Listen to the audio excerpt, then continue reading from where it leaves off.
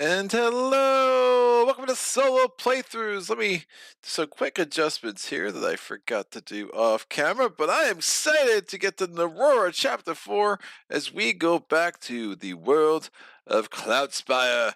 Yes, the source is getting scarce, and the islands are colliding, and we need to continue to fight for what is ours, especially the worshippers of the source, the weird little smurfs that we are with the Narora. So, super interesting scenario, possibly my favorite of the solo scenarios, and it is hard, like really hard.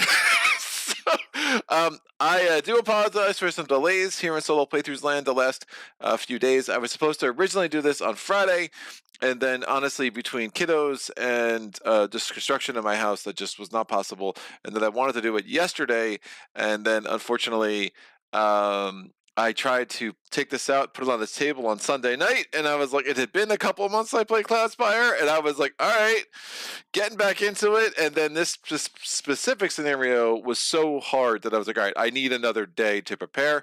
I do not want to put some like goofy video up where I'm making mistakes and whatever. That's no fun for everybody, for anybody, I should say. So I was happy to take an extra day. Madi did chastise me, told me to stop postponing because it's impossible to get 3 renown in this scenario. It is very hard. I did it once, probably on my 7th try, and I got super lucky. I got the train add-on, the train whatever. I forget what they call it. The one of the chips from the marketplace. I got that in the first round, and I was able to get on Voss up to doing 3 damage every time he attacked. So he was just murdering the taproots, and that really helped. But this is a very hard scenario. It really forced me to learn the Narora better, so I like that about it, and I like the variability and setup and how, with the way the events work in this scenario, it really changes how the scenario plays from game to game to game. So super excited about today, man. I don't know how it's going to go. I do not anticipate winning with 3 renown. Hopefully we get 2. I could see us losing in the 3rd round. So there's a 3rd wave. So there's a lot of crazy things that could happen in this specific scenario, but I really dig it. It is huge. I have my camera out as far as it can go. I am cutting off a little bit at the top, and I'm cutting off half of the Naroran fortress, but hopefully you can kind of see what's going on with the secondary camera. And thanks to Lee, one of my patrons, Rocket Magnet, he sent me these freaking awesome chip trays. These chip holders are amazing. They're super functional. I will absolutely use the market just by having the market face up like that. It's going to be super cool. So really dig that. He also has another one over here for the upgrades for the various spires. So let me get to the chat. Again, Madi chastised me. I can't see what he wrote because he wrote it yesterday. But I can see the center aisle is in the house. Thank you for joining me, sir. You can always get 3 renown on every scenario. Unsure what Madi is trying to say. Alfred Wallace, I get to watch a live stream. Best part of sick leave. Sorry you are sick, sir. Feel better soon, but happy to have you here. Center aisle, good luck, have fun, etc. And Alfred says audio works and everything. Thank you for confirming that. I was a wee bit assumptive in that I was able to kind of do a pretty thorough check of things today as we were getting ready. Sorry for anyone who had this down for 2 o'clock Eastern Standard Time. That was a mistake on my end. Definitely needed to start at 1.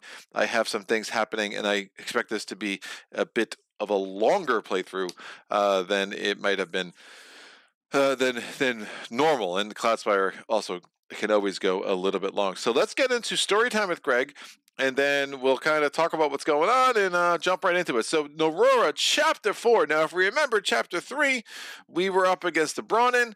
We converted Drang. That Drang was like, I might be, a big Brutus, but I am going to turn, and I've seen the light of the Naroran ways, and I will worship their source. And we took down the fortress gate with her. Now, I played that a few times. I successfully got 3 renown a couple times. I can't remember if I did it on camera or not. It was not nearly as hard as this, especially when you figured out some of the tricks with Drang. If you did the certain renown, you're supposed to be able to have Drang available to you as a hero. I don't really do. I like this more as a series of one-offs than as a campaign. It's just how I best engage with Cloudspire. Now, maybe once I get through all of the individual solo scenarios, maybe I'll just put it on the table and just play through the whole thing and have a blast with it that way. But for now, I like the one-offs with the chapters a little bit better. So I'm not going to have that carry over, and we'll see where it goes. All right. So story time with Greg, Chapter 4. Drang, the lead Brahmin dispatch converted by the Narora before the offensive on Yardle, took orders just as diligently as any Naroran underling. But her face was rictus, I think that's a word, rictus grimace, and every war cry she loosed was raw and breathy. To Baza, it sounded almost like a sob. After a few initial sorties with Grovetender defenders, she, Bydra, and a few other soldiers broke off from the main army and made their way through the woods of Rapport toward a secret meeting spot. They ran into a few Grovetenders along the way, leaving Bedra and Baza the only 2 members of their group still standing. Eventually, the pair arrived in a clearing filled with 10 other Naroran recruits. I'm really struggling. I don't know what a new recruit is. A Naroran recruit, along with a slightly older Narora Baza guest was Anjamin Bredman. If the deference paid him by the others didn't give it away, the contraption he loaded onto his back certainly would. The sun reflected a dull glint off its metal frame, full of gears and pistons protruding every which way from an oblong base. Anjamin nodded at Bedra, who responded with a motion too clumsy to be called a proper curtsy. Sister Graham, to where are we conveying the source's wrath on our inaugural journey? Anjamin asked. Baza thought his voice sounded creaky. Here, Bydra had unrolled the map and was pointing to an area about a half a mile from the present location. If this goes off according to plan, you'll decimate one of their outposts and give us a clear way into Yardle's gates. Very well, Anjamin rolled, and you'll all be flanking me, correct? Bydra nodded. All right, he said. Is there anything else before we go? Bydra shifted on her feet. Baza saw her glance at the machine hungrily. Then, however, she sighed. No, she said. No, I don't think so. So Anjamin is going to take center stage in this scenario. We will not start with him in play. We will be forced to start with our our starting hero, Anvas. Again, Anvas cost 0 source. Again, I'm not sure, or 0 command points. I'm not sure if it's Anvas. Anvase, we'll just go with Anvas to be consistent. And when I say Anvasi, just remember that I'm never as consistent as I want to be. All right, speed the Crusade. There are 4 waves. Our opponent is the Grovetenders. We're going to ignore the carryover. I've already gone ahead and done a lot of the setup. So we have outposts, and then we have shrubberies. So there are 8 spires on the board from the Grovetenders to start the game. So we will, again, the normal limit is 6. However, your AI don't always adhere to the same rules that you do. So everywhere you see a muskeg, so we have a muskeg here, a muskeg here, a muskeg here, and a muskeg here, those are officially the outposts. The outposts all have the same exact upgrades. You have 1 combat, 1 range, 1 combat, 1 range, 1 fortification. So you have 5 chips in every single muskeg. Now again, those outposts are important because instead of the Grovetenders deploying from the fortress gate like they normally would, instead they will actually deploy from outposts in a lot of the waves. And that's going to be a thing. So again, there's going to be a swinginess depending on, hey, what outpost they're coming from, what direction they're coming from, and how can we kind of augment our plans accordingly. Then we have these shrubberies. There are 4 shrubberies. They have 2 combat upgrades, 1 range upgrade, and a fortification. So we'll put them there. Now remember, the shrubberies all have camouflage and they all have cover. So if we're attacking a taproot that's adjacent to a shrubbery, -1 damage is done to that taproot.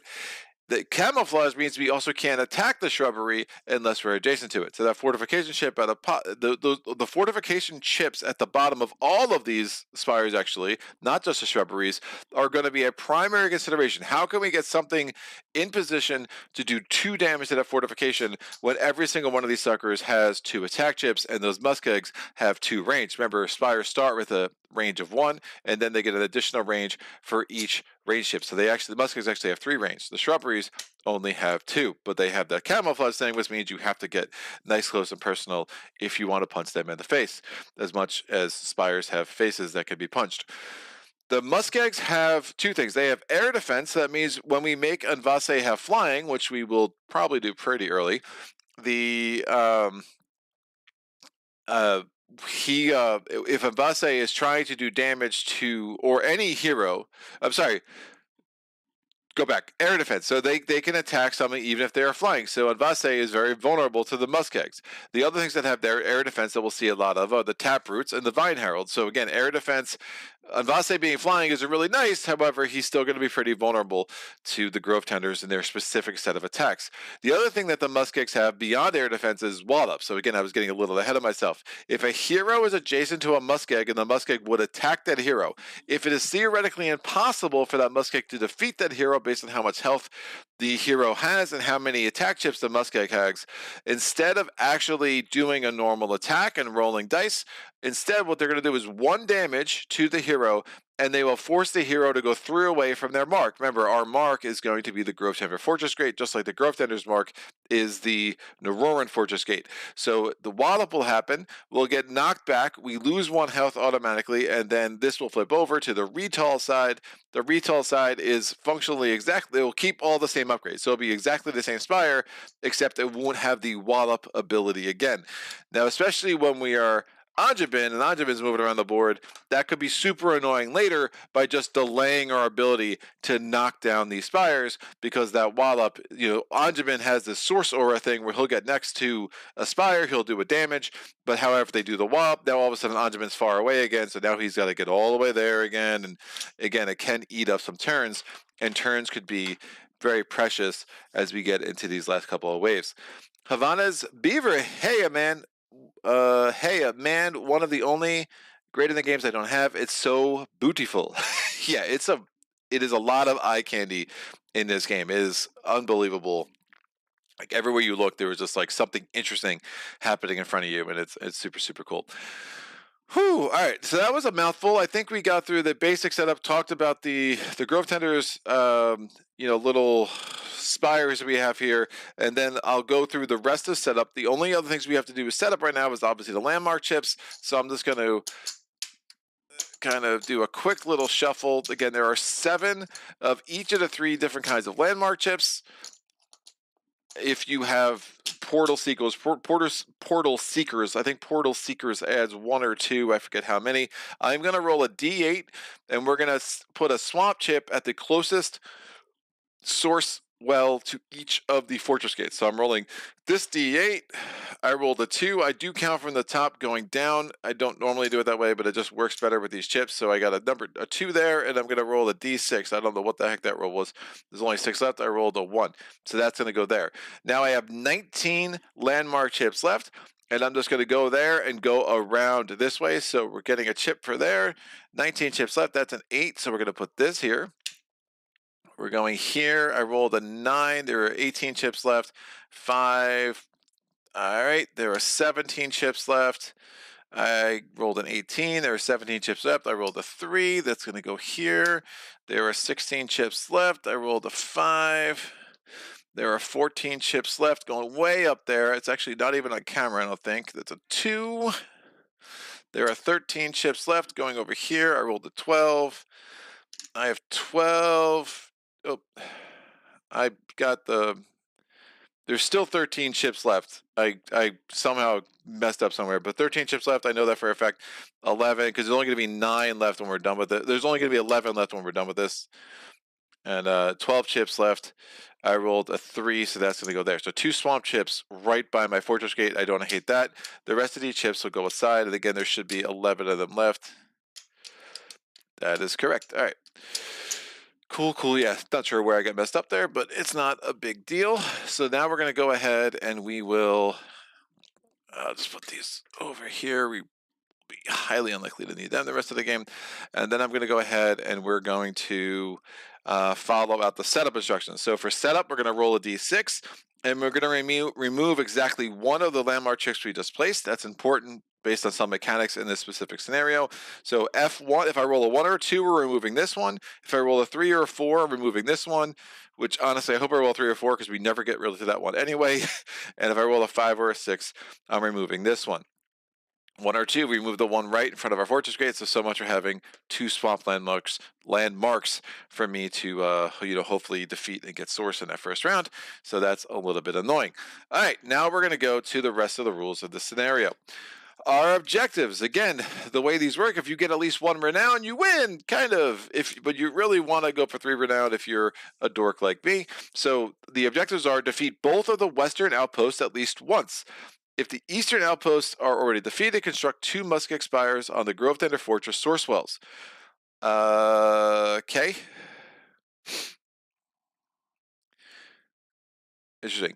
So I don't think the one time it wouldn't have made a difference in the game state that I had, but that's really interesting. Yeah, it's like another weird little rule that I just forgot about it. Yeah, I was in a really I managed. I had Anja been there, wipe that out. It would have been an easy 3. It's because as soon as he gets adjacent to the fortress source well, the game's over. So I won on the very next turn, so it would not have been a thing. All right, so defeat the western outpost at least once. So we have these are the western outposts. So the western outposts are only the muskegs. So we have this one and this one. It does not include the 2 shrubberies. If at the time we do that, if the eastern outposts are already defeated, we construct 2 muskeg outposts on the Grovetender source wells. The second objective is defeat the eastern outpost at least once. The outposts are this one and this one. So again, we don't have to worry about the shrubberies. If the western outposts are already defeated, construct a shrubbery spire on a Grovetender source well. It's a big badass spire with 3 attack chips. That could be super nasty. And then our third objective is move Anjabin adjacent to the Grovetender Fortress Gate. If we do that, the scenario ends immediately. Again, so it's pretty pretty. Oh, yeah, I guess Anjabin only has. It would have taken me 2 rounds. Yeah, it wouldn't have been a thing. I don't think.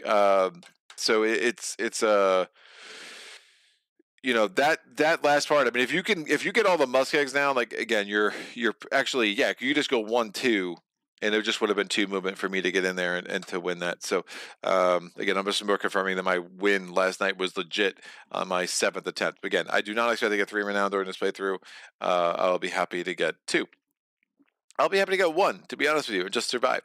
So one of the things you're going to need to do to win this scenario, though, is again, trying to defeat all 4 of the shrubberies and all 4 of the muskegs is probably not realistic. It's all right, how do I have a path to defeat the muskegs and get Anjab in there? One of the things that really helped me was I had a lucky run with a minion that allowed me to reveal that landmark chip, and that happened to be a rift walk, and I was able to get a Naroran spire here, which allowed me to kind of just go to a chip with rift walk, and I was kind of able to feed some minions over there, weaken that muskeg, put myself in a really good spot with Anvas and Anjamin to again take down the final 2 muskegs in the back, the defensive outposts, so to speak. These are the offensive outposts.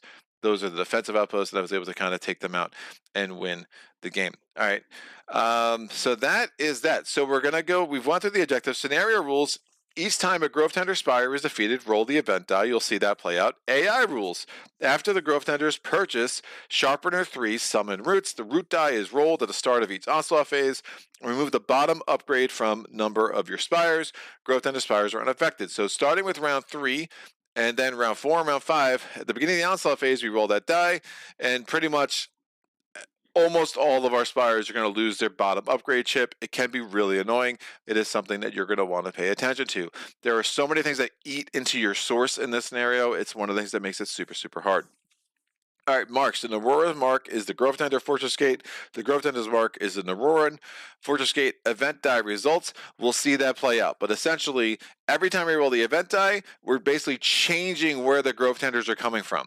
So if I roll a 1 or a 2, the Grovetenders are going to come from the closest Fortress Gate, so not the shrubberies, the muskegs from over here. If I roll a 3 or 4, they're going to come from the closest muskeg from over here. And if there isn't one, you have to build one, and we'll talk about that. That's never really triggered in any of my plays. And then 5 or 6, it comes from the closest open source well. So if I roll a 5 or a 6 now, the Grovetender units are literally going to come from right the heck there. It's not as bad as it seems, especially not in the first round. So it can be kind of annoying, and it would not be ideal by any means. Whew. All right. Center aisle. Now your event is going to be 5 or 6 watch. Yeah, no kidding. On the second right now, they get Fortress Source Wells. Yeah, pretty much. Yeah, that makes sense. I just forgot to do it yesterday, but I didn't get the second renown until like the penultimate turn. Yeah, that's right. I dropped the penultimate on you. It's too early for that. Too early in the playthrough, not in the day, unless you're in a place where it's really early for you. And then welcome, good morning. All right, let's go to the event phase. Wave 1, we have to roll the event die. Booyah! So predictable. Alrighty then. Well, the Grovetender units are going to deploy from here. Now, there are some special rules. Grovetender units will deploy from the non-fortress source well closest to the Naroran Fortress Gate.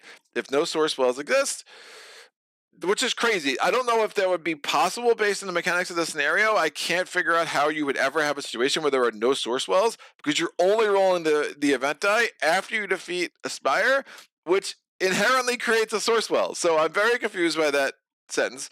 That's fine. Discard the landmark closest to the Naroran Fortress Gate and deploy Grovetender units from this hex until this die is rolled again. Oh, I guess, never mind. If you use Quantum Dark with the Void, that is the one situation where you might actually not have a source well. All right, I stand corrected, and I apologize to everyone at Chip Theory Games accordingly. All right, place this die on the source well as a reminder. The source well is considered occupied and it cannot be used or moved through. So no one can move there. I can be flying with all terrain, but it does not matter. I cannot move into there. It is a total dead end for me. It also means I can't use matter distortion there. It's just a super annoying way to start this playthrough, but absolutely predictable in all of its glory. Income phase, I start with 3 source. That is the only time I'm going to income all game. I do need to set the market. So the way I do the market, I just kind of keep everything face up and just stack things on top of it. That way, as I get rid of the old market stuff, the new market stuff just naturally comes into play. And this will be our Earthscape, our Earthscape setup for today. And here we go. We have that. I dig it. Is that on camera? It is. Now we're going to set the market chips. So, again, if you have the Horizons Wrath expansion, you get a ton of these suckers. I will not do a very thorough shuffle of them. They are all pretty random and shuffled over the course of different games, and I just kind of trust that, but I will just randomly stack and unstack them to get some kind of unpredictability to them, and hope I put train right on top because it was a magical thing for me to have. All right, so now I'm just going to put them face up in these little chip trays here. So available in the market, the first round is going to be the Source Sniper, Air Defense, 3 range. She can be pretty strong. We have the Fashioner. He has improved. And then we have the Portal Hopper, Camouflage, Incorporeal. I don't know. I don't know if any of them are vitally worth it, but I will reconsider in a moment. All right, so that is our available market for the first round. Remember, with markets, you can buy 1 chip every market phase. All right, so market phase is normal. Build phase, again, I have 3 source. I might build something. I'll kind of think through all that at once. The way I do it is I do all the AI stuff, and then I'll go back and I just kind of lump market, build, and prep phase together, because honestly, you're not getting any new information.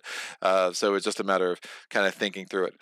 All right, the Grovetenders are going to have a Warbriar, Remember, the Warbriar has Impale, so if the Warbriar moves, if it's adjacent to a unit that it was not previously adjacent to, an opposing unit, and remember, for the purpose of keywords and skills and abilities, landmark minions do count as opposing units, so all opposing units would take 1 damage just from the movement. That is before the attack.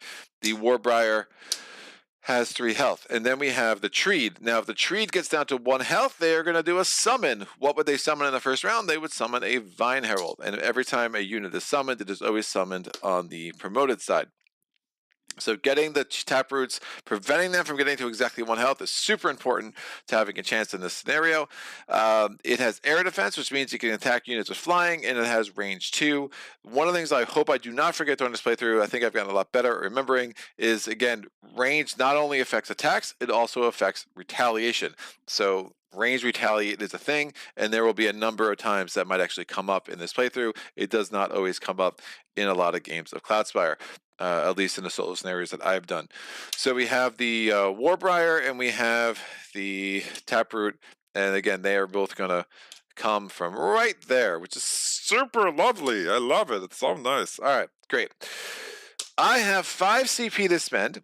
Now, one of the things I used to do with the Narora all the time is I would always be upgrading their fortress to get both Forgotten Graves so I can get people back, and I would often do the Pavilion so I could spend Source to get more CP. I have really kind of veered from that in this specific scenario. I've just found it not the most effective way to play, so I will try to use my units very, very carefully such that I never need to worry about doing this Pavilion thing. But that does take a little bit to come together. I think my first priority right now is I'm going to try to get rid of the shrubbery is something I like to do in the first round. The other thing I could try to do is maybe try to get rid of this muskeg. One of the big problems with the scenario, though, is that both of these paths, they might look symmetrical, they are not created equal. The distance from my gate to that gate going this way is only 18. The distance from my gate to the fortress gate for my mark going this way is 20. All right, and remember, when you move, you have to make progress if you can. So maximum, you don't have to make maximum progress as the player. You have to make maximum progress as the AI, but we have to make progress. So if I'm going this way, I better have either portals that allow me to get further along to make sure I'm making progress, or I better have units that have 3 movement. But if I have 2 units with 3 movement, guess what? They just block each other. So that's also super annoying. The good thing about going this way is it will give me a shrubbery that I can kill. Hopefully I can reroll this event die and get this summoning to happen somewhere else. I like that. And remember, once a boss is flying, the shrubberies will not attack them because they don't have air defense. If I send a boss over this way, he's going to get punched in the face by the muskeg, and that's not good for anybody. So a big goal for me is to, like, all right, how can I get over here and hopefully take out the shrubbery in the first round? I think that would be a good round for me. And then hopefully let me reroll this event die and get these guys out of my face. Because if they're still in my face by the wave 3, I got some serious problems for sure. Woo! All right. What's going on? Tony. What's up, Tony? Is that the infamous shirt from the games weekend? Yup. Saget, I am joining just to share an official statement by the Scouts about their recent mistreatment in your co-op playthrough. We, the Scouts, strictly and explicitly object. What did I do? I don't know what I did. The center route, you construct the spire. Obviously not now because the event prevents it. But if all the source spells have spires on them during the event phase, that would come up. Oh, yeah. Intentionally getting them to 1 health is a good way to get extra source and level up stuff, for sure. I mean, if you're I don't mind doing it now when it's just a Vine Herald summoning, but doing it later when it's like an ogre growth, or what is it? An ogre growth or a grizzled oak. Yeah, that's going to be a problem. You can also use the earthquakes to manipulate your movement as well, and also force the AI to walk around the map. I see that. My problem is that I feel like I would just as much hurt my own chances to get where I want to get, but I definitely dig that. Earthscapes is probably the weakest of the thing I've explored the least strategy-wise in Cloudspire, and much to my you know, to my detriment. I definitely want to do more with Earthscapes than I do, but you know, again, I got pretty lucky yesterday where the market was perfect for me.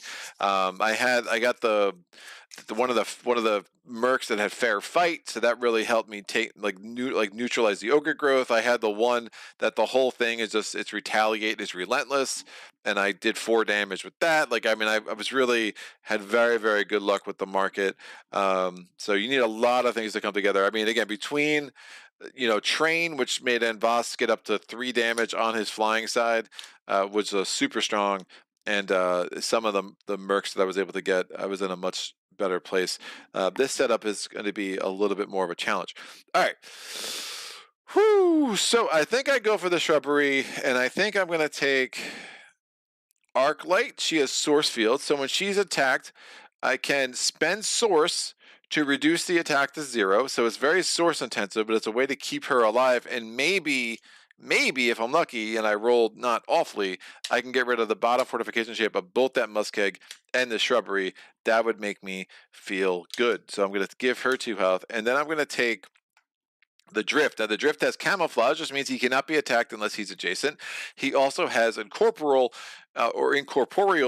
which I didn't realize, you know, it's not spelled exactly like, is that how you spell incorporeal? I think it's spelled how you spell incorporeal, but incorporeal, which is what I heard Rob from Rob's Gaming Table pronounce it that way, and I was like, oh, that's probably how it's supposed to be pronounced, and that just means that he can move through opposing units, and each unit he moves through, you get 1 source. Now remember, for all skills, the AI is considered to have unlimited source, and that will be really important later when we try to get Mrs. Lightress on the board, because that could be a source boon. So I am going to get the Drift. He's got 3 movement. He comes in with 3 health. Remember, the Narora is weird in that they don't promote.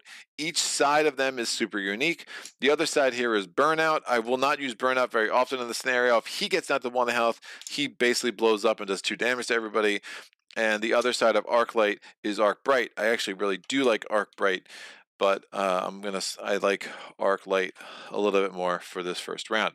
So we're going to put these guys here on top of Mr. Envolcé. Oh, technically, I don't think I technically think the deployment stack goes there and they just deploy from that spot. I think thematically that makes more sense. I don't think you're supposed to put the deployment stack there. That would change some things. I mean, if they're there, I can't attack them anyway. So I don't know. I guess it doesn't really matter. But if there's still things in the deployment stack and you kill the Spire and then they deploy for somewhere else, I guess the stack would just move. I think that makes some sense. I do have some rules questions that this scenario really kind of brings to the forefront. The other question too is, am I going to bother exploring? Remember, the channel, the source field does not work on retaliate. It only works when you're attacked. So it might be a little dangerous. There are a couple things with like foreboding and stuff like that that might be a little dangerous to kind of flip that sucker over, but I'll probably do it anyway because, again, I want to get some source. So the Narora goes first in wave 1. Let me check the chat. May I suggest a unit, or would you like me to refrain from suggestions? I don't mind the suggestions. I don't mind if I like ignore the suggestions. But yeah, I like suggestions. I mean, I've played this scenario where I just took the bishop out in round 1, and that was super fun. Like the conduit, I find interesting. I kind of like keeping him for later, although the conduit and the medium are a little nerfed in the sense that the strongest units for the Grovetenders tend to be stacked with the taproot, so you can't, again, stasis and possess only work on ungrouped units. Tony Barnett's, Greg always likes to hear suggestions. If he doesn't take your suggestion, he will explain his thinking for why he has different strategy. And Senator, your standing is correct for deployment stack being on the fortress gate. So this should be here. Cool. Makes sense. I mean, this spot is still completely unusable. All right, let's make this happen. So the Drift is going to go 1, 2, 3. Very exciting. That's a really good turn for him. The Arclight is going to go 1, 2, and then on Voss, Oh. I mean, I could always sneak him back in if I feel like I need to heal, and honestly, depending on if we get some equipment for him, getting him back home might make some sense too. So Anvas is going to come out here. There are no Grovetender Spires in range to attack me. Remember, the shrubbery does have range. It has one range tip. So again, natural range is 1+1, but the drift has camouflage, so it's not adjacent, so the shrubbery can't attack it. And the shrubbery does not have range to the Arclight or to Unboss. We're going to explore this. It is the Grail Goats. They have 3 health, and the retaliation is relentless, and that's a problem. Yeah, I don't want the Arclight. The Arclight would have to attack them, because if minions can attack, they have to, and I do not want to lose Arclight. So we're just going to put the Grail Goats back down. Grail Goats do come with a Portal Seekers expansion. That's a nice source of source, but a little risky to reveal that. Remember, exploration, you always have the option, do you want to reveal or not, unless it says foreboding, and then you're absolutely stuck with it. The Grovetenders are going to go. The Grovetenders are going to deploy from here. So the boar has to move max movement as long as it's making progress. This is not progress. The Grovetenders are they're 1 away from my fortress gate, right? So they can have an optional adjacent move. So I think they're forced to do that. So that's where the wording for deployment gets me like really messed up for me, because the wording for deployment says a unit must deploy at their earliest opportunity. If a minion is on top of your deployment stack and can make any amount of progress with it by deploying, it must deploy. Now, it's not making progress, really, unless you're comparing progress to that. If you're comparing progress to that, then this is progress, right? So I guess thematically that would make sense that it just has to deploy. But I wonder if you have the option to like not deploy it, because it's 1 away from where it's deploying, and this is an adjacent move, which are usually optional, but I guess not optional here. I don't know. It's all very confusing. So we'll take the Warbriar out. The Taproot cannot deploy. It's just going to sit there. And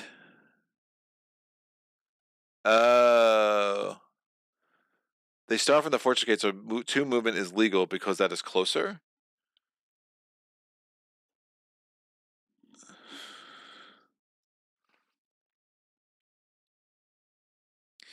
So you're saying 1, so since their normal movement is 18, that since they have to use max movement, this movement of 2 is still closer, so they will move max movement. That makes some sense. That could have been explained a whole lot better, man. My normal gripe about chip theory games is some of their rules, like just making a lot of assumptions. But units must deploy their earliest opportunity. That's what I thought, but then if you read the rest of that sentence in the rules reference, and it's like, if they're making progress, you're like, well, which is it? They have to deploy their earliest opportunity, or if they make progress? I don't know. It's a mess. But don't even get me into started with the Elfinkazi. All right, then this guy will have a space to deploy there. Great.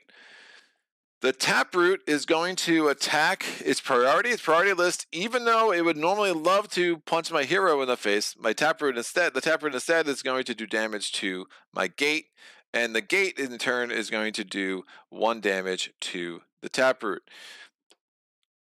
All right, so the Taproot is down to 2 health. Remember, if it gets down to 1, it magically turns into a Vine Herald. We're now going to go with my second turn. The Drift is going to go 1, 2, 3, and the Arc Light is going to go 1, 2. Do I want to get the Drift all the way the heck out there? No, the Drift is going to go 1, 2, 3. Makes a little bit more sense. And then the Arc Light's going to go 1, 2. Again, the Drift has 3 health. The Shrubbery is rolling 2 dice against it because it has 2 attack chips, and it rolls a 3 because I roll really well for the AI. So this dude's out, and normally this would go back on my barracks. We have Forgotten Graves, so that Drift is out of the game unless I start upgrading my Forgotten Graves, and he will go right there. But the Arc Light is now good to go. Oh, I do need to move with Anvas. Maybe. I probably should make him flying. So I never moved with him yet. So before or after my movement, I can flip him over to the flying side, which I do want to do We'll put a source well over here. I like that for future purposes. I want to get a portal there so I can kind of get access to that muskeg.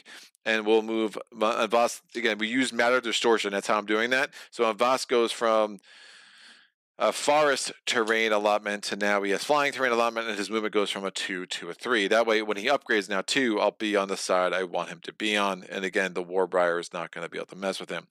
So who do I want to attack? I don't think I want to attack anybody right now.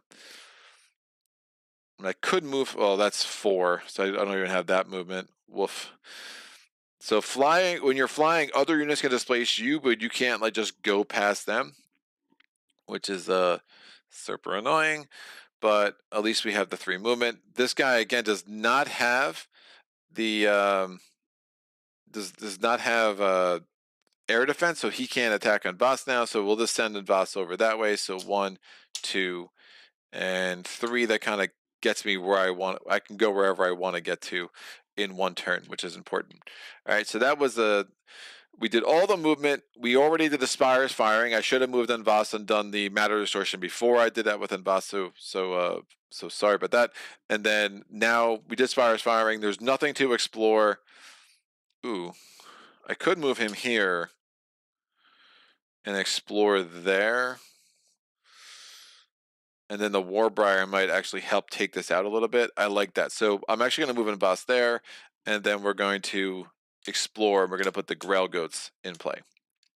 Again, when you're the hero does not have to attack, so I choose not to attack. One note about matter distortion is when you put the Earthscape out, the Earthscape has to have at least 1 hex on the isle where you're on. Obviously, that is on the isle where I was on, so that would absolutely be totally legit. And then we'll just stop there. And now we go to the attack phase. Arcbright's doing 2 damage. We're going to take off the bottom fortification trip of the shrubbery. We're going to go to the Grovetenders' turn. The Grovetenders, the Taproot only has allotment of path. It has a movement of 2, but if it used 2 movement, it can't use 2 movement and make progress to my gate. So it's going to just move the 1 and go there, and then the Warbriar is going to go 1, 2. That made progress. It was 2 away, and now it is 1 away to, again, getting close to my gate. The Taproot is going to attack my Fortress Gate. It does another damage to it. The gate retaliates. The Taproot's down to 1 health, so it immediately summons. When it summons, we flip it over, and we're going to get what is summoned. The round tells me I'm summoning a Vine Herald. We take a Vine Herald out. The Vine Herald comes in on its promoted side. It has 4 health. It has Capture and Air Defense and Range 2. What Capture is if the Vine Herald does the last damage to a minion, it captures that minion. They can have up to 3 minions just stored there, and I wouldn't get those minions back until after I do a damage to the Grovetenders Fortress Gate. Now, when you're playing as a Naroran, unless you have Forgotten Graves, like beefed up, it just doesn't matter because you're not getting that unit back anyway. So that was that. Now, the Vine Herald comes in after the Taproot had already attacked, so it will not attack again. That unit has already attacked this round. So now we're going to go to the next. Yeah, we're going to. Oh, my gate's going to get punished, isn't it? That's fine. Now we're going to go to the next Naroran turn. Let me check the chat. Why not I choose to attack the Archlight with who? What's up, Marty? Marty says, hello, did you start early? Yeah, dude, I put a note up. I was supposed to start at 1. I accidentally had it at 2. I'm really sorry about that. I got stuff going on tonight that normally I would just let it ride. I'm like, oh, I'll just start at 2. So yeah, I did start an hour before I initially announced it. But we all appreciated your comments about me not needing to postpone. Just go back and you can watch the beginning later. But yeah, why not attack? Why not choose to attack the Archlight?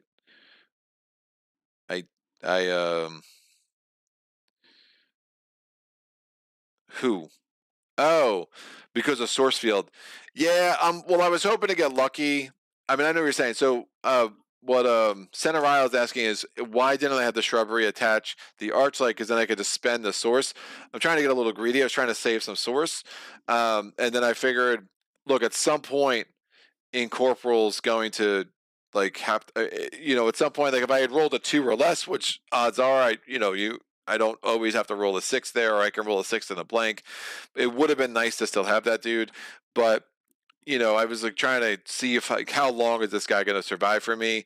As it is, I'm glad I didn't spend all 3 of my source. Hopefully, I will not roll as well for the AI going forward. But yeah, that would have been a different strategy to take. I was just basically trying to see how long can I get this guy to last, because it will help define the rest of my turn in my head. But obviously didn't work out. You was gambling there that I rolled a 2 or less. Rolling a 3 was a wee bit unfortunate. But I digress. So Arclight's going to go. Arclight has to move, at least make any progress. So if I go there, that is a progress of 1, right? Because those and those are the same thing. So if I go 1, 2, that is a progress of 1. This Muskeg goes 1, 2, 3. It cannot get to my Arclight. And now we're going to roll 2 dice against the Arclight because of the shrubbery. Oh, Anvas also needs to move. So Anvas is going to go 1, 2. Now, normally Aspire would prefer to attack a hero, but it cannot attack this hero because it does not have air defense, and Anvas has flying. So 2 dice against Arclight and roll the 1. That's a much better roll. I will easily spend that 1 source to ignore that damage and try to keep her around for a little bit longer. We now go to the attack phase. Well, there's nothing to explore. Attack phase, they both knock off 1 of these chips. 1 and 2.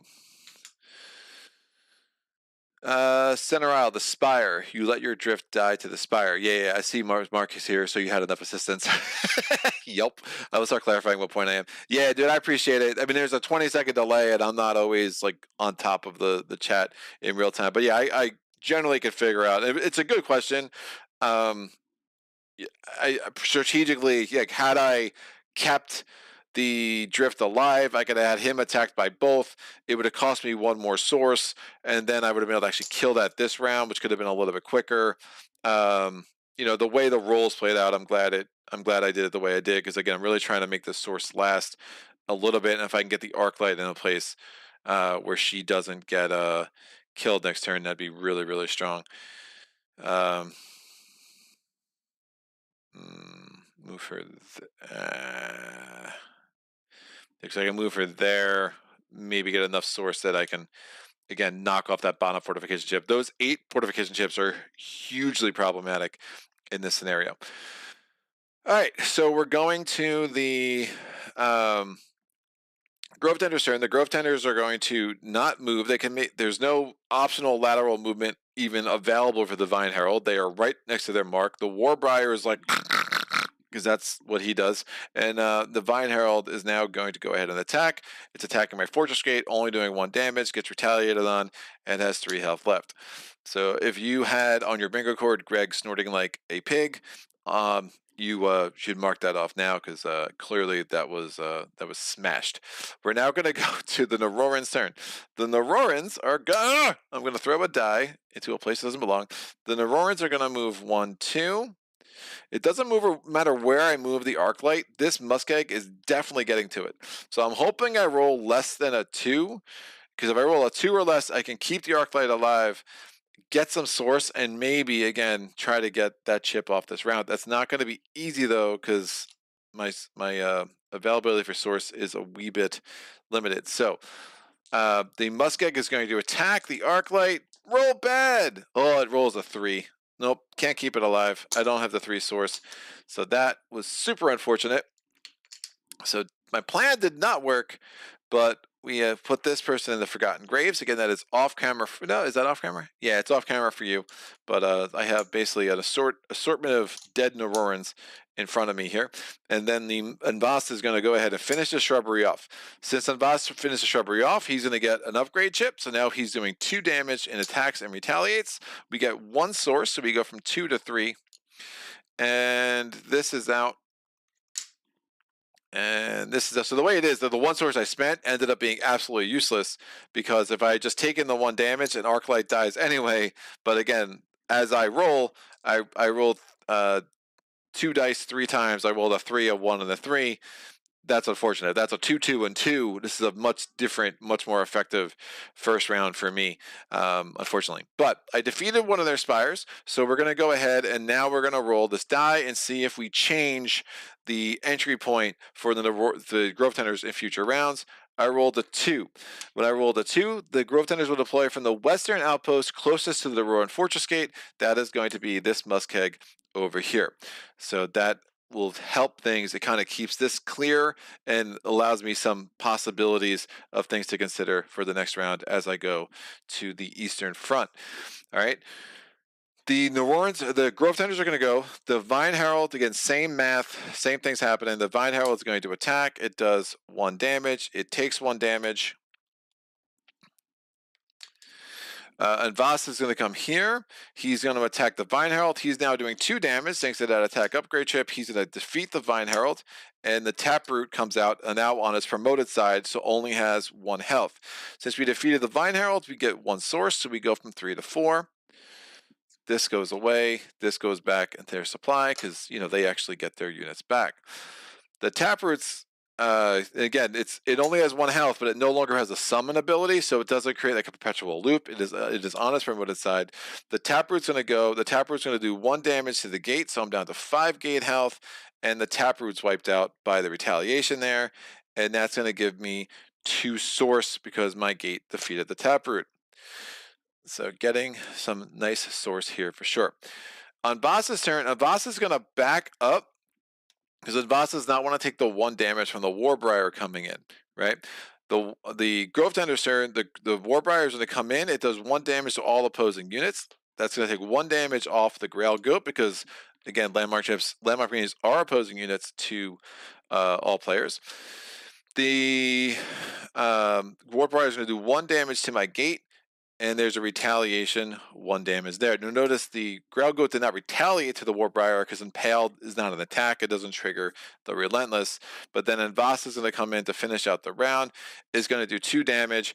Is going to wipe out the Warbriar. So we get 1 more source that gets me up to 7. And yeah, I'll wipe out this Grail Goat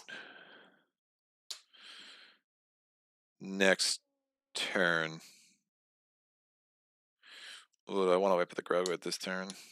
No, I don't want to. My gate's already at 4, which is crazy low. I'll have an easy path to defeating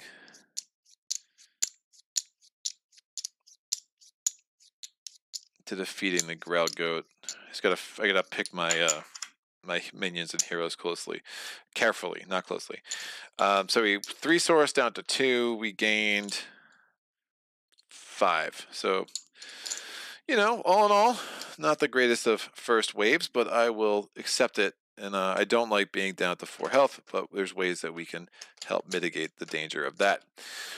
Woo! All right, seeing no new comments, we're going to go to Wave 2. Wave 2, the Grovetenders are going to have priority. Remember, they are going to be deploying from here. I am going to send, I think, some people this way. Might be a good time to get the Bishop out. But also got to worry about these Grail Goats, and again, having only 4 health isn't great, so it might be a good time to get a Spire on my fortress that can do some damage and help protect my gate a little bit more. So, how do I work this? Well, first we're going to go to the market phase, so we're going to get rid of the top Earthscape. That's out. We're going to get rid of these top chips. My available chips now are Speed, Baza, and Air Defense. Those are not the chips of dreams, so I'm not going to take any of those in the market phase. We will go to do the build phase and the prep phase for the Grovetenders.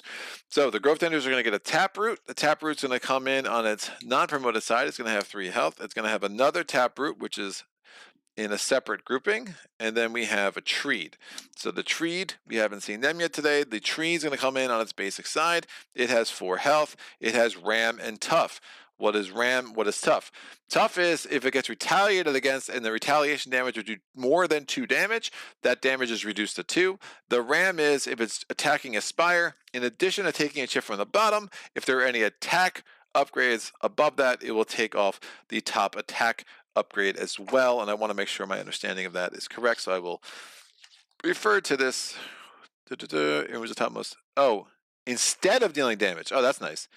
Instead of dealing damage, it removes the topmost attack upgrade from the spire. That's even not as strong as I thought it was. So that's good. So these are all going to come here. And thank you to Center Isle for confirming where these suckers are supposed to go on the board. Like how that deployment works, because it does clarify some things for me for sure. I have 7 CP. I have 7 source. I do think I need to get level 1 of the Azure Temple. And what that's going to do is give me the ability to kind of reduce some damage to my gate. So source barrier, once per wave, you may spend 1 source per damage to negate up to 2 damage to your fortress. Your fortress still retaliates even if all damage is negated. So that's really flexible. It's more flexible than source field, where you had to spend the 2. You had to spend the full amount of damage to negate it to 0. Here you can do like a partial block of damage, and that's really, really helpful. The second thing I'm going to do is I think I don't want to get jammed up with my limited build options. I'm going to spend 4, and I am going to get a refractor. So refractor comes in with 2 attack chips and a range chip, and I'm going to put that on this fortress sourcewell right there, and again have a little bit more of protection on my gate. Now, as when the Grovetenders get this die, when they start getting Sharpener 3, the efficacy of the refractor is going to be not as great, but at least it'll be a good start for now. With my 5 CP, I mean, I could try to get Baza. If I had 1 more source, and that cost me 4, by the way, so I am down to 0 source. If I had 1 more source, I would consider doing the Pavilion and the Lumia delegation and getting 1 more CP, and then I would consider getting Anjabin out, but I think we'll just have to wait to get him out next turn. So at this point, what I'm going to do is get the Bishop, and if I could just really start trying to whittle away that Muskeg, I like that. If I get the Bishop and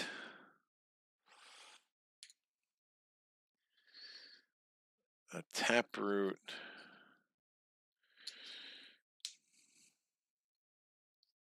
5 source there will be nice. Taproot, Treed. Like a lot of reliance on that. Maybe the Bishop is a mistake.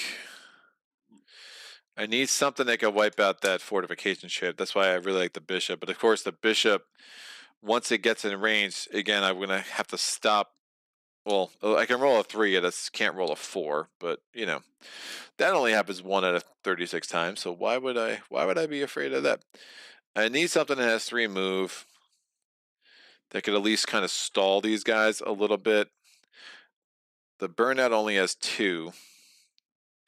There would be a time I would consider sending him that way. The Arcbright only has 2, so again, I can't get them over there. I mean, one thing I could do, well, like the Bishop and the Arcbright would be 8 CP, and I only have 7.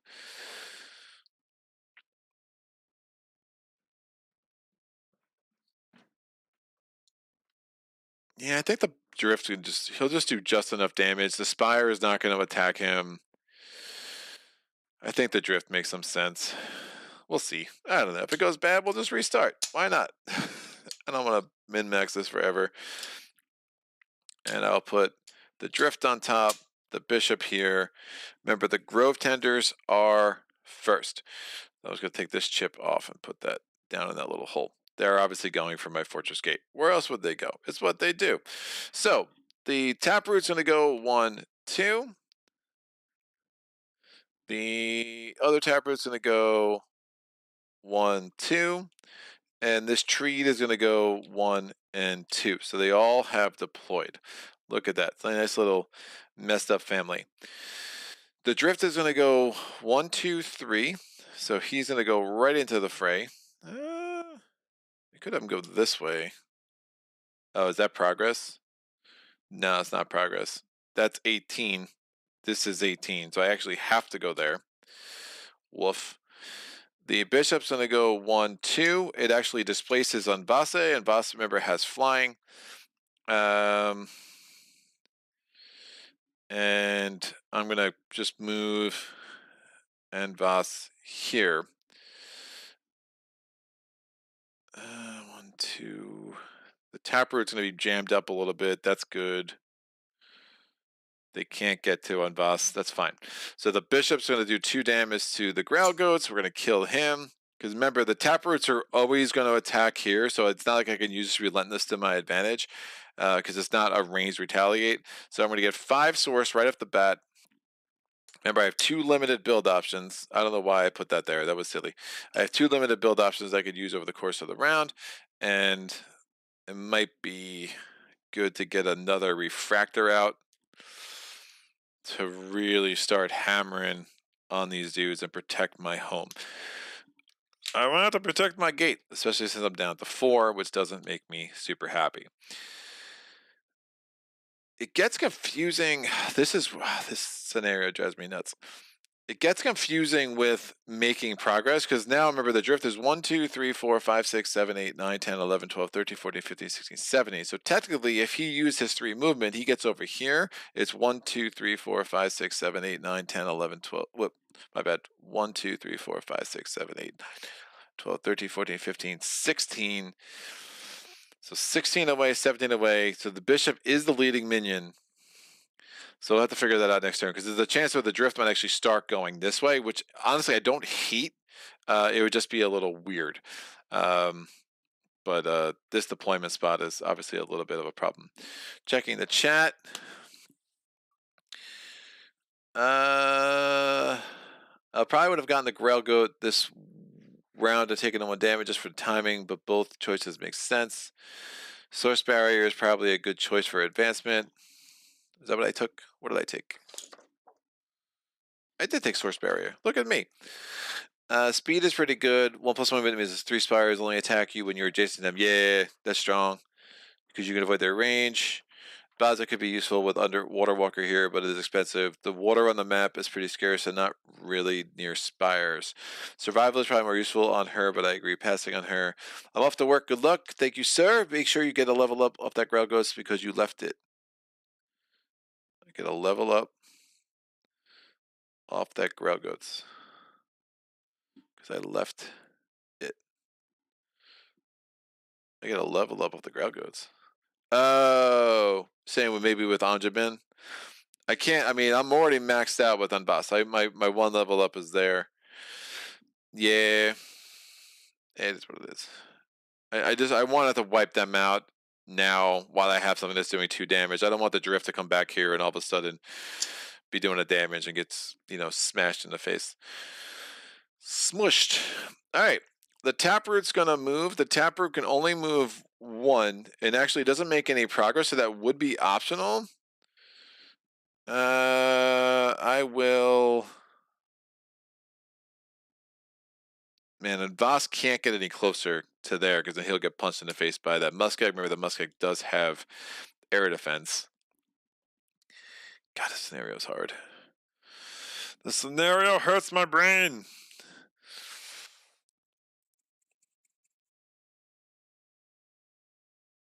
I could build the refractor here. Start losing its upgrades pretty quick, but I'm kind of okay with that.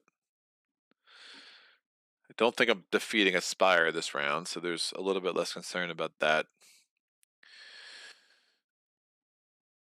Yeah, so the Taproot, it has an optional move. I'm just going to leave it where it is. All those guys are stuck, but both Taproots have range to my drift. So 1, 2, the drift will retaliate to the Taproot that is adjacent to... Oh, wait, no, this Taproot can't attack it because of Corporal. Yeah, even better. So the drift only loses 1 health, and then he retaliates to the Taproot. The Taproot loses 1 health. The drift has 2 health remaining. All right, so the drift is 17 away. Remember, this is 18 away. No, this is 17 away. So that would be an optional lateral movement. but the bishop is the lead minion because it's closer, because the bishop is 16 away. So the bishop's going to go 1-2. The drift has to move. This is progress. 17 away. Nope. 19, 18, 17. 17. So 16. The drift is going to come back here. So looking at that map now, I think it makes sense to do a limited build option, thanks to the Grail Goat. I'm going to spend 4 source, and we're getting a second refractor on the board. And I'm going to put that second refractor right here. So, there's only one. There's only one attack chip left. Remember, you are supply limited. We're going to do a monolith. It takes 1 portal out, but the monolith will be... the monolith... Oh, so stupid.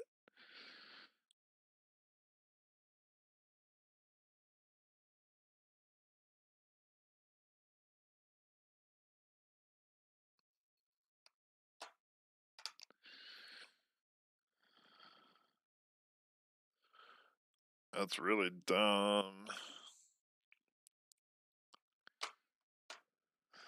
Could just put a portal out. So I'm going to want a portal there eventually, but that's annoying. Oh, that's...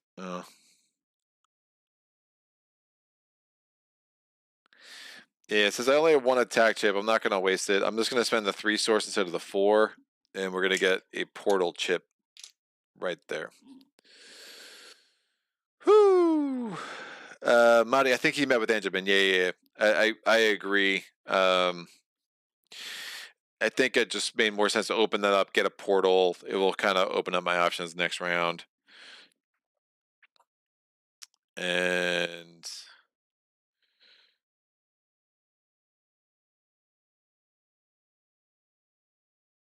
I could put another portal there and have the drift.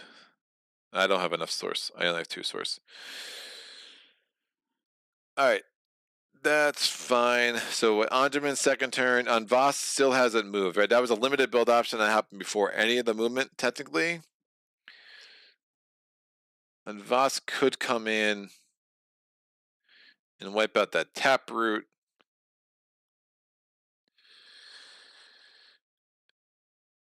And then come back here to heal. Oh no, if he comes there, he gets smushed by the muskeg. Of course he does. Yeah, the drift having to move is so annoying. So annoying.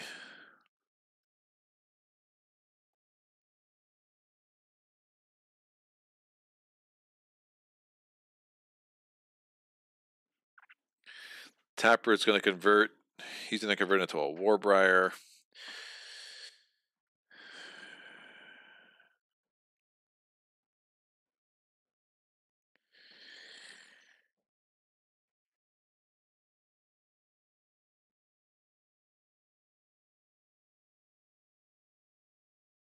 Yeah, I think I'm gonna spend the 4 source, and I'm gonna get an underdeveloped refractor. It's not great, but I'm gonna want as much attack as I can get on these guys and try to save my fortress. I mean, only 4 health. It's really not a lot. So there's not much else I can do.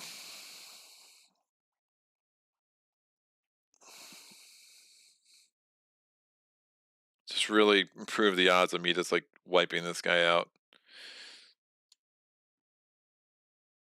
So I'm like, if I rolled a 1 and a 0, that'd be bad. I mean, there's a chance I wipe him out when he gets there anyway.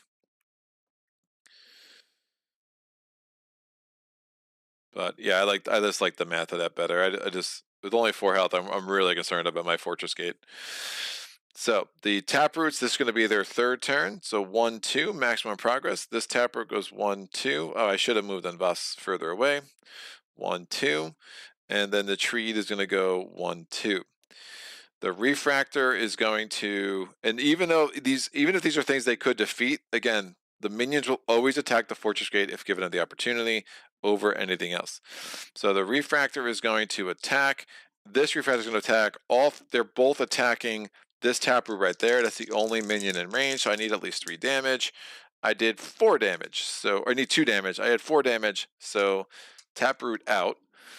That gives me 2 source, so I go from 1 to 3, and that taproot goes back over there. We're going to go to the Naroran turn. Remember, the drift now, this is the only way that drift can make progress. So the bishop goes 1, 2. The drift goes 1, 2, 3. Anvas is going to chill right where he is. This Muskeg is going to roll against the bishop. Anything but 4. I rolled 2 damage. That's fine. Bishop is down to 2 health. The bishop has air defense in range 3. Remember, the Muskegs don't have camouflage. Only the shrubberies do. We're taking off that fortification chip. Now, that's a nice start for us.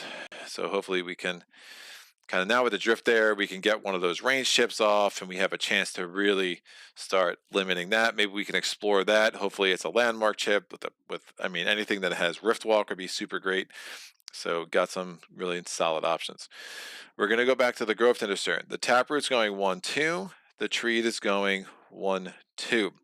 The treat can't attack anybody. Well, before they attack, we're going to roll. The spires are going to fire. I'm rolling 3 dice. 3 or more would be great. I rolled 2. Of course I did. So again, it should have been separate attacks. I did them both at once, but we've reduced the taproot to exactly 1 health. That sucks. So this taproot becomes a Warbriar. Warbriar comes in on the promoted side, has 4 health. And the taproot goes underneath. Now it's good for extra. Wow. It's good for extra source, but again, the whole goal was to kill that dude and not have him promote, but unfortunately that didn't work. The Warbriar does 2 damage. I'm spending 2 source to negate it because of my barrier, but I still retaliate against the Warbriar. The Warbriar is down to 1 health. Woof. All right, good rolling, Greg. What else is new? The bishop's going to go 1, 2. The drift is going 1, 2, and 3. I can have the Muskeg attack either because camouflage doesn't matter now. We'll have the Muskeg attack the drift with 2 dice. A 1 and a 0 would be great. Nope, we rolled a 4. Just what I asked for. After Spire's fire, we're going to explore. Drift is going to go into my graveyard. We're going to explore this. It is the Altar of Aggression. Engage foreboding. That sucks. So we have to attack that dude. It gives us no source. It's just super annoying. So I'm going to have to do 2 damage to it.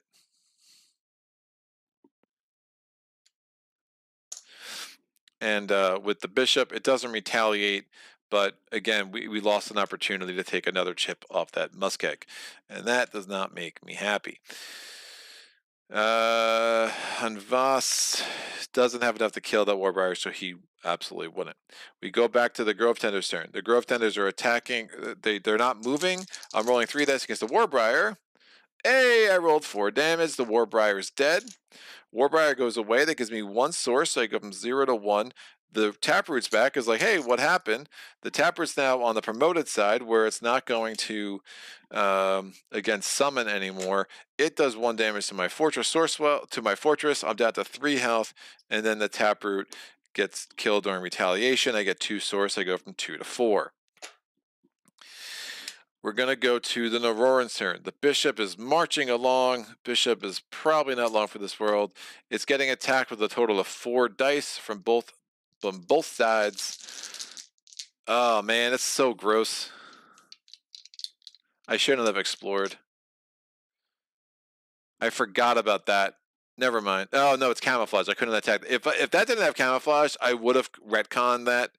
Because it's like the upside of getting rid of that fortification chip is higher than the upside of whatever that could have been. Obviously, that was worst case scenario. That altar kind of sucks. But 4 dice against the bishop across those 2 spires, 5 damage. The bishop is super dead. He will go into the graveyard. All right, Grovetenders turn. The tree's gonna come in. I'm rolling 3 dice against it. A 4 here would be super magical. It's a 4. Ask and you shall receive. The treat is dead. 2 source. I go from 4 to 6. And that is going to end the round. So, wasn't the most productive turn. We did get that muskeg in a place where we can consider getting that out. That foreboding is going to make life pretty hard, though, and that isn't great. So we'll see how we want to play this out. And I only have 6 source. So we're going to go to the war is going to be first next turn. We're going to go to the market phase. This goes away. These will come off. So we have, oh, I love you. I think we're going to have to spend our source on that guy. Yep, I don't think this is much of a choice. It is what it is. All right, we get this.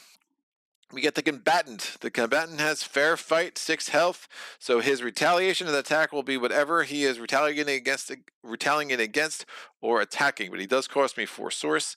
That is my market purchase for the round.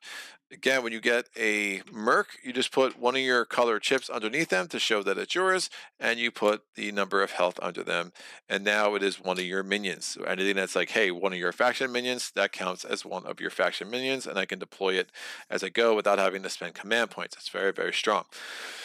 Whew! All right, so we're going to do a build phase for the Narorans, the Grovetenders. The Grovetenders are going to take Sharpener 3, and that means they're going to roll a die. Most likely any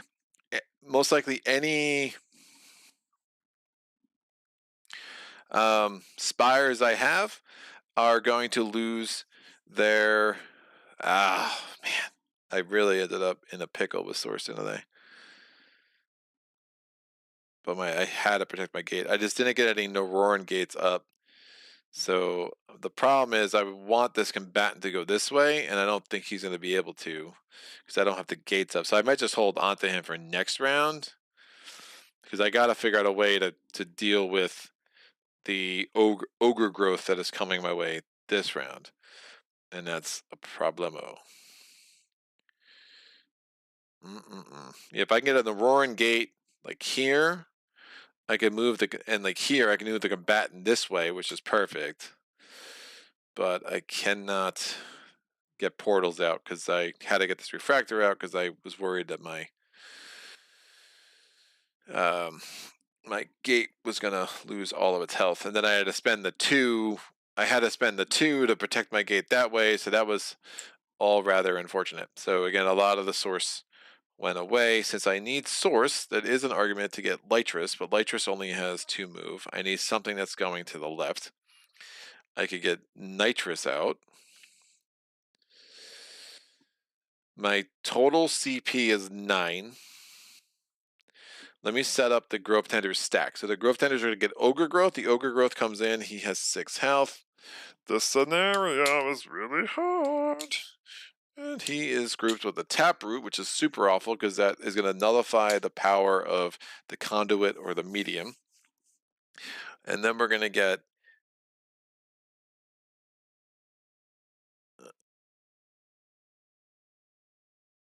yeah, 2 Taproots. Sorry, I got confused. I was looking at the wrong line for a second. I was like, that doesn't make any sense. Taproot, Taproot. These all go here and here.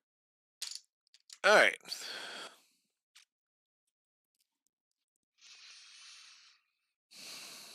Nine CP.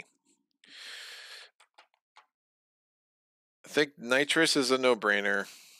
He comes in with 4 health. The Ogre Growth only does 3 attacks, so that just might not last long. But the Corporal is going to prevent the Muskeg from attacking him. And maybe we'll get lucky. But remember, we have the same problem. Like, once they have to make progress, they're kind of going back the other way, and that's a super not helpful. And I'm about to lose all these upgrades because of the Sharpener. Yeah, this took a bad turn. This took a bad turn.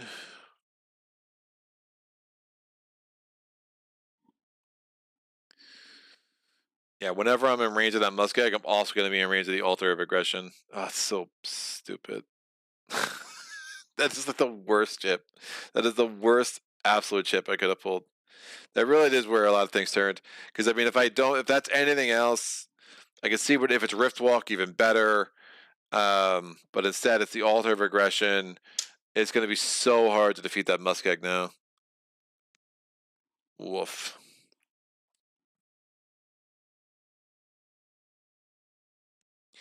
I need to get Anjamin in play. I just don't think I have the. I don't think I have the CP for it because I'm worried about this ogre growth wiping me out. I mean, I could just try to make a play at this point if I'm just committed to saying, hey, I'm just going to try to get 2 renown. I try to take out the eastern flank and get Anjamin to the goalpost. I think that's probably best case scenario at this point. I just don't see how I make enough headway in the western flank right now. But I like having combatant in my back pocket. It's gonna be so bad though.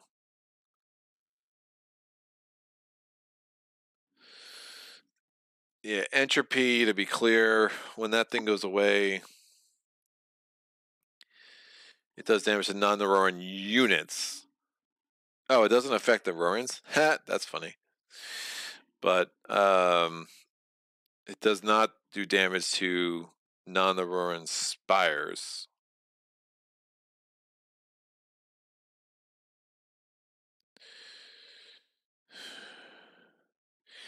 I could see what Sanaraya was saying. Like if I did an Earthscape like here, and make everything have to go around, that actually makes some sense. It protects my fortress. But if you're trying to get the 3 renown, that's like a non-starter. But remember, I did already buy the combatant from the market. But that's an interesting strategy to try to lock up 2 renown, because then I get to send everything this way.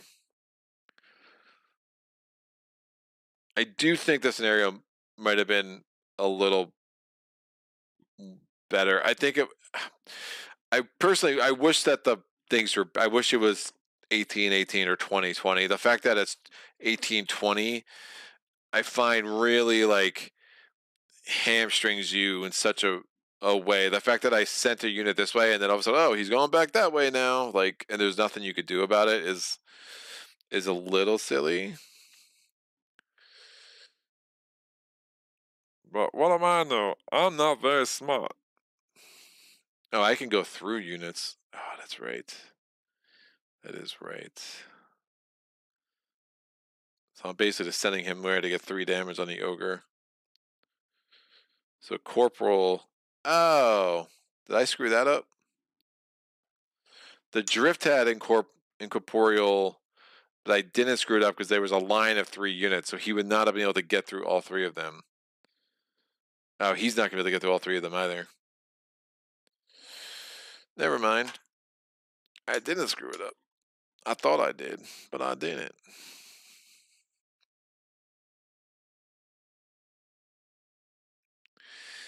Yep, I'm not going to belabor this. Let's do it. Source field.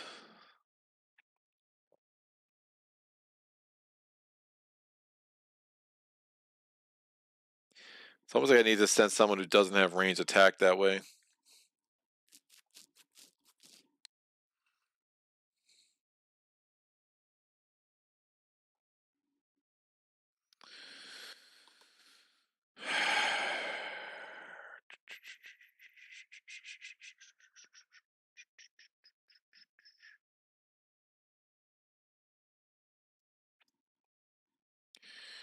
Not digging it.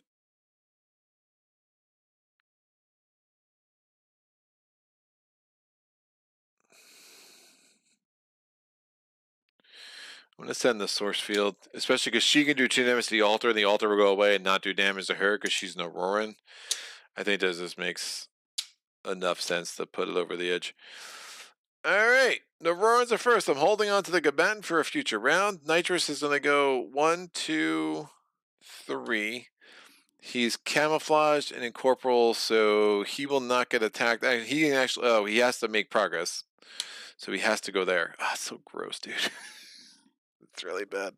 Arclight goes there. 1, 2. Oh, we have to roll for the sharpener. It doesn't matter what I roll. It's going to be enough to knock out both of those. And that is fine. This goes away.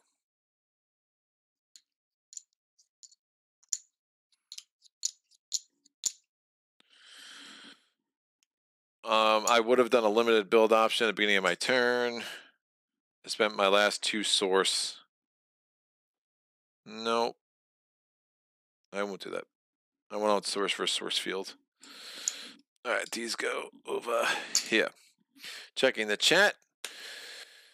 What's up, Lee? Missed the start. Tough scenario. How's it going so far? Just had a brief go at this one. I recall I was looking at using landscapes. Yeah, we've had that conversation. I think if you're locking yourself into 2 renown, I think landscape makes a lot of landscapes make a lot of sense, because then you can really force some interesting shenanigans. I think with 3 scenario, we're trying to get 3 renown. It's gonna be tough. I had a very lucky market last game, and I was able to get 3 renown thanks to Train, which put on boss up to 3 damage, so he was really able to wipe out all the tap roots. And then I had Anjamin kind of doing his thing with the source aura. But anyway, so the ogre growth is moving 2, 1, 2. The taproot's doing 2, 1, 2. And this taproot's doing 2, 1, 2. Again, so incorporeal's not going to do anything for me anyway. They can't attack nitrous because if he's camouflaged, the ogre growth is doing 3 damage. Nitrous is retaliating for 3. And then he's going to move away instead of attacking this stupid minion. Oh, it's so annoying. I don't like it. All right, out. Yeah, if Advas had Train and he had another attack chip, he could come in and wipe out ogre growth. But again, I have to be careful with that muskeg, because the muskeg has air defense. So the fact that Advas is flying does me no good. It's making trouble in my neighborhood. So ogre growth has a couple of interesting things. So ogre growth has rooted, which means that if it was able to do damage to one of my spires without moving, it wouldn't move. It also has challenge. It means if I have a hero within 3, if my hero attacks, it has to attack the ogre growth, which is not great. All right, my turn. Arclight's going to go 1, 2. Nitrous, the only way he can make progress is to go backwards, so he goes there. Because again, here he was 17 away, and now he got to a place where he was 16 away. I have 0 ranged attack. Woof. It would be 3 source. All right, so remember the refractors both only have 2 upgrade possibilities, but they also have connected. So that means that I could spend source to so that means that their number of chips they can have gets up by 1 for each other spire that has connected. I think it is each other one, and the total capacity is 5. So the capacity right now is 2. It can get up to 5. So if I had 4 spires on the board that connected, there would be 3 others that have connected, which means I can get my capacity up to 5. I do think it makes sense to get a little bit of a ranged advantage here, so I'm going to do a limited build option. That would have been at the beginning of my last turn, and I'm going to get a ranged chip underneath this refractor. It only cost me 2 here because it is the 2nd upgrade on the ship. It would have cost me 3 here because it would have been the 3rd. So unfortunately, I only had 2 source left because I spent 4 source on the combatant, which I don't regret yet, but talk to me in a minute. So that was my 2nd turn. The 2nd turn for the Grovetenders: 1, 2, 1, 2, 1, 2. This refractor has no range. This refractor has 1 range, so it is attacking the ogre growth. It does 1 damage, which is perfect. It's what I needed, because now I can wipe him out with Unboss. Remember, I still have the source barrier, so I can negate up to 2 damage this round, and the rest of these suckers are just taproots. Remember, the taproots would, though, they would summon treeds. So I think my fortress is going down this round, guys. Is I think how this is going to play out. Woof. All right, my turn. Arclight goes 1, 2.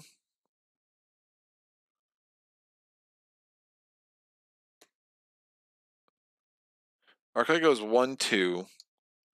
I have no source, so that's stupid. It's going to go 1, 2. Nitrous is going to go 1, 2, 3. And then Unvast is coming in with 1, 2. It's doing 2 damage. It's going to wipe out the Ogre Growth. A Taproot appears, and now we have 3 source. So that could help with our source field over there. Woof.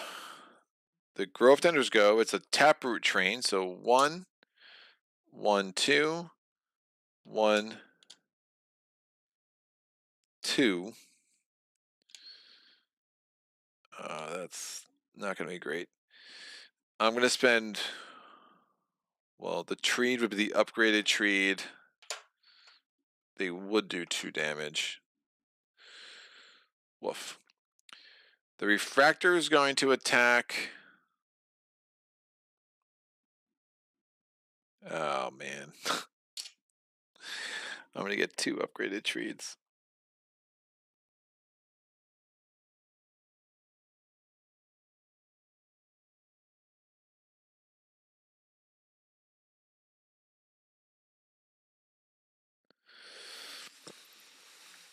All right, the Refractor is going to attack.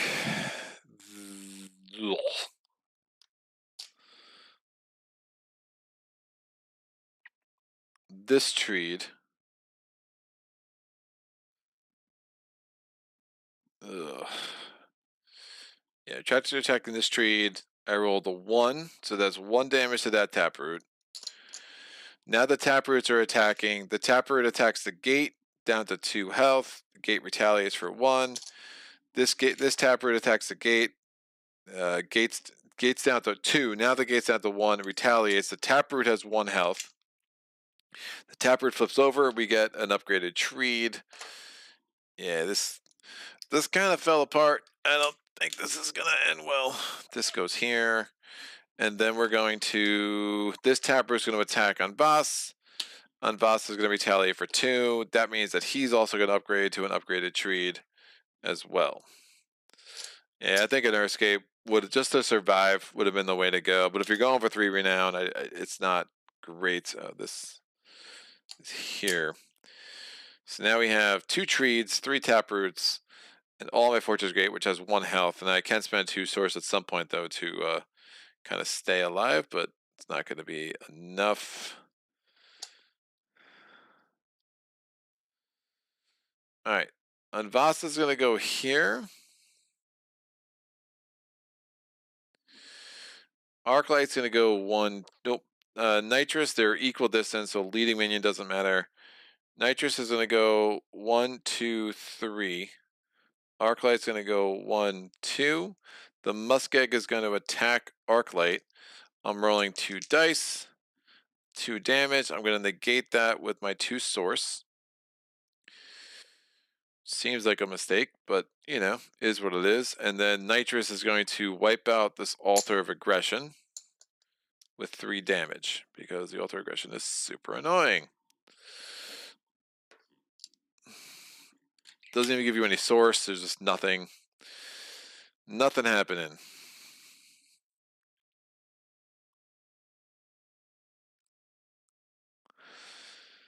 Advast is going to kill this Taproot. It gives me 2 source back.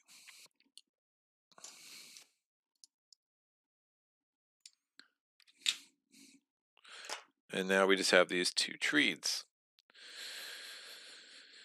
The Treeds are going to come in. 1, 1, 2. The Treed attacks for 2. I'm spending 2 source to negate that, make that 0.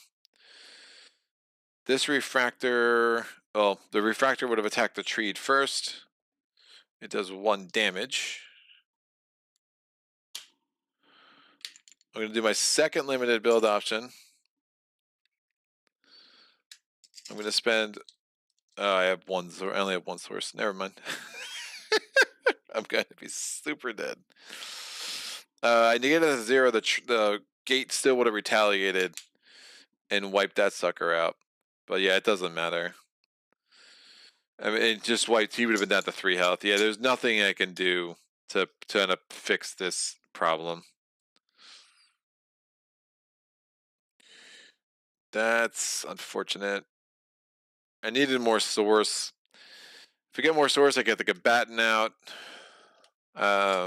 If I had 2 Naroran rifts, I could do some funny things with the rifts, and I could like move in place and kind of, I could have put the Gabatin in and like had him actually be viable for this round. But just the way it played out, yeah. If I don't get the Gabatin, I get an Earthscape, and then I could again I block this off. As long as there's still a path, and they would all had to just go the long way. But then I'm basically saying I'm never going to kill those muskegs, and then if I never kill those muskegs, again you're stuck with maxing out a 2 renown. But as it is, the trees are gonna wipe out my fortress and call it a day. So yeah, I really do think that Altar of Aggression was a big turning point. That was rough. I just don't know why I feel so source poor. Killed. I built that second refractor, which wasn't great. I lost so much damage. Yeah, it's the way that first round played out. I mean, that comes back to this too, right? The fact that that was their initial spawning spot, that put me in a place where I had to play more defensively with the, my health. So all of a sudden I'm getting the Azure Temple, I'm spending the 2, I rolled in a way that the Warbriar came out, so I had to like again protect. So I'm spending the 3 to get the Azure Temple level 1, I spent the 2 to the gate. So all of a sudden that source problem, just at some point the bills become due. Like I just didn't have the source I needed to get the Naroran rifts out, and it just really put me in a super bind, that I wasn't able to ever get on top of the game to the point that I actually had a chance to make a good run with it. So the gate retaliation to the trees as Madi didn't really matter. Happy to run it back. I don't know, man. Who's got an appetite for me to try this again? It's 2:30. I'd have to go a little speed Cloudspire, if that's such a thing. This is a very very underwhelming, very underwhelming experience. Woof. I don't know. It's so sad. My gate falls. I really probably should just accept the fact that it's a 2 renown scenario, and I'm just being really stubborn, especially since I pulled it off once.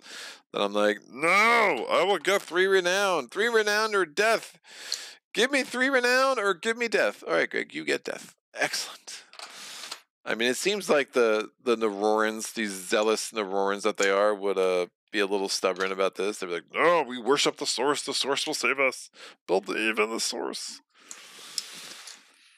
Make it happen. What happens here? Boom. Boom, boom. The long-awaited chapter 4 of the of the Narorans. I'm glad I spent so much time practicing. To end in the 3rd wave. Boom, boom. Mark it.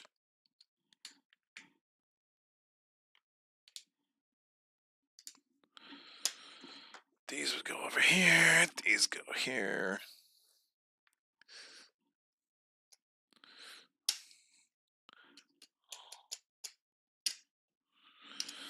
I'll run it back. And let the world to know. All right, these go here. We had a shrubbery here.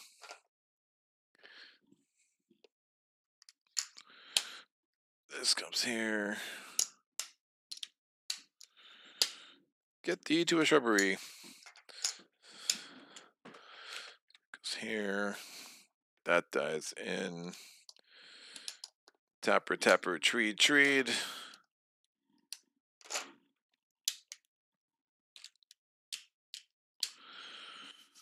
All right.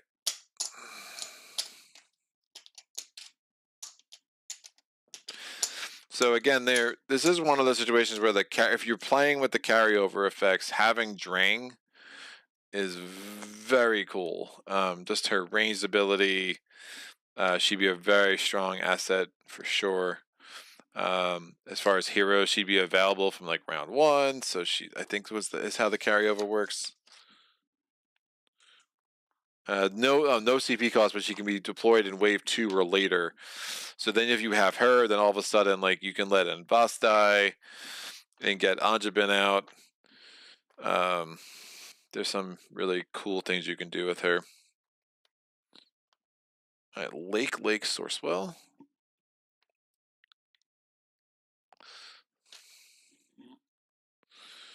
Cloudspire can be really swingy depending on what comes out, says Mike. Yeah. I really like this scenario though, but that early setup with them deploying right from my gate. If you can get past that first round and maybe only have like 3 or 4 damage to your gate, it's a lot better.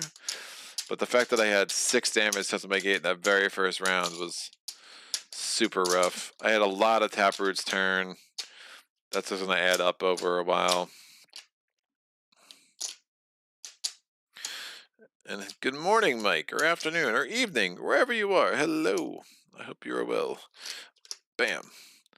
All right, this is our starting market. I'm going to run it back, if you can't tell, because that was a very unsatisfying game. I demand better. This goes here. I mean, most of my trial runs were unsatisfying, except for the one that was ended in a win. So I shouldn't be shocked that was really unsatisfying. I'm gonna roll a d8. That's an 8. I only 7 or less, please. 6. This will go here. 4. This will go here. I have 19 left. I'm going to go here first. So 19, 18, 17, 16, 15, 14 goes here. I have 18 left. That's a 6. This will go here. I have 17 left. That's an 18. 17 left. That's a 3. 16 left. That's a 3. 15 left. 3. That's a 10. 14 left. It's going to go here. That's a 7. 13 left. That's a 20. That's a 15. That's a 9. 12 left. I'm going to roll a d12. And that goes there. So that should be 11 left. And it is. I'm going to roll the event die for setup. So this isn't like event. This is setup. Discarding a landmark. I rolled a 4-6. A 5. Oh my gosh. No, a 5. 5's good. Sorry. 1 or 2 removes that. 5 or 6 removes from F3. So that's gone. That could be a lot worse. It's definitely a better start. And now we roll the event die for wave 1. I rolled a 1.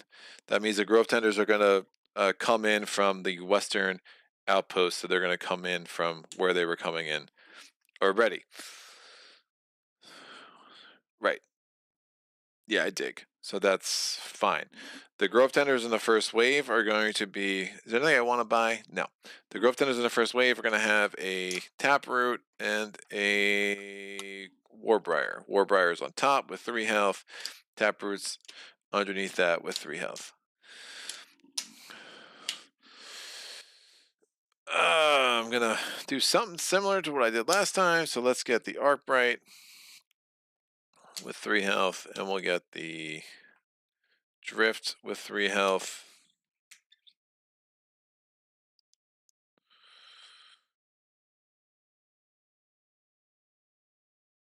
And try to get rid of this shrubbery again.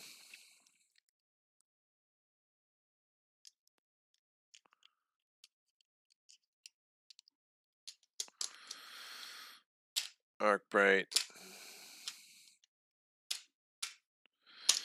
All right, the Narorans are first. Bam. Bam. Bam. Exploring toxic secretion. Great. 5 health. I'm happy about that.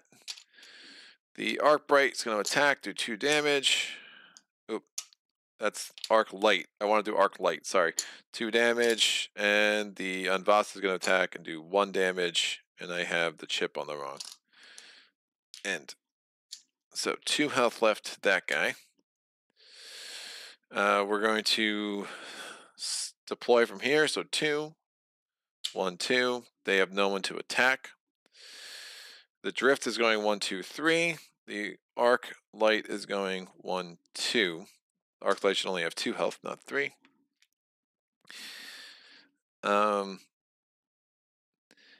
mean, I definitely, and I could have gone 1, 2, 3. I definitely get Senorile's point against Mark, having the shrubbery attack the arc light, but I really like them attacking the drift instead and seeing how long I could make this 3 source last.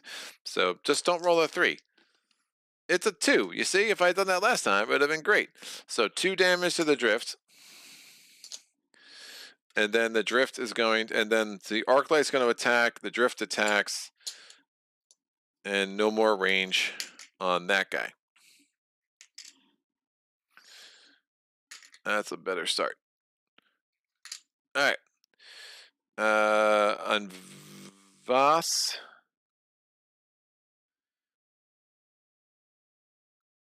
Oh, is not flying.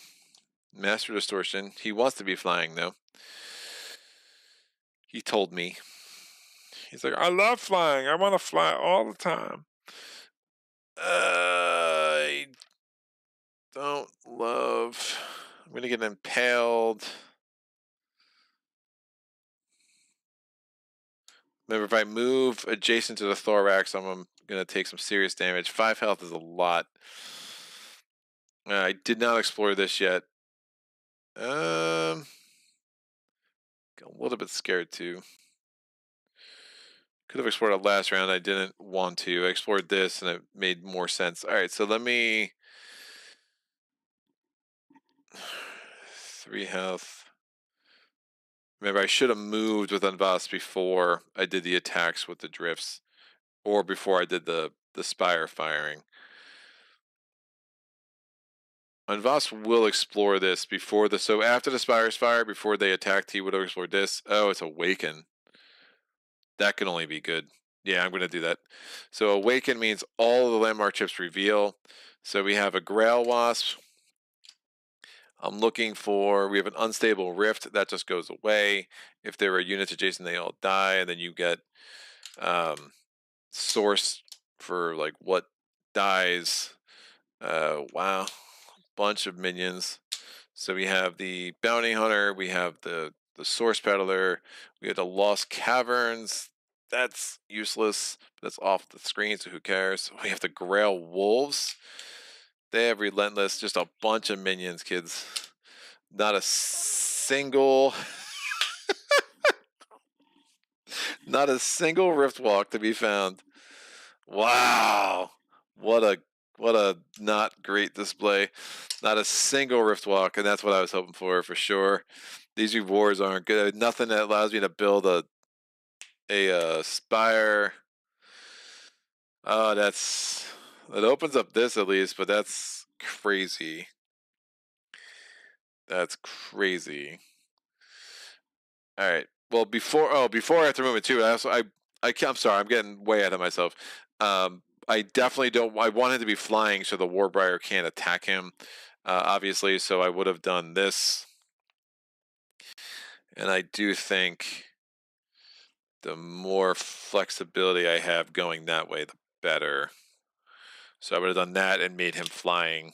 That just makes the most sense. I'm scared to move away because then if I come back, the Thorax is going to make me lose a health because of toxic secretion. But instead, I will just attack the Thorax and take 1 health off of it. If I move there, again, 1 health. None of that's great. Oh, the Warbriar is going to displace me. No, he won't displace me until next turn. All right, so now it's the Grovetenders' turn. So I did everything right. It just was absolutely the wrong order. And I do apologize for that. All right, so Warbriar is going to go 1. Do I close this off? That's another argument. I'm actually going to do it there because I just don't want 2 source wells on my home isle in case, just with the event dice. I think it makes more sense to just do that. It will give me some better options. And also for influence purposes, now if I have a spire there, that does count as for influence for these isles here. So I think that's just a better spot. All right.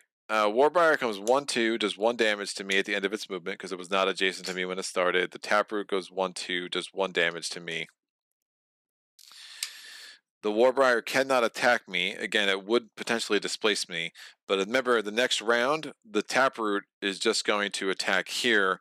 The problem is if I get displaced, then I get attacked by that. And that's not great. Oh, man.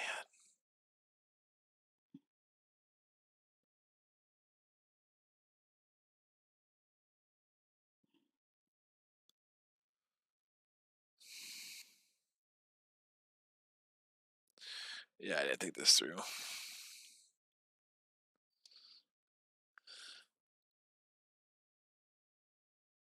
I think on Voss has to go home to heal up.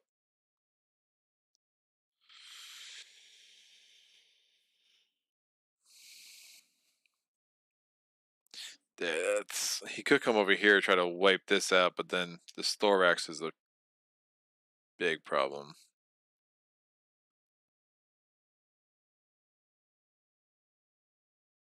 I can level him up and then move him off. Because again, if he gets displaced when they move, I'll move all the way over here, and then that spire is going to wipe me out. All right, so my third turn. Unfortunately, I did not get to kill the thorax. I'm going to move here, and then kind of put myself in a place where I can go into the fortress so I can heal up, come out the next wave. The arc light's going to go there. The drift is going to go 1, 2, 3. No. The drift is going to go 1, 2, 3. The arc light's going to go 1, 2. That is still progress because it gets me closer to that space. The shrubbery is going to attack. This muskeg can attack the drift because the drift has camouflage, but this shrubbery sure as heck can. I could also have the shrubbery attack the arc light. If I can survive 2 things, then I can take off the bottom thing of the muskeg, which makes me happy. So I'm going to have the shrubbery attack the drift. Drift is out. That was 3, so it was a good use of that. And then drift goes to my grave. The arc light is going to take off that from the shrubbery. I'll be able to get that level up quick. I mean, Anjabin, honestly, take him out, have him finish that off is probably a good idea. So we're all of a sudden looking at Anjabin for next turn, which I like. The Warbriar is going to come in. The Warbriar loses the health because it got next to the Thorax. Even though they could kill and boss, they won't because they both can attack my gate. The gate's going to take a damage from the Warbriar. It's down to 1 health. The gate takes a damage from the Taproot. Taproot's down to 2 health. Taproot's probably going to turn into a Vine Herald. I'm fine with that. My turn. The Arc Bright's going to go 1, 2. The Shrubbery has no more range, and also so it's fine. The Muskeg is going to attack the Arc Bright. I have 3 source. Dude.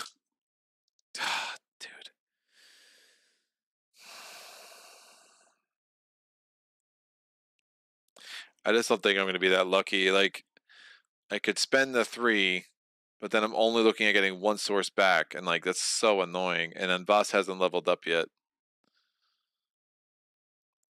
Oh, that's really bad.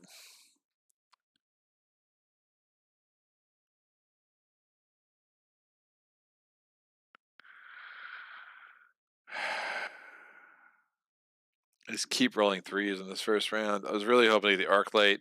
If I rolled a 2, then I just get. If I roll 2 2s, I'm good. Really want to get rid of that bottom because it just opens up that the whole second turn is now would be so much better.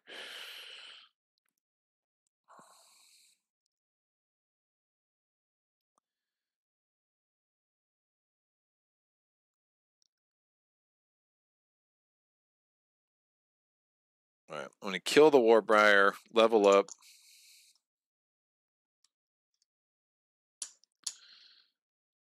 Thorax right outside my door is bad, because that's going to be health from everybody. That's one source. I still have to decide of what I'm doing with the... Oh, man. It's just a waste 3 source to get no return. It seems like such a mistake.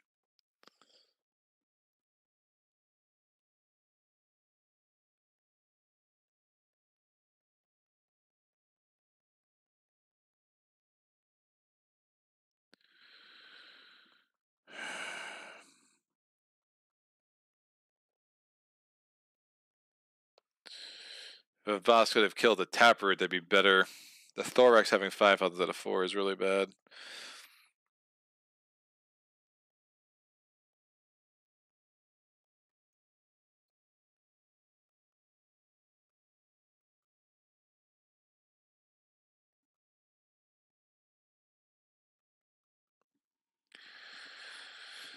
I think I gamble.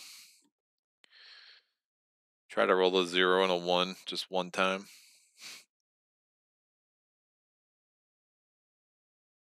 Nah, I need the source. I need the source. I'm letting the Arclight die. So it's gross. I'll figure out a way to get that off, hopefully. So Arclight's dead, comes here. I already did on Boss's turn. The Taproot comes in. The Taproot loses the health because of the Thorax. That means the Taproot immediately turns into a Vine Herald. The Vine Herald has 4 health on the promoted side, range 2 and capture.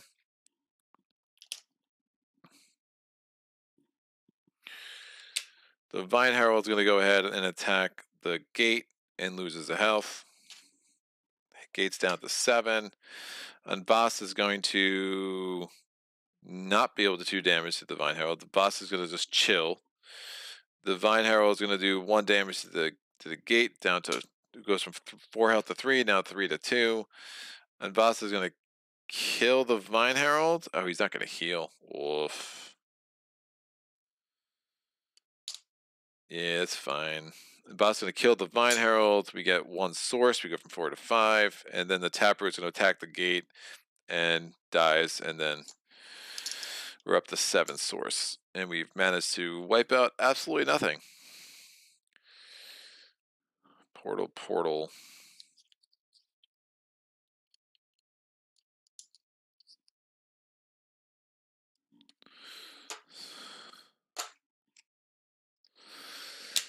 Woof. Alright, market phase next turn.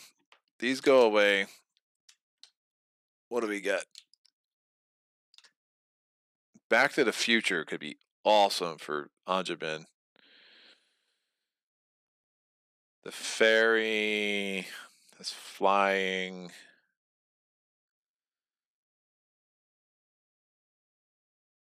Don't think she's going to be that helpful.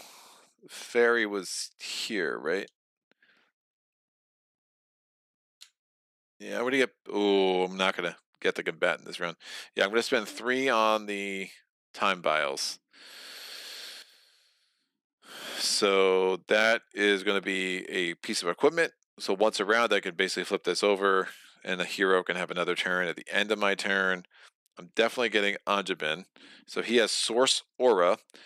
At the start or end of your turn, you may defeat this unit. If you do 2 damage plus... No, sorry. Source Aura. After this region's movement, it may deal 1 damage to all adjacent opposing spires and units. Again, Thorax is an opposing unit. So I'm going to definitely get him in this round. Anjabin's going to take a couple of damage, but it's totally worth it. Back to the Future will super help him.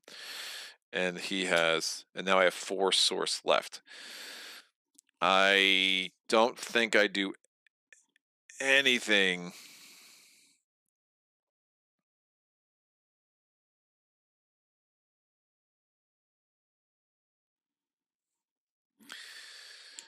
I have 7. I have 4 CP left, and I have 4 source left. Because I'm putting Anjabin in, so that's 3 of my 4 CP for sure. Drift.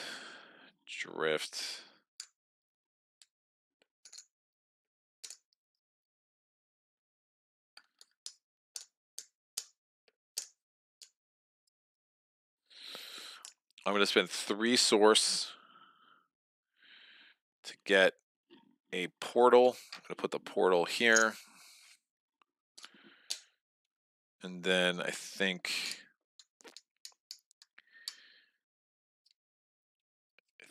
I'll be in an okay situation. So 3 source to get the portal, and I'm going to get the 2 drifts in play. They both have 3 movement. So 3 health, 3 health. That's my 7 CP right there. So Unvoss never made it into heal. We can heal in this round. Let me see what's going on. Madi says the placement happens on their turn. You get attacked at the end of your movement, so you can move in your turn. Oh, interesting.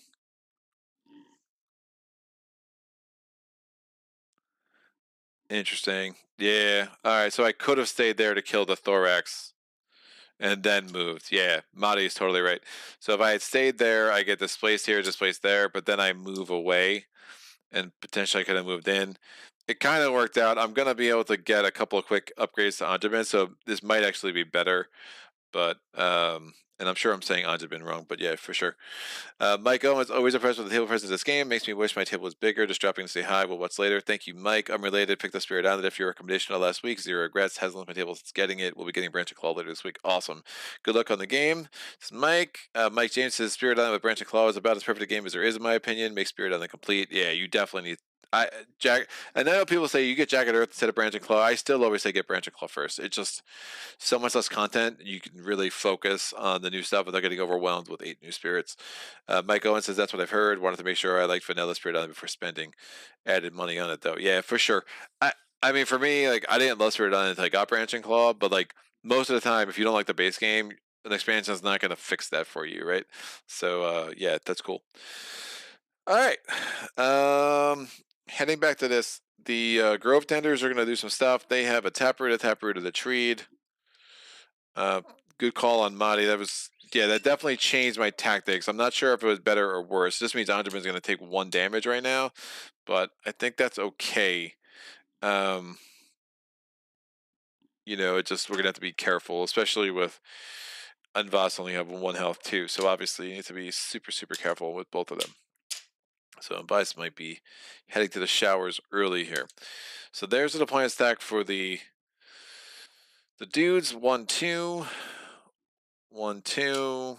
The Treed is gonna go 1.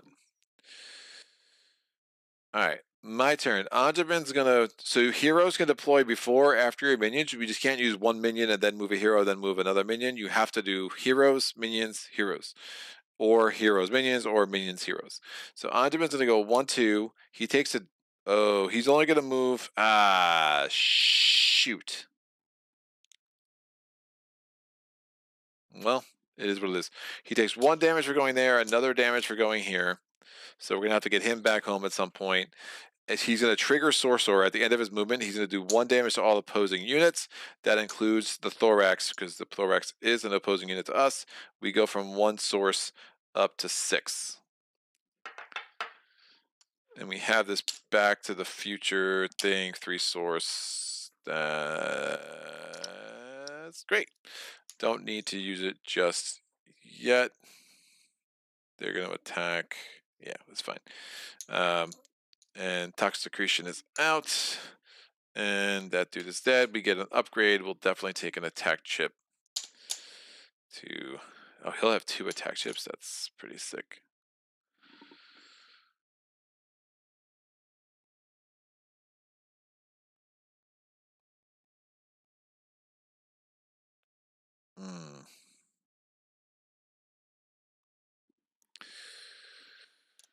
If he dies, I can always get the Forgotten Graves out, bring them back that way. But anyway, so the Drift is going to go 1, 2, the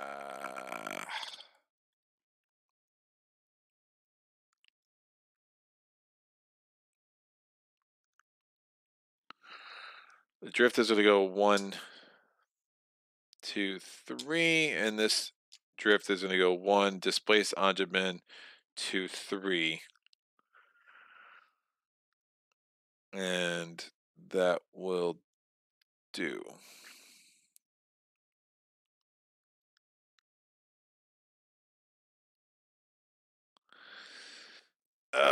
Maybe the drift is not the answer. Stasis. I need to get another portal there. That would be progress, right? Wait, we're at 17, 18, 17, 16, 15. The fact that none of these are... I've had Awaken, which should have been, like, perfect for me, and none of these have Riftwalk is so bad. So bad.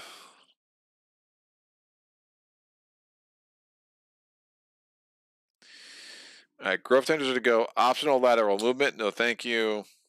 Attacking the drift. The drift is doing 1 damage back. The other ones can't attack because of incorporeal.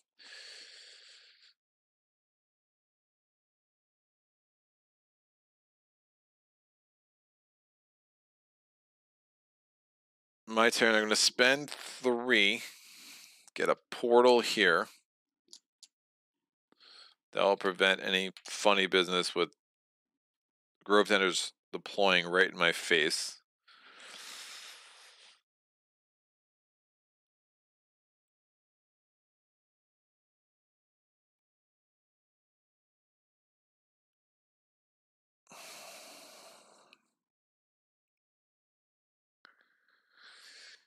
Leading minion. This one's closer. 1, 2. Yeah. He's gonna get attacked by the shrubbery. It's so stupid. That's not closer. So yeah, 1, 2, 3.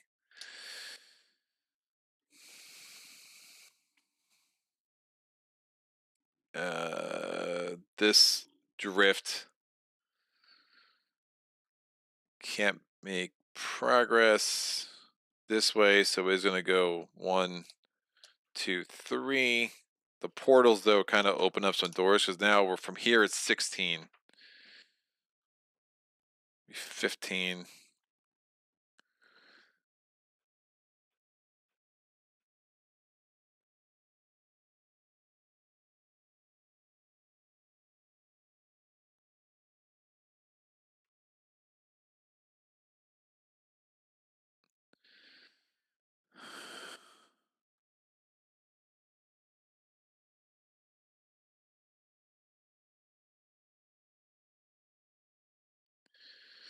Nah, man, it's dumb. Taproot, Taproot. Azabin was here.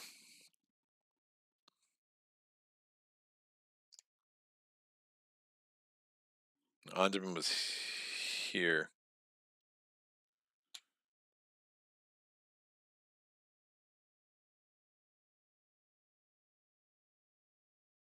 Azabin was here. Right. And this guy was here. That makes sense. I don't want Anjabin to keep moving that way. It's not helping anybody. So if I had the 2 tappers go, they both would have attacked the drift. Last turn, he could only retaliate against 1. He would have retaliated against this one instead of this one. And now he has 1 health left. And the reason why I do that is now he can use his incorporeal to go 1, 2, 3. We get 2 source for the pleasure. There's no point sending him this way. He will get killed by the muskeg, but whatever. I'll take the 2 source.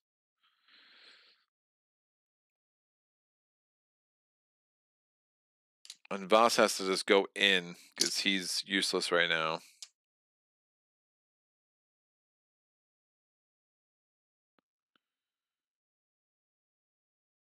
So he'll heal up.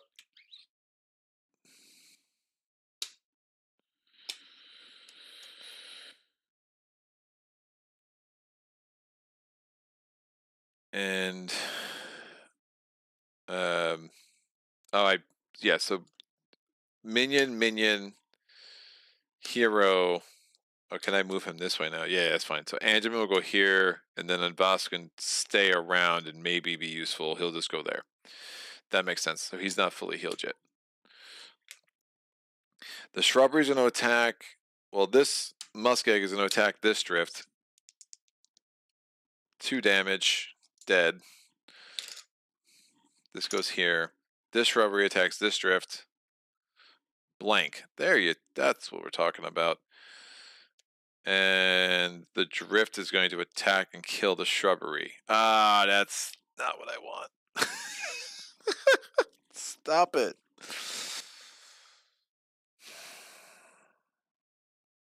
Yeah, it's really not what I wanted. Woof. Yeah, I would have liked another opportunity for him to level up.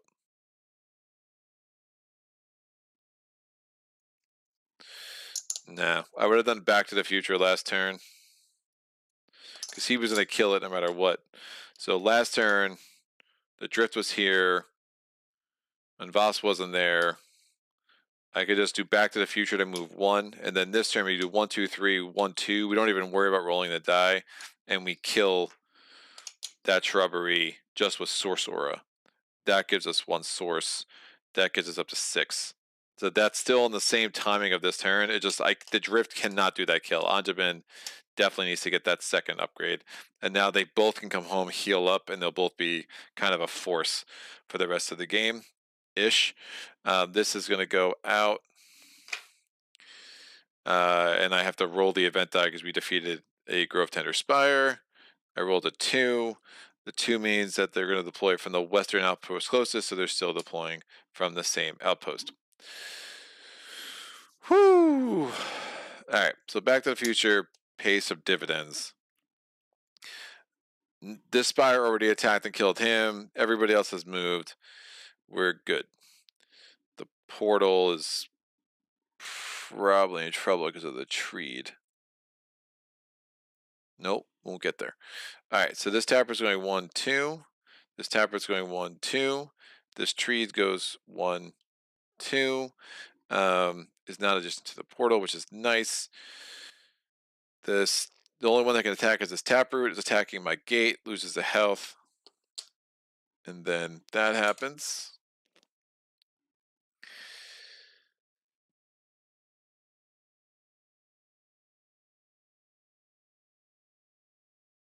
The Back to the Future I was thinking could be useful to get there to wipe that out, but it only works if he had was able to do 2 damage. So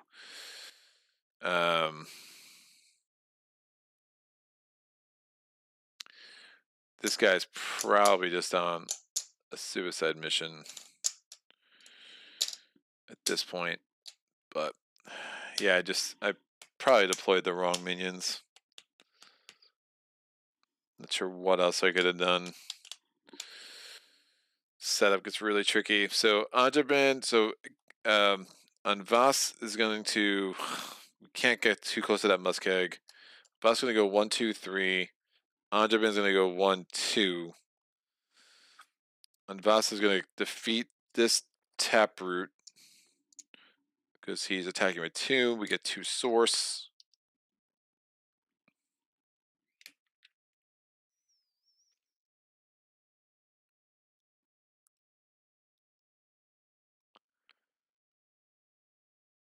I do have influence over that hex.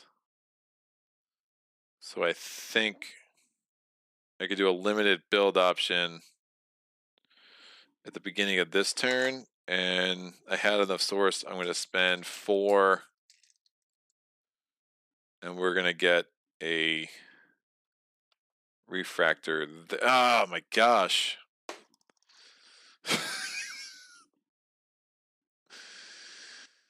Right, because I got the upgrade chips for Anjabin. Ah, it's so gross. I can't even get a full.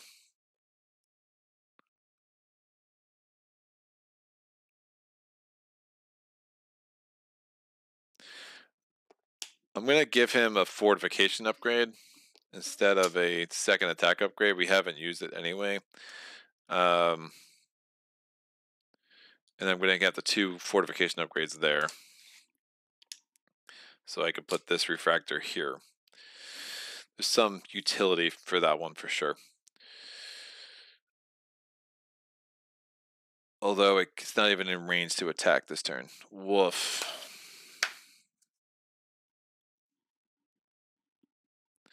And I'm out of fortifications. Wow, because I haven't taken enough off. This is not going well, kids. Never mind. We're not building this at all. Give me the 8 horseback. Or the 4 horseback. Because they're going to move and they're going to be out of range, so I'm not actually attacking anybody. But I want that there next round. Maybe. But it... It's a little silly to do it this round because we're going to lose a chip because of sharpeners coming out. So I'll deal with that. Probably maybe an early special build next round.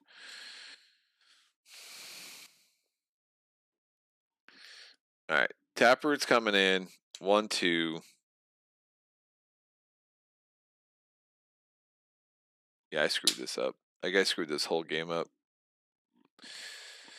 I screwed this whole game up. Yeah, this guy would have had a move. I forgot to move him. He's just there now. Oh man, this is even worse. This is a terrible, terrible run. I play so bad. 1, 2. It doesn't matter. I mean, my gate's gonna get killed in wave 2. Because I'm gonna get an upgraded Warbriar. Oh, I have to decide. I'm getting an upgraded Warbriar. I have no protection to the thing. That's crazy. I haven't run into this issue at all. I've never been this bad off camera, but that's standard.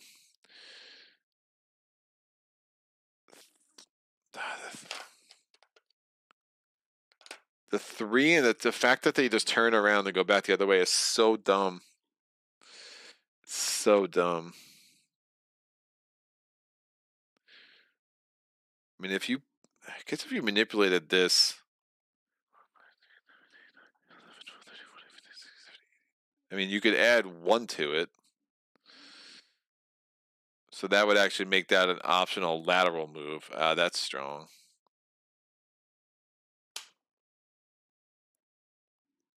So if you got something with like path, if you put this here, now you're making that like equal. That's a much better. It just makes it easier to keep your guys over there, because instead I send my minions there, then you just come back and all of a sudden you're like totally SOL.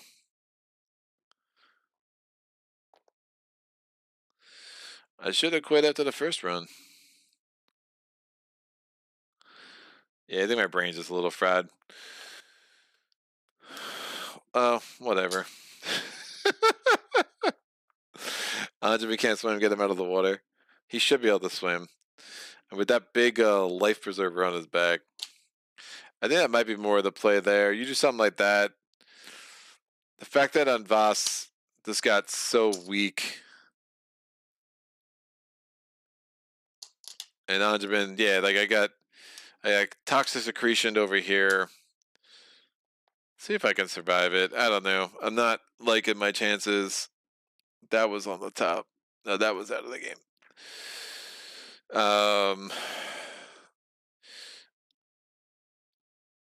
Did I replace him yet? Am I really down to 4 health? I think so. The tree's gonna come in. And the Taproot attacks. I can't remember if I was at 4 or 5. Someone let me know. The Taproot attacks, retaliates 1 health. He turns into a Warbriar. It's going to be an upgraded Warbriar. Excuse me. That's going to have 4. But I have no way of defeating him. And this goes here. Man, this was so much easier with Train. If you just the difference between doing 3 health and 2 health is like magical. All right, this is terrible. We're running it back, man. I can't. This is so bad. This is really, really bad. I know what I'm doing, guys. I played Cloudspire once or twice. Yikes. Drift. See, Marty, we were starting at 2 anyway. I was just lying. Starting at 2. Drift, get over here. This is so horrendous. What was it? Shrubbery was there. 2. This goes back over here. 2, 1. Fortification trip. Here. Shrubbery. Nope, that's a portal. Shrubbery. Fortification chips. There. All these go away. What an awful array of landmark chips. Oh, I didn't realize so many of those. Oh, only 3 of them are swamps. Yeah, that was just a really unlucky array of landmark chips. These go back. These go here. If this goes badly, I should like never play Cloudspire again. It's just like it doesn't even go badly. If it just goes like that badly, that was a level of epic disaster.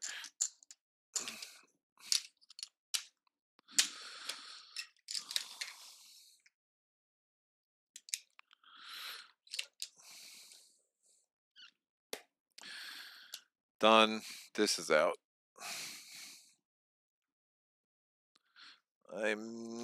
All the landmark chips are there. Put a portal chip over here. Messiah. Monolith portal.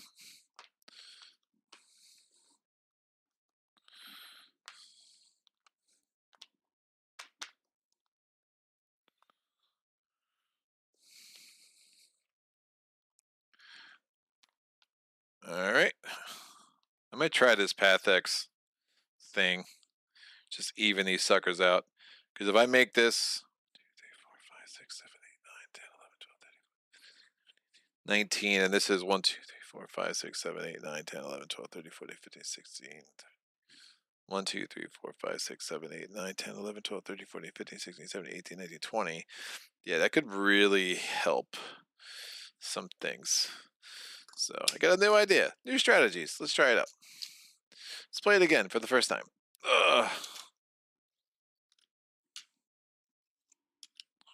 You get in here, even though you can't swim. You should be able to swim, though. I'm mad you can't swim, Anjamin. Take some lessons, dude. It's not hard. Find the local Ankar public pool. Make that magic happen. Alright. I gotta find the train chip. Make sure it goes right on top. And there we go. That is Eden. It's too big of a stack. That is Phoenix, Quick Strike, and Swindle. It costs 5. I cannot afford it. It's also a hero. Yeah, so 2 heroes and a Spire. We're going to have to randomize these suckers. I rolled a 4. That goes there. Roll a d6. I rolled a 5. This goes here. So there's 5 of those left. D20 going for there. 8, 5. So I have 18 left. Rolling a d20. 6 left. Rolling a d20. 17 left. 1, 2, 3, 4, 5, 6, 7, 8. 16 left. I rolled a 12, 16, 15, 14, 13, and 12. 15 left. 8. 14 left. That's nothing. 14 left. 8. 13 left. 12. And 12 left. Rolling the d12. A 4. Should be 11 here. That's correct. Rolling this setup die. I rolled a 5. The 5 takes away the thing on hex 3. And then we do our first event. I rolled a 4. The Grovetenders are going to come from the eastern outpost closest to the Naroran gate. That's going to be this muskeg over here. We'll put that die over here. The market phase, I'm not going to buy anything. In the prep phase, we're getting a war prior and a taproot. War prior, taproot, 3 health, 3 health. And they will deploy from there. Woo, the more I watch, the more I limit one side with landscape to say trees movement. Not play the scenario enough to know for sure. The more I watch, yeah, I mean, it just makes it impossible to get the 3 renown. But yeah, you're totally right. The landscape strategy, I think, is I'm being a little stubborn, more because I'm like intellectually curious, and also just this has been like really oddly bad. They're just I'm doing something different than I was doing off camera because this has not ever been this bad. I think just having the 5 health for that thorax was like rough. It's just kind of it's throwing my something little things have just not totally got my way. Not being able to wipe out even that has been really unfortunate. And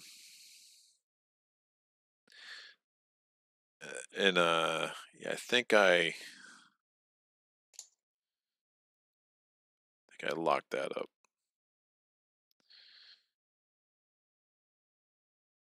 Path.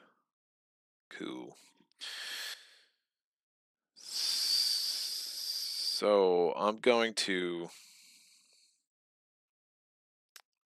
with my 5 CP.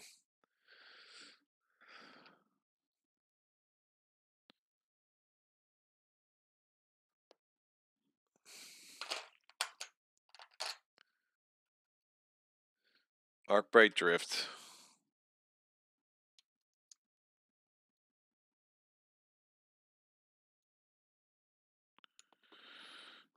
Yeah, I still think we go to that for that shrubbery. And having them come from the east, where it's just easier to guard, is going to help too. So Arcbright, 2 health. Drift, 3 health. On Voss, we'll go last. Narora's first. 1, 2, 3. 1, 2, 1. Spire's firing. Campfire on that. Explore. The thorax again. Okay. It's fine. 5 health. It's going to be easier this time. We will have more time to deal with it. Matter distortion we'll deal with. Do I want to explore you? No, not really. So 2 damage, 1 damage. Thorax is down to 2 health. Warbriar is moving 3 or 2, 1, 2. It's like 3, 1, 2. Naroran's turn. The drift is going to go 1, 2, 3.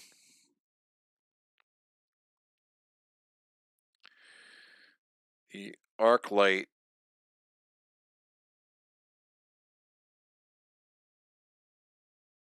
is going 1, 2. Nope. Man.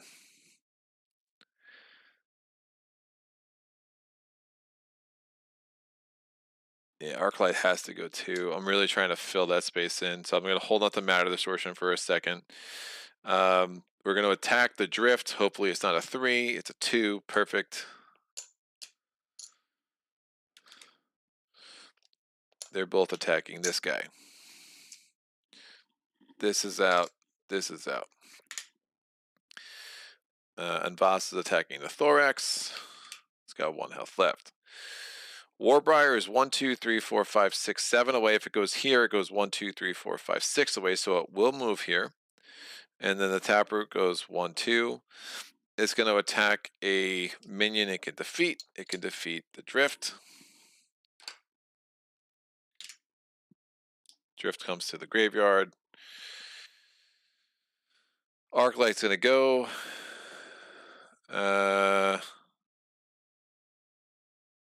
That's not good.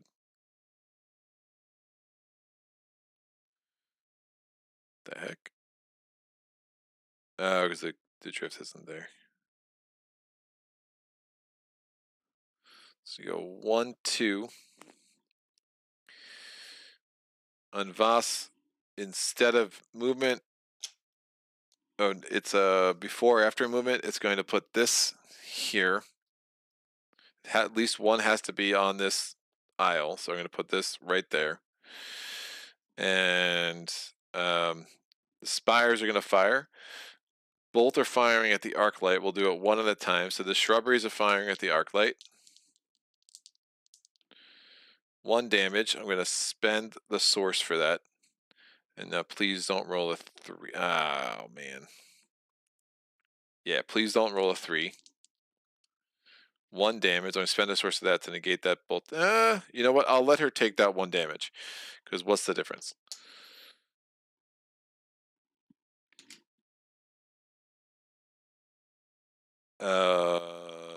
Yeah. What's the difference? And then she's going to knock a thing off the shrubbery. So again, good rolls make a world of difference. I think I still have a chance of getting rid of that fortification chip. And Voss is going to wipe out the thorax, 5 source, and an upgrade. So that plays out radically different and gives us a good chance. Still haven't explored that, but I'm fine with that. The Warbriar is going 1-2. The Tapper is going 1-2. Tapper is going to attack the arc light. We're going to spend a source to prevent that.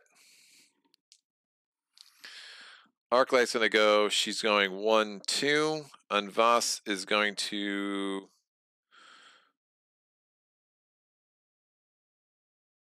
He's flying now.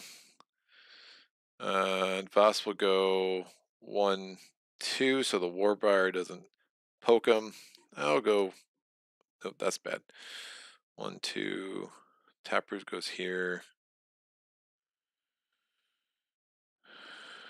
I can take a hit, but the Taproot goes there. I guess I can take a hit from the Taproot. 1, 2, 3.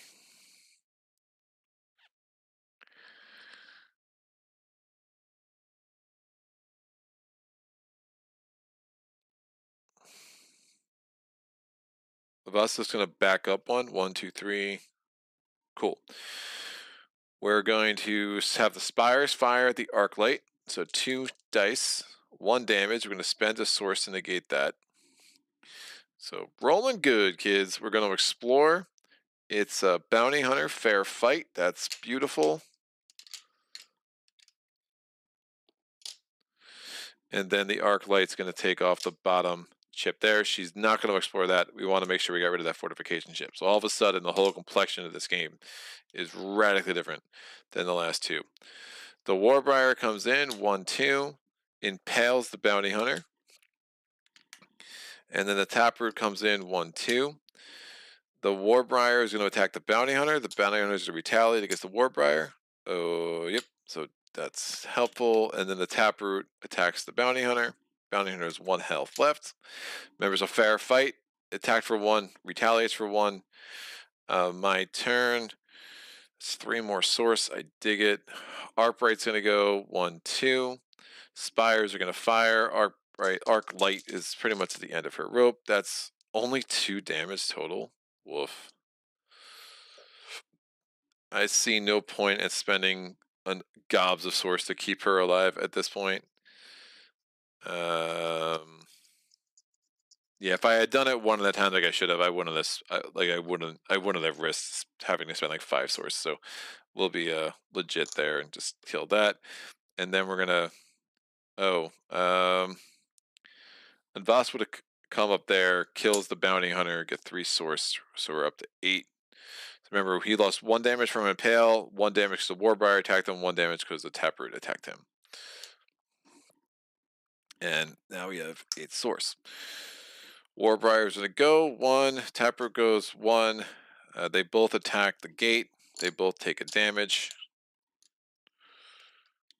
And Voss is gonna go 1-2, kills the Taproot, 2 source, up to 10. Warbriar attacks the gate, 7 health left. Gate retaliates, kills the Warbriar, 1 more source, up to 11. So that's a lot of good things that happened that round. All right. Yeah, so we got rid of the bottom fortification chip there. We're still coming in from all the way over there. We got rid of both of these landmark chips. We got 8 source for that. We only had to spend 3 source to keep the arc light around long enough to get all the way there and wipe out that fortification chip. So that's like, again, my plan for this scenario, and it just kind of doesn't usually work out that well. That was extreme, but and you can see like how bad it worked out the last few rounds. I do like what I did here. I think that will really help because now all of a sudden the math, so it's 1, 2, 3, 4, it's 19 from there, 20 from here. So if I actually go there, that is actually making progress. So it's going to give me a lot more options with 3 movement, 2 movement, and my minions are going to be a lot less likely to do that stupid 3 and then go back crap that I was doing the last 2 games. So that was a big hole in my strategy for sure. That was making life a lot harder. So we're going to do this market chip stuff. Weak point is sick. Yes, please. I'm going to spend 4 on weak point. So the way weak point works, we'll go to the landmark chips. Weak point, instead of attacking, you should be remove the top 2 upgrades from an adjacent opposing spire. That will be very nice on Anjamin for sure. So that is my purchase phase. We're going to go to I have 7 source left. We're going to go to the prep phase. We have Taproot, Taproot, Treed. Taproot, Taproot, Treed. So 3 health, 3 health, 4 health.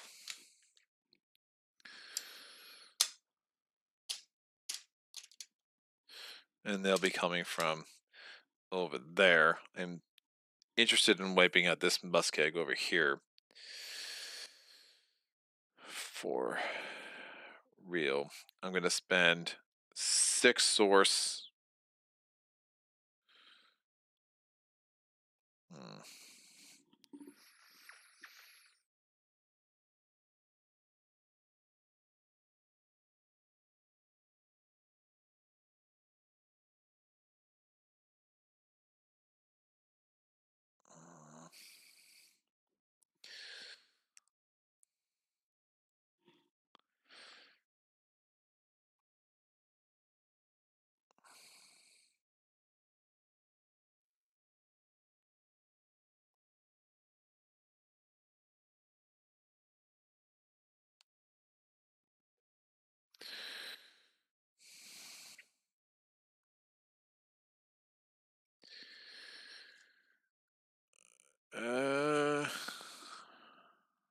Sword Temple's tempting. Getting some.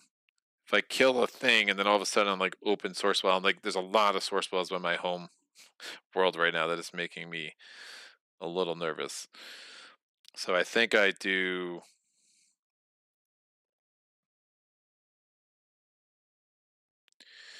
I'm going to spend 7 source. And I'm going to get a portal here. And I'm going to get a refractor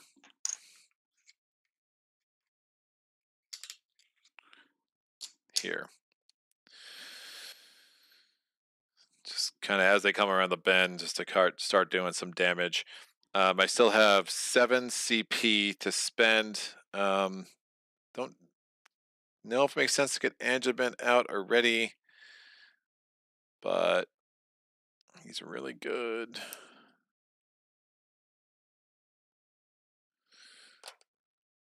I could do the bishop.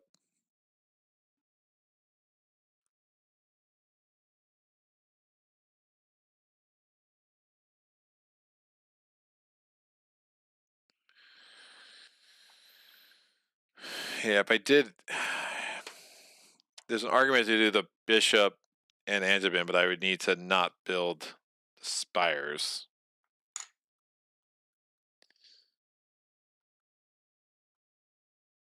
And I think I want to keep those spires jammed up.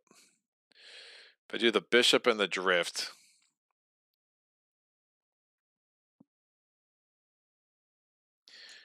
try to wipe out this muskeg. That's an idea. So the bishop has 4 health. The drift has 3. If I can keep rolling like I rolled last round, that would be super magical.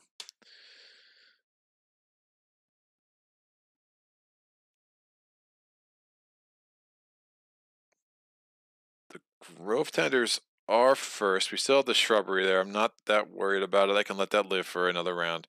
So the taproot's going to come 1, 2.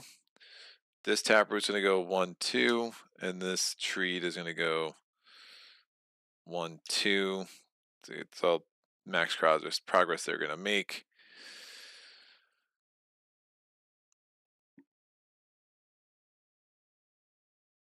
If I go in there, it won't attack me. 2.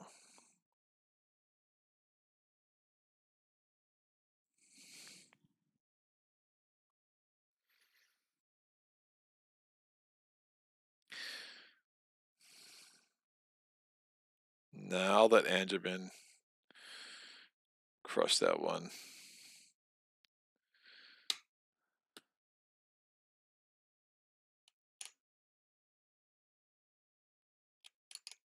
Tappers turn into Warbriars. 2.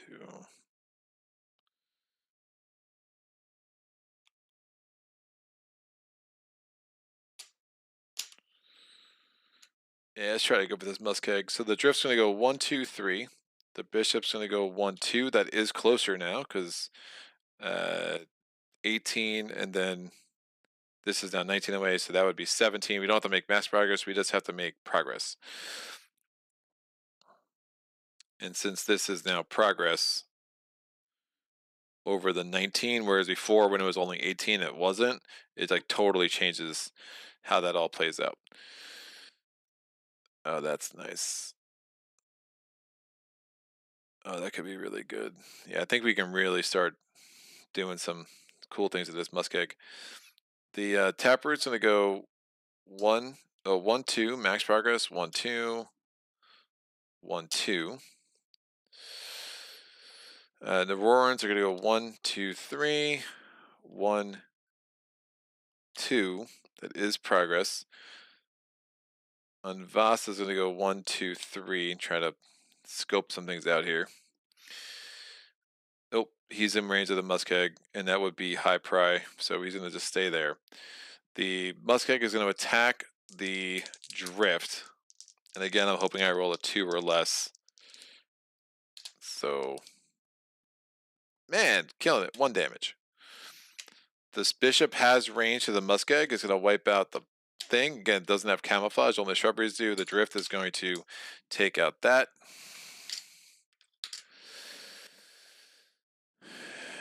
And we still have this hammer and chisel chilling for Anjabin whenever he joins us. The Grovetenders are going to go 1, 2, 1, 2. Treed goes 1, 2. Nothing's in range to attack here.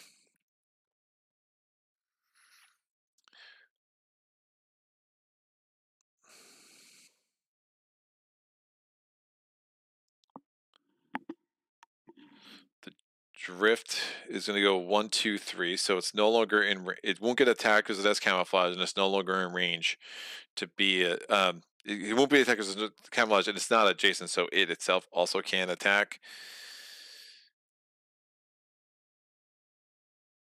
Yeah, I'm going to go 1, 2. Vas is going to just come this way because it lost the range chip, so it won't get to him from there. The muskeg is rolling 2 dice against the bishop. It's only 1 damage. Oh man, clean living. The bishop is wiping out that dude, so it's only rolling 1 die from now on. I think we can wipe it out this round, which would be great.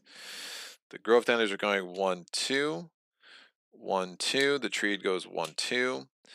The Refractor is going to attack this taproot. A 3 would be... Nope, it's going to attack this taproot. A 3 would be super magical. A 3! That's it. It's my day, kids. 3rd time's a charm. This goes away. This taproot's attacking the gate. The gate's down to 6 health, and that is out. Over here, the bishop's going 1, 2. The drift is going 1, 2, 3. This can't reach. The shrubbery can't reach the bishop. This muskeg's going to attack the bishop, and on Voss to do all the movement, it's going to go 1, 2. This Musk is attacking the bishop, 1 damage. After that, we're going to explore over here. Oh, it's the friggin' altar of aggression again, which is so stupid. We're going to do attacks. The drift is going to take 1 health off the altar of aggression. It doesn't retaliate or anything. It just has a stupid entropy thing. The bishop is going to attack this, get rid of that range chip. So it actually has 0 range now. And then Anvas is going to kill the taproot for 2 source. We have 4 source. Rolls have been very good for me. All right, the treat is going to come in. 1, 2. We're attacking the treat with the refractor. 2 damage. And now it's going to attack. Its priority is a spire. It can damage. It can damage 2 spires. Its ram ability says that when this unit attacks a spire with an attack upgrade, instead of dealing damage, it removes the topmost attack upgrade from the spire. So I can have it attack the portal, or I could have it attack the refractor. I'll have it attack the refractor, remove the topmost attack upgrade. I'm fine with that. And at least we leave the range. We go back to the Narorans. Anvas is going to stay right where he is. The bishop's going to go 1, 2. He's in range of that thing now, which is unfortunate. The drift is going to go 1, 1, 2, 3. This shrubbery is attacking the bishop. The bishop's going to have to attack the altar. It's so bad. So dumb. It's really dumb. Because he's in range of the altar. Of course he is. So the shrubbery is going to attack the bishop. It's 2 damage. Bishop is dead. He goes into the graveyard.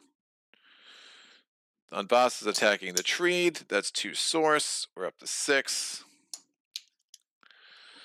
And this drift is, nothing's attacking the drift. Because why not? Why would it? The drift is going to go again. 1, 2, 3. Again, camouflage. Nothing's attacking it. Drift is going to go again. 1, 2, 3. That is progress. This won't attack us as camouflage. We're unstable rift. I can kill it and just take 2 source. This isn't going to have rift walk, so fine. Unstable rift. Unstable rift, we're going to look to the landmark. Talents. Unstable rift tells us when the ship is revealed, it defeats all units. The revealing player gains source equal to the current health of all destroyed units. Great. I'm going to kill my drift. I was hoping it was a rift walk. That'd be super nice, but unstable rift, and we get 2 source. We're up to 8. That is the end of the round. All right, seeing no comments, we're going to move on. This guy goes here. So we go to round 3. Again, we'll have priority in round 3. We're going to purchase the Grovetenders. We're going to purchase Sharpener 3. We're going to look at the market. Out. Oh. Out. And out. So we have 2 minion possibilities. The one is a Renegade, flying anti-airs. Moves 2, attacks 3, costs 5 source, but I don't hate it. And then we have the Fallen Taproot, air defense, range 2. I think we take the Renegade. That's a really strong unit. It's got this flying. The Ogre Growth will be able to attack it. It's got 2 movement. We just sent it this way. And then I can use all my CP on Anjaman. I like it. So this treat is out. So I think 5 source to get a Renegade. 4 health here. And I'll put one of my dudes under it. I am going to get the...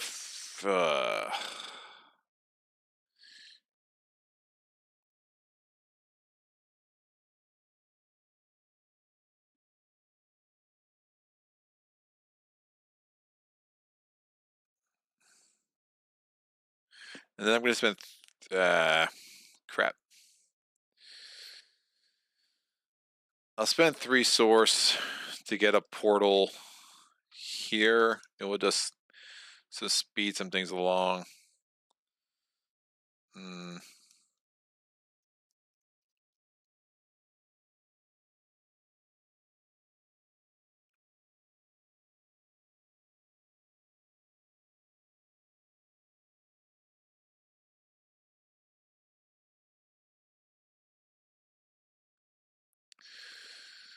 I'll get a portal here. All right. The Grovetenders are bringing in. We haven't defeated the Grovetender Spire yet, but we're still in a magically better place than we've been. So, Fort Ogre Growth comes in with a upgraded side with a taproot grouped, and then we get 2 taproots that come in on their regular side. Taproot, taproot. There. The Narorans are first. I still got to figure out how I'm spending all my CP. I'm definitely getting Angibin in. So he comes in with 4 health. I'm equipping him with Hammer and Chisel, because that's a good idea. And then we're going to get, with my 6 source remaining,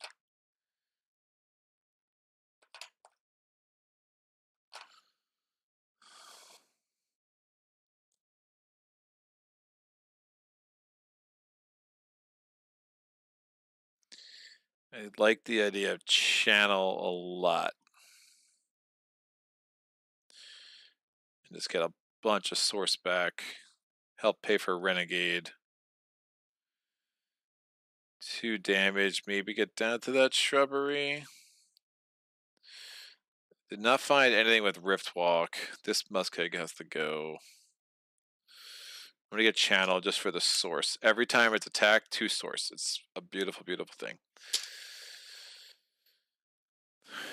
Alright, so Angibin, Renegade, Booyah. That's my 6 CP. I'm gonna roll the sharpener die. I have 1, 2, 3 portals, 3 spires. They all lose their bottom upgrade. Which is totally fine.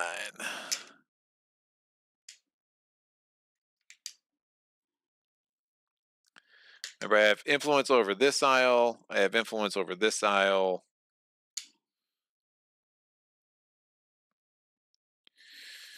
I think we're good.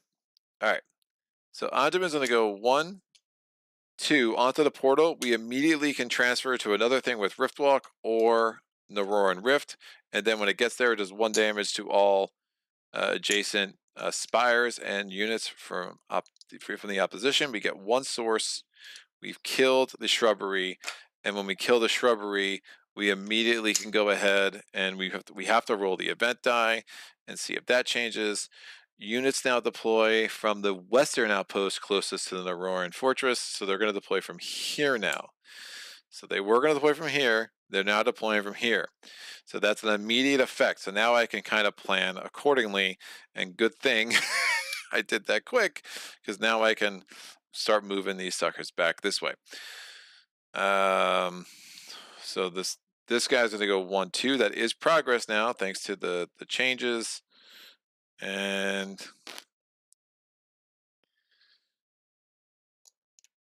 the only way Lytrus can go is now this way. So 1, 2.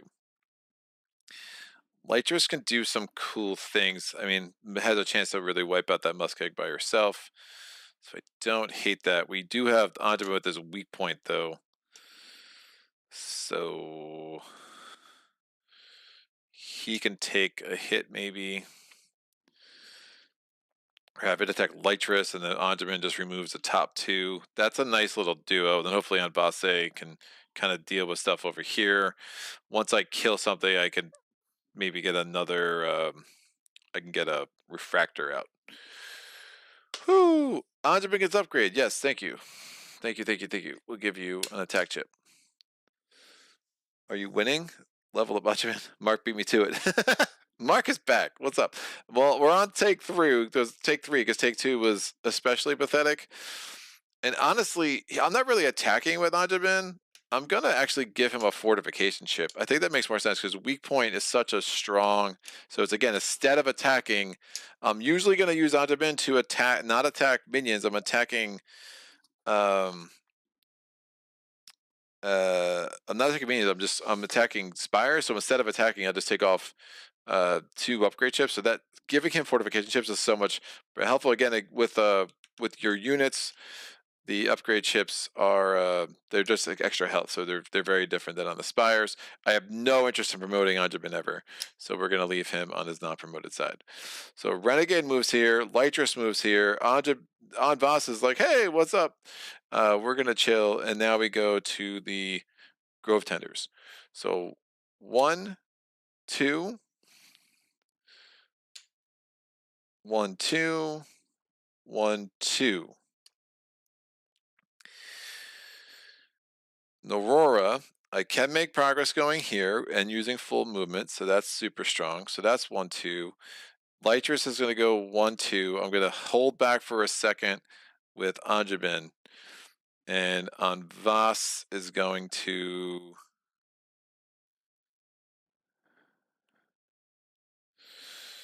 Six health. I just don't want it to get wiped off the... If he goes here, 1, 2, that taproot will attack the gate. That's fine.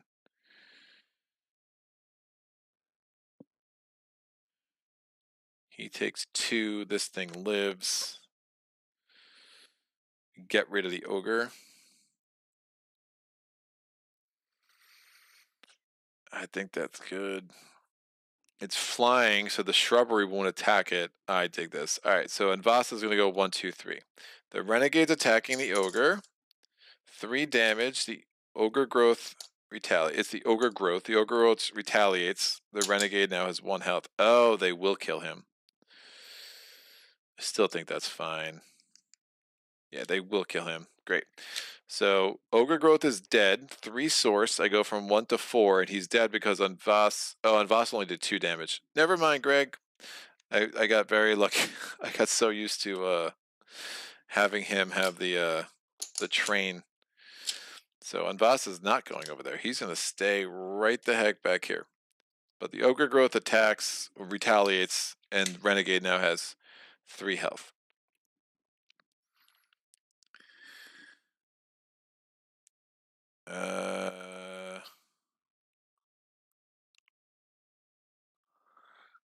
Yeah, that will work.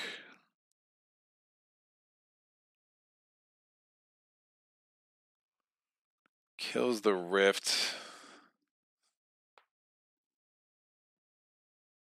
This should be a 1, right? Yeah, this should be a 1.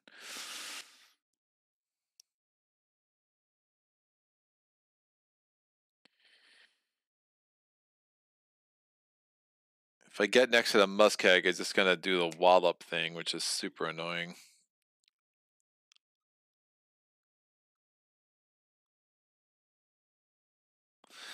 I'm gonna move Anjabin back 1 for a brief moment.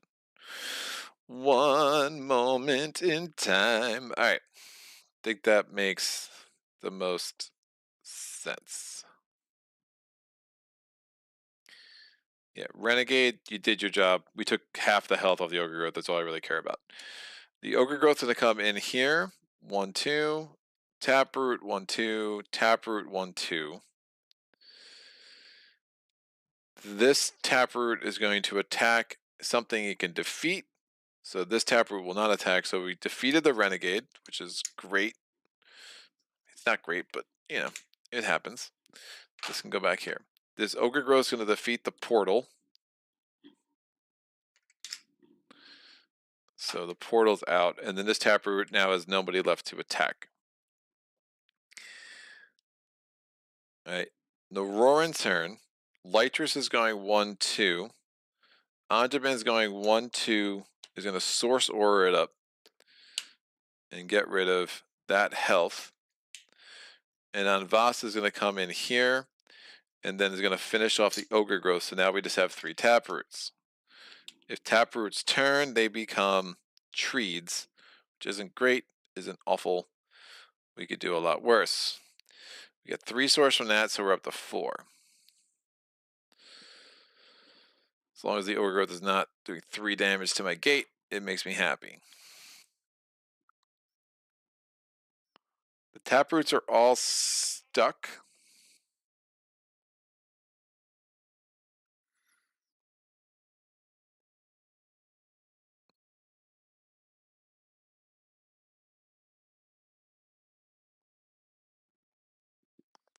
I should have come in here. Is better. It's definitely better. This taproot's going to attack the gate. 1 health. This goes down to 2.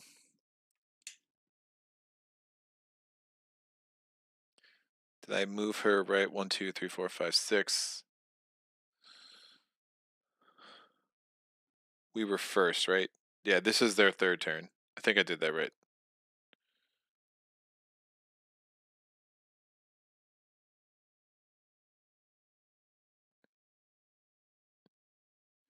Yeah, we're right, because we killed that, we came back 1, we came back 2. Yeah, this is their 3rd turn. So attacks a gate, retaliates 1. This one is attacking a hero. It can damage. It's going to attack Anjabin because that makes more sense. We'll just take rid of that fortification chip. We'll get it back. Maybe. And this one has no one to attack. My turn. Naroran's turn. Lytris is going to go there. It's getting attacked by the Muskeg. These guys are... And then Anjabin will just start clearing out and get over where Lytris is. And Anvas is going to chill here. Now Anvas will come back here. Just makes more sense. The Muskeg's attacking Lytris. That gives me 2 source. 2 damage. Again, channel. Every time you're attacked, each time you attack, you get 2 source. So that's either from a spire or from a unit.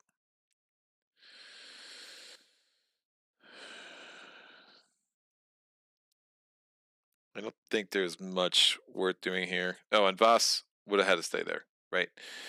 Anjabin's there. And Voss is going to spend the 2, is going to attack the taproot, get 2 source, and we've killed the taproot.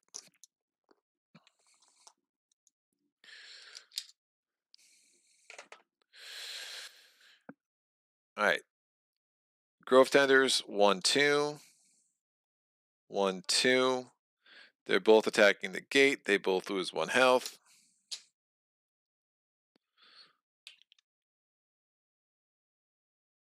Oh, this refractor.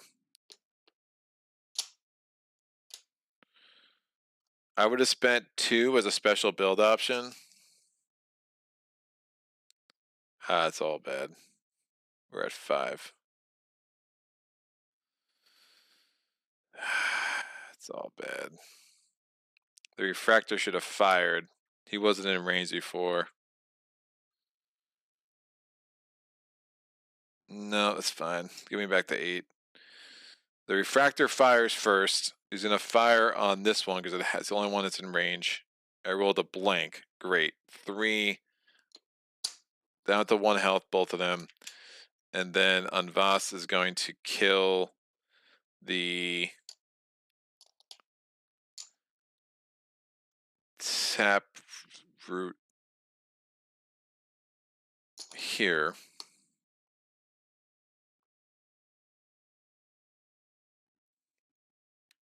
Oh, wait. No, now it's the Naroran's turn. Keep it straight. Talking to myself. Lytris is going to go 1, 2. Anjabin's going... I can use this like a normal path hex, so 1, 2. No, but if I went there and there's another unit, I would have to move. There's nothing else with Riftwalk, right? Great. So I can use like a normal path hex, so 1, 2. Still very far away. Oh, I have mountain allotment anyway. The muskeg is attacking Lytris.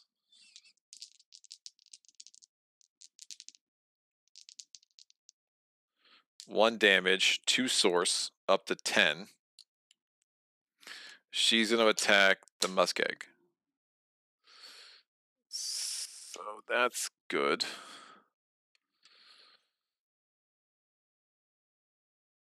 And then Anvas is going to attack this taproot.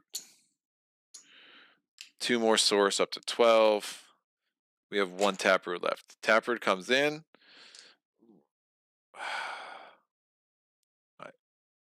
Before my last turn, that's when I would have done the special build. That makes sense. The math is so much better. I'll do a special build to get a attack upgrade. I'm rolling 2 dice. Please give me 2 damage. Ugh. That's terrible. I do 1 damage to the taproot. The taproot immediately becomes an upgraded Warbriar. I'm going to lose because of this. Oh, that's so bad. What a gross roll that was. Of course, it could have been the blank too. That does 2 damage to the gate. I'm going to lose. Shoot, you've got to be kidding me.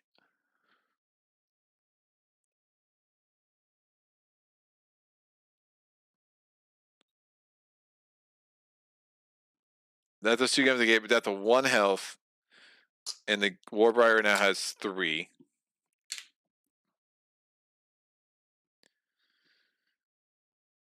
Wow. My turn. I'm going to do my second limited build option. I have 1 health left on my gate. That's so gross. But I've been rolling ones for against me, so like it is what it is. Like I can't complain too much. I'm going to get 2 attack chips and a thing and put this on the gate. Probably should have done that last turn. But I was, thinking I would roll a 2 with 2 dice. So that's my second limited build option. I'm down to 6 source. Lytris is moving 1, 2. Anjabin is moving 1, 2, and is going to stay there. Anvas is going to have to take a hit, but we've got to make sure they don't attack the gate again. So Anvas is going to chill right there. Both of these are attacking Lytris. So the muskeg's attacking Lytris, 2 damage, 2 source, up to 8. She's got 1 health. That shrubbery's attacking Lytris, 2 damage, up to 10. She's dead, goes to our graveyard. And Voss attacking the Warbriar. Warbriar retaliates, and Voss is down to 1 health. And now we go to the Grovetenders turn. Grovetenders aren't moving. This Refractor is attacking the Warbriar.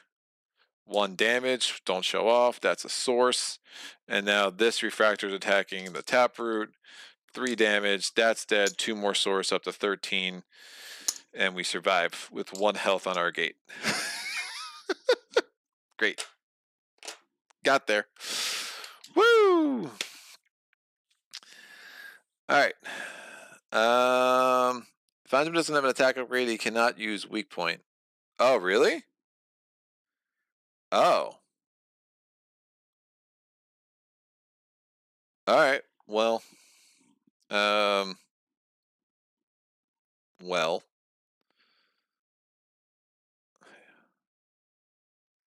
Interesting. I should have given him an attack upgrade then. It changes the math of everything. Yeah, I guess that makes sense. I never thought about it. I don't know how to, since I have 0 attack upgrades left, I don't know how to recreate that.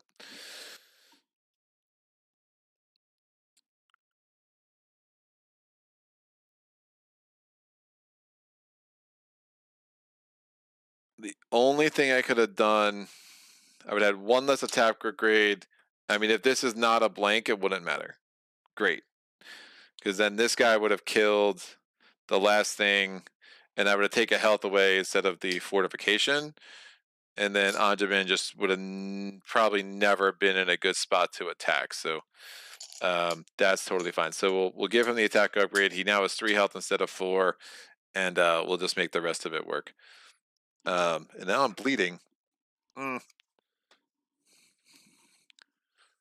Madi says, "Oh, then I was playing wrong. I thought attacking 0 is still attacking."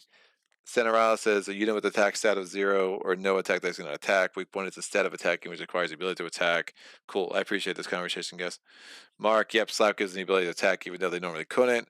Madi says, okay, I get it. Is that why explicitly written in case of slap from Swabble and Horizon Wrath? Wyvern K would be insane if she could attack units with 0 attack. She's still insane without it. Fun fact, on 2 dice, you have a 25% chance of hitting a 1 and a 25% chance of hitting a 3. Centerile, yeah, but rolling stats don't apply to Greg. His hits are much hits are much lower. What's up, Lee? Lee bringing the facts. All right, I have 1 health left, man, and that's crazy. So I think that's a fair recreation, right? This refractor only has 1 thing. I rolled the 1 die. It would have been a total desperation play to make sure I didn't lose. Anjamin's still there. He's still got weak point. We give him an attack stat. We took a health away to kind of make up for it. But now the real problem is having a gate with 1 health with some pretty serious units coming our way. So we're gonna have a Grizzled Oak. Let's we'll do the market first. I have 13. I love that arc light crap, like that, or what the Litrus. So freaking nice. No units over there that look great. We have a Reap. That's not gonna do too much. So that's fine. Let's get back to business. We're going to then do market, build, and prep. We'll do build and prep all at once. Let me get them set. They are going to get Sharpeners 1, which means that they're doing 2 damage to us if we attack their gate. Hasn't been an issue. We have the Grizzled Oak is going to come out. Grizzled Oak has 7 health. And is going to have a Taproot, again, which really neuters both Stasis and Possess. And then we have another Taproot, 3 health, and then a Vine Herald, which is going to be hooked up with a Treed. The one thing I'm sure I forget in this game, because it's just like 1 layer, like the whole cover thing is really like hard to remember for me. So I always like, I don't know, was it next to the thing? Maybe like, so it's, again, we haven't dealt with the shrubbery in a couple of waves, so I don't think it's mattered the last couple of waves, but all right. Anjamin's going to be able to kill that. Oh, shoot. That Sorcerer is going to wallop him and be super annoying.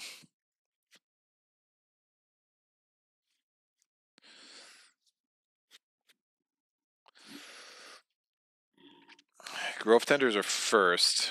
So that's a thing. Let's put this there. I have 11 CP. And I need attack, attack, attack, and more attack. Quantum Dark has attack. The Crush is pretty gnarly. Quantum Dark has 3 attack. 6.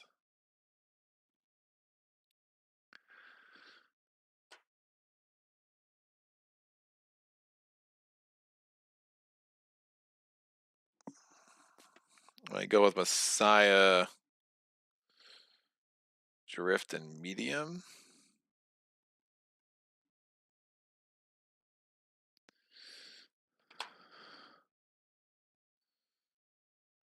Go Messiah and Bishop. I think there's utility in having an extra unit there, though. I have a billion source.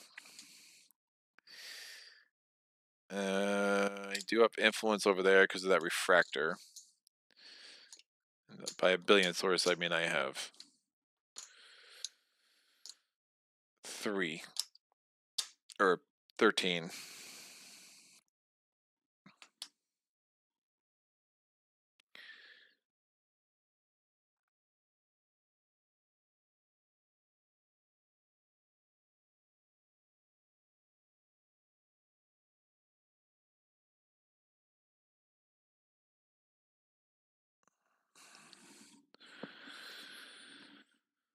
All right.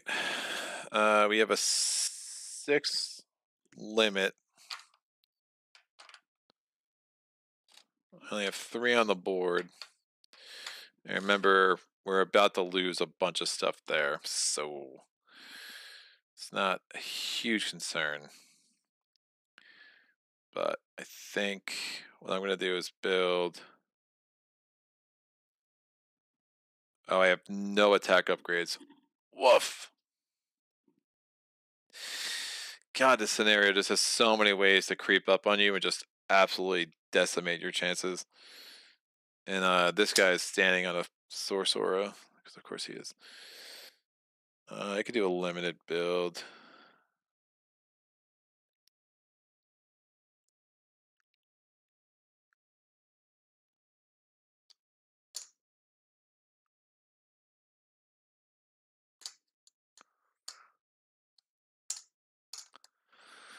All right, 5.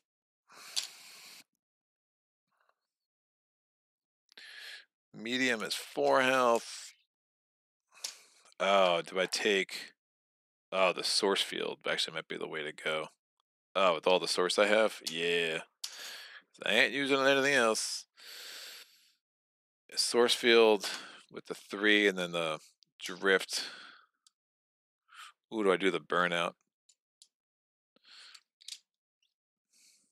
That could be lucky.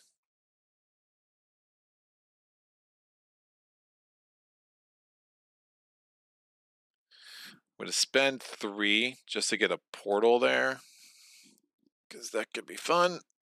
And I don't want to burn up all my limited builds.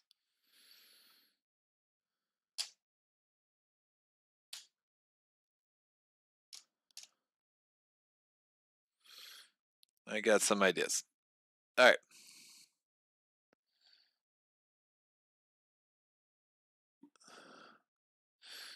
Center out rolls a 3 against himself and a 1 if it triggers summon. You're swimming in Source Code Pavilion. Yeah, I do. That's a good point. I'm going to get the Temple. I'm going to get a level 1 of the Temple. My problem with Pavilion is, like, unless I do Forgotten Graves, it's not going to matter. Right? Like, I only have 4 units left over here. Like, it just doesn't matter. It's like, I can get unlimited units. I have no units left. So we'll see. We'll see how this round goes. But I do think getting Azor Temple is obviously a no-brainer. I only have 1 health, so that was almost a mistake. The Fanatic Tower and I always, like, don't see how that's super effective in these solo scenarios, because you have to get the tower up, you have to roll what you want to roll, you have to get the level 3 of the Azor Temple before you can really turn it into much. It's an interesting idea. I don't still think the execution is all that viable for most games. That's the power rings too. I don't really fully understand, like, why they'd be a good thing. Yeah, because you still need to work your Fanatic Tower into it. Sorry, my heat keeps going on. And yeah, I guess it's just really cold out today. All right, let's make the magic happen. So it is round 4. The Grovetenders are first, and we'll see if we can't do something here. So the Grovetenders go 1, 2. They have the Crush ability. It's my bad.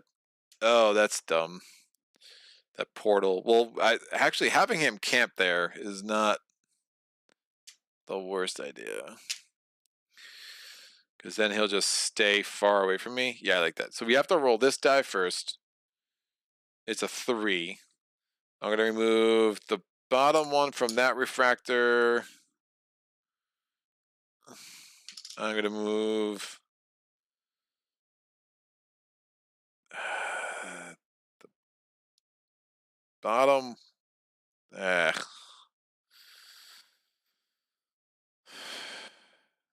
bottom. I'll get this portal off and remove the bottom one from that. Gives me some flexibility with my portals. And that's fine.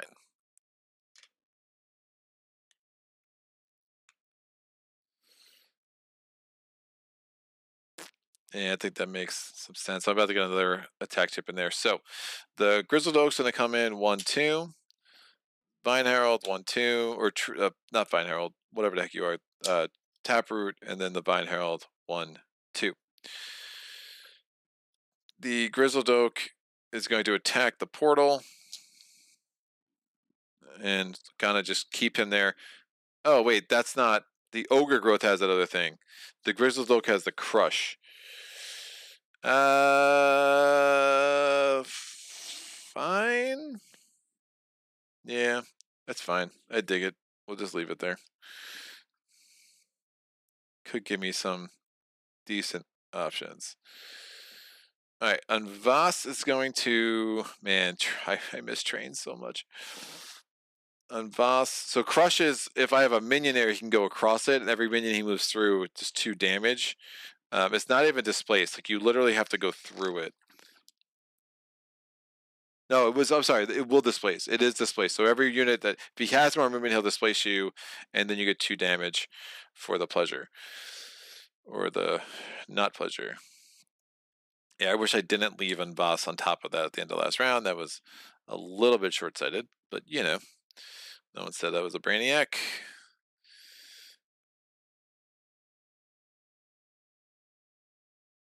I did have the connected out here, but I didn't have the freaking attack chips.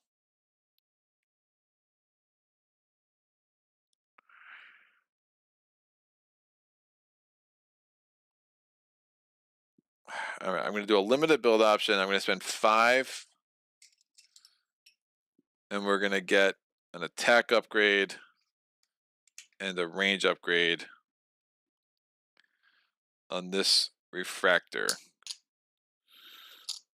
Because I think, again, one build option, you could do as many upgrades as you want on one thing. And on one spire. So that's just one of my build upgrades. And I think getting these refractors back up is really going to help protect my fortress. The Messiah is going, it's so bad.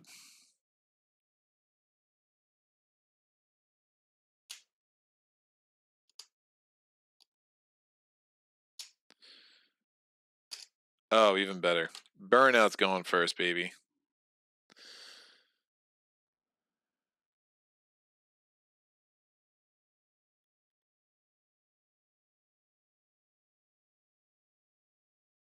Still getting smushed.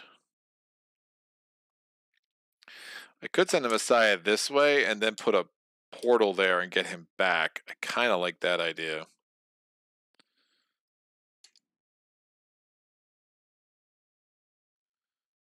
Arclight will die. Messiah does have healing.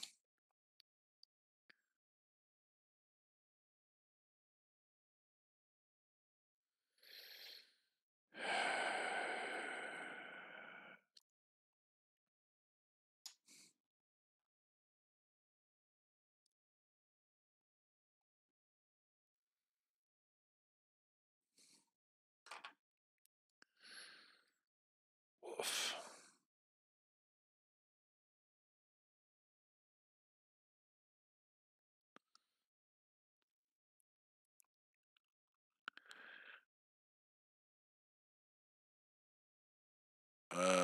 Crystal Oak is really messing me up.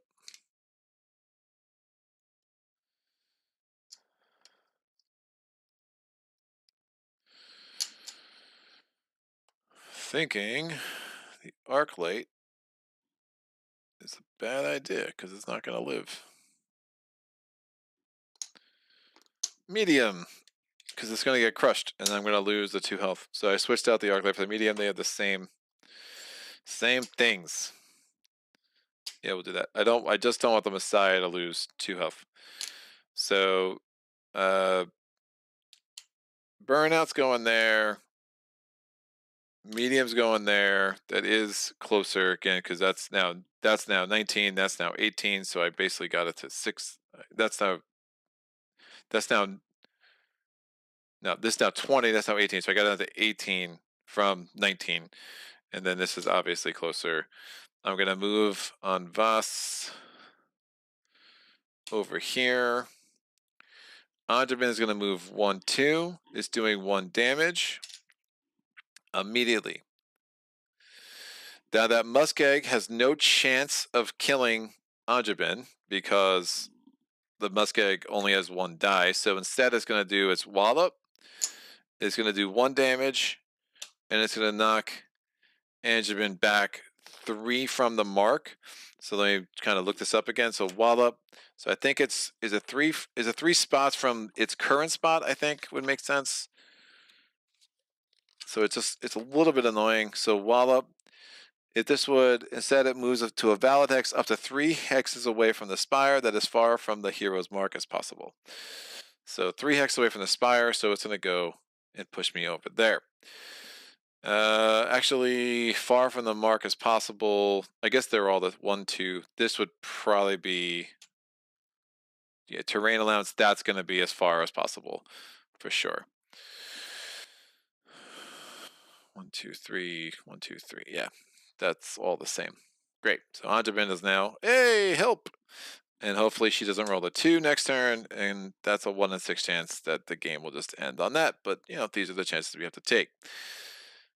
The burnout, oh no, I don't want the burnout to attack. Woof. The burnout's gonna get smushed.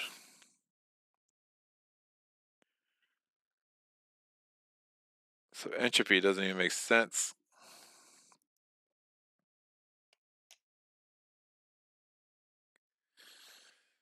The problem is the arc light only has 2 movement. The arc bright has 2 movement.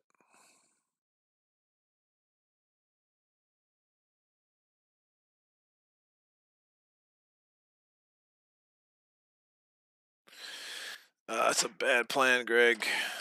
That is a bad plan.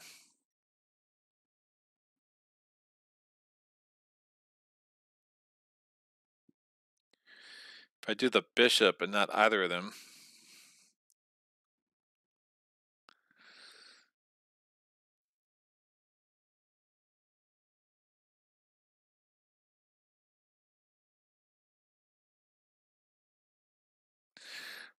So I'm in so much trouble. I'm gonna do the bishop and not either of these suckers. That's the only way I think I can make this remotely work. Just having Anvad, that needed to be a portal is what that needed to be. And actually out of source to make that happen.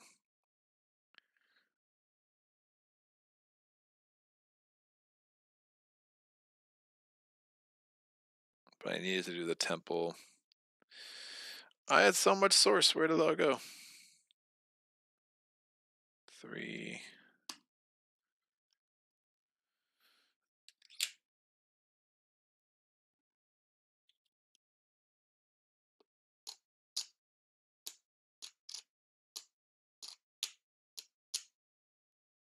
All right, so I can't build a portal. I never built this portal, is what happened.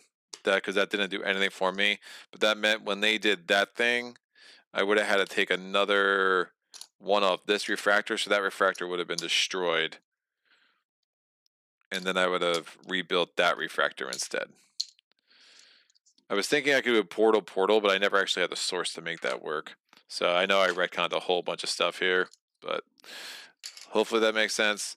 But reality is, the only difference is I had never built that portal in the build phase, and then since that happened, when that rolled a 3, I would have had to take the last chip away from that, so that refractor would have been gone. And then when I did the limited build option, I used it on this refractor, which they both had 1 chip left, so I used it on this refractor instead of this refractor, and that now gives me 5 source, and that 5 source will let me do more effective things than what I was in the situation that I was at the moment.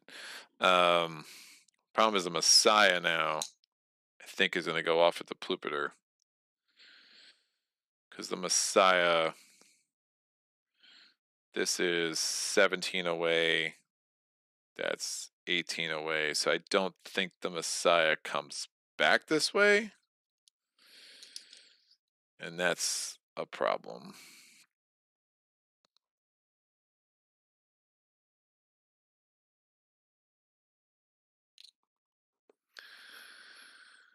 Unless I don't make... That's probably what I need to do.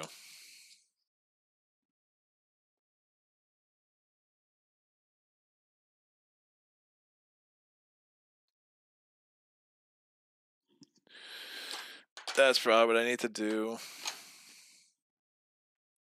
I don't spend the 5. If I don't get the portal there, or I don't spend the 5 there, I actually have 10 source. I'm back to 10 source magic. If I...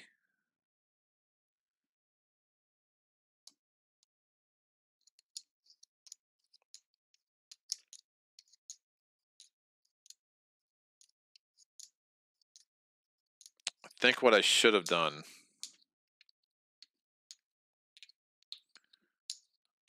If I get that portal there.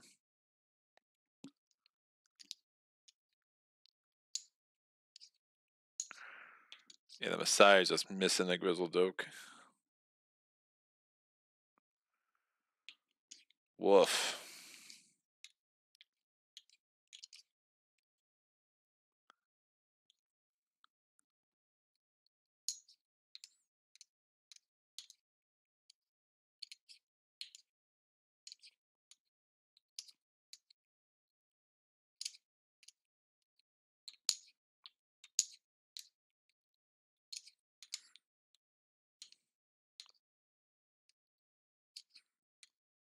I have like nothing that I can throw at the Grizzled Oak. That's really bad. And I only have 1 health left. Yeah, my tower is super dead.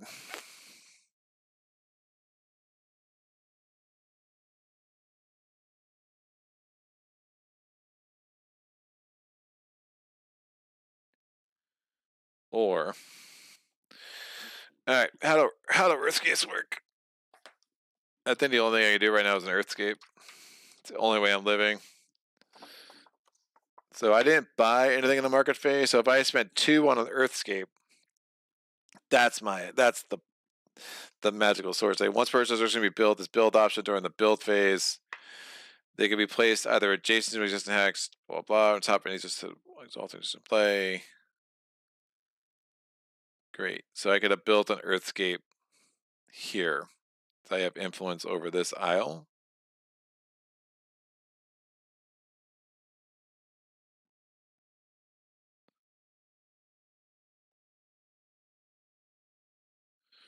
I think that's what I have to do. Make them all come around this way.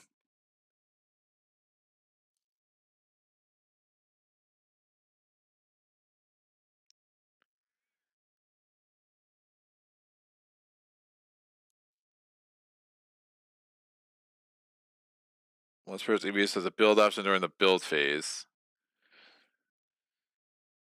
As a place to be immediately construct a spire, and have influence over the you must bottommost hex underneath it. The bottommost hex you have influence over anything.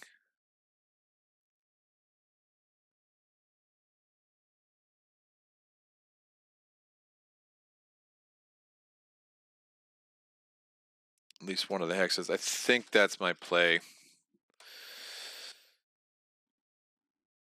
Because otherwise he's gonna smush me. So what that would do though is they go 1 2 1 2 1 2, and now I just have the whole round to kind of prepare for them. That's going to be a lot stronger for me. And then I can go back to my original plan. I keep the bishop in there. I get the arc light and the medium.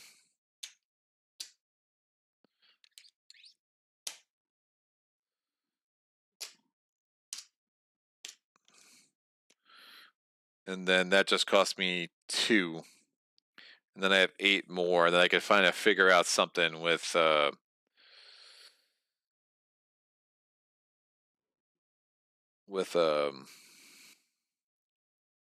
spires and something. I just wanted to build that, and I think I would have just lost 2 spires as a result of the 3. This refractor is there. I still have all my limited build options. I can figure out what the heck I want to build later in the round, I think. All right, looking at the chat. It took facing imminent doom for great using Earthquake. Yeah, that's about right. Your swinging scope pavilion. The portal rings are super useful.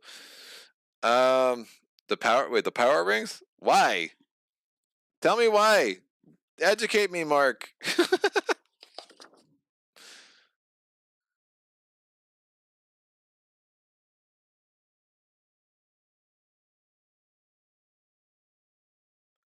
One of your heroes. Oh, but I still need the fanatic. I still need to get the fanatic tower range. Interesting. Yeah, I think that's my play.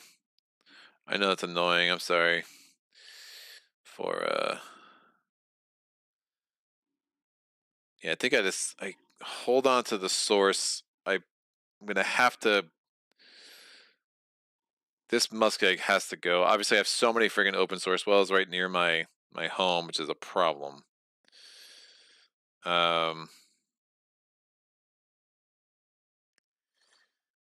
let me alleviate that. I mean, this was, I forget. I think that, yeah, that was at some point a portal, and then I just lost it. So, but from an influence standpoint, I think I go there and there at portals.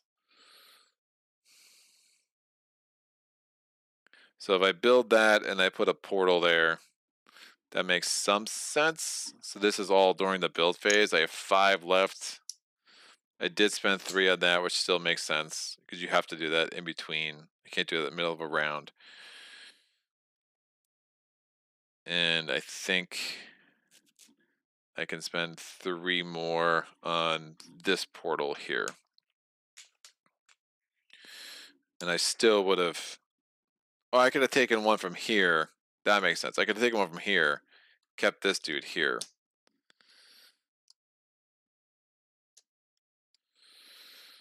That's better.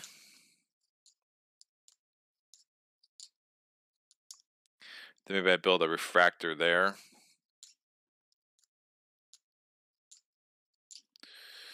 Yeah, I like it. I don't love it. That is considered... Oh, that's still on this hex. That's a problem.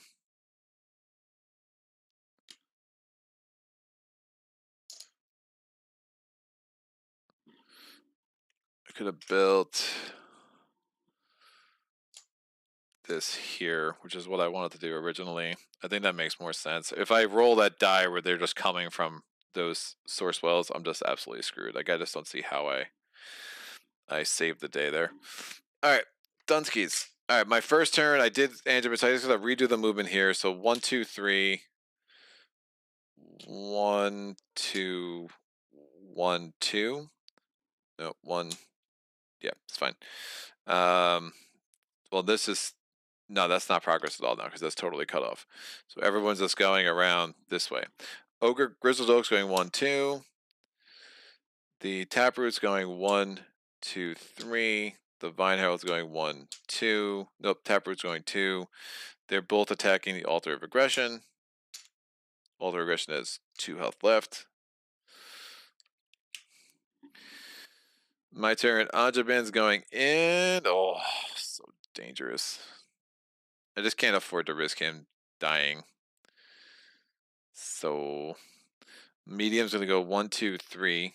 Messiah 1, 2. Arclight 1, 2. Anjabin's gonna chill there. Grizzled Oak goes 1, 2.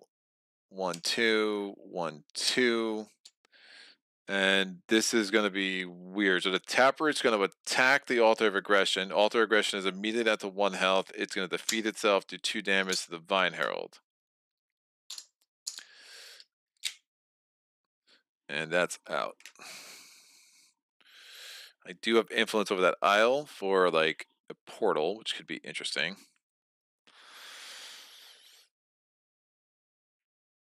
Remember, these shrubberies would not attack on Voss because they don't have air defense. But it is a thing. Medium's going to go 1, 2, 3. Messiah goes 1, 2. Arclight goes 1, 2. The Retall is going to attack the medium. 1 damage. Medium's down to 3. The medium's going to then attack the Retall. Remember, it came a Retall when the Muskeg used its Wallop ability. Grizzled Oak's going to go 1, 2. 1, 2. 1, 2. The Andraman's going to go 1, 2. Heroes move first. Kills that. Andraman's going to get a fortification upgrade. And that's going to give us 2 source. So we go from 2 to 4. Retall's out. Or Muskeg is out. Since we killed a Spire, we need to roll this die. It's a 6. Woof. They're going to deploy from here. So apparently we need to kill another Spire with a quickness, because that's not a thing that's gonna work for us. So fine with that. That was just Angerman's turn. The medium is gonna go 1, 2, 3. You know, he should have come back here last turn, to be clear, because it would have been the same thing.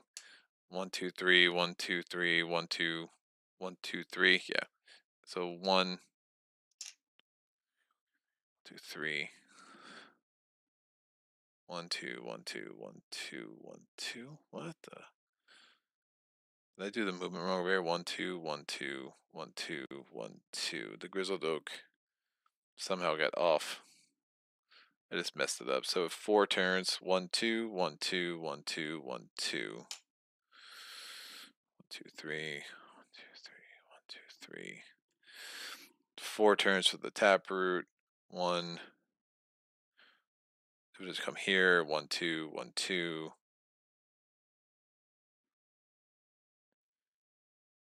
I think I messed them all up.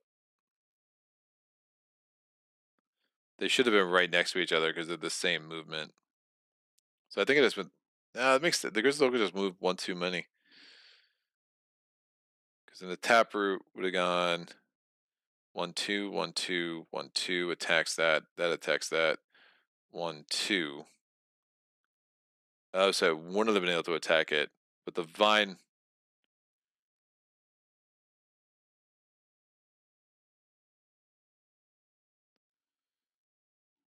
Taproot.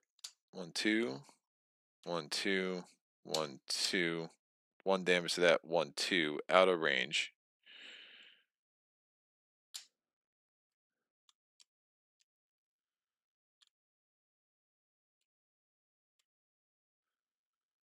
Why is it go so far? 1, 2, 3, 4. Oh, 1, 2, 1, 2. Attacks it. 1, 2, 1, 2. Yeah, that's right. Everything else is right. My bad. Sorry. So this is the 4th turn for the medium. 1, 2, 3. The 4th turn for the Messiah. 1, 2. And the 4th turn for the Arclight. 1, 2. Spire's firing. The shrubbery is attacking the medium. 2 damage. Medium's down to 1 health. The medium will explore. Let's see what it is. It is a Grail Wolf with Relentless. That's probably not worth exposing right now, but it's good to know it's there. Anjaban will reveal this, maybe, sort of. I don't know. That could be really bad. It's a secret passage. Oh, I don't mind that. Oh, that could be really helpful.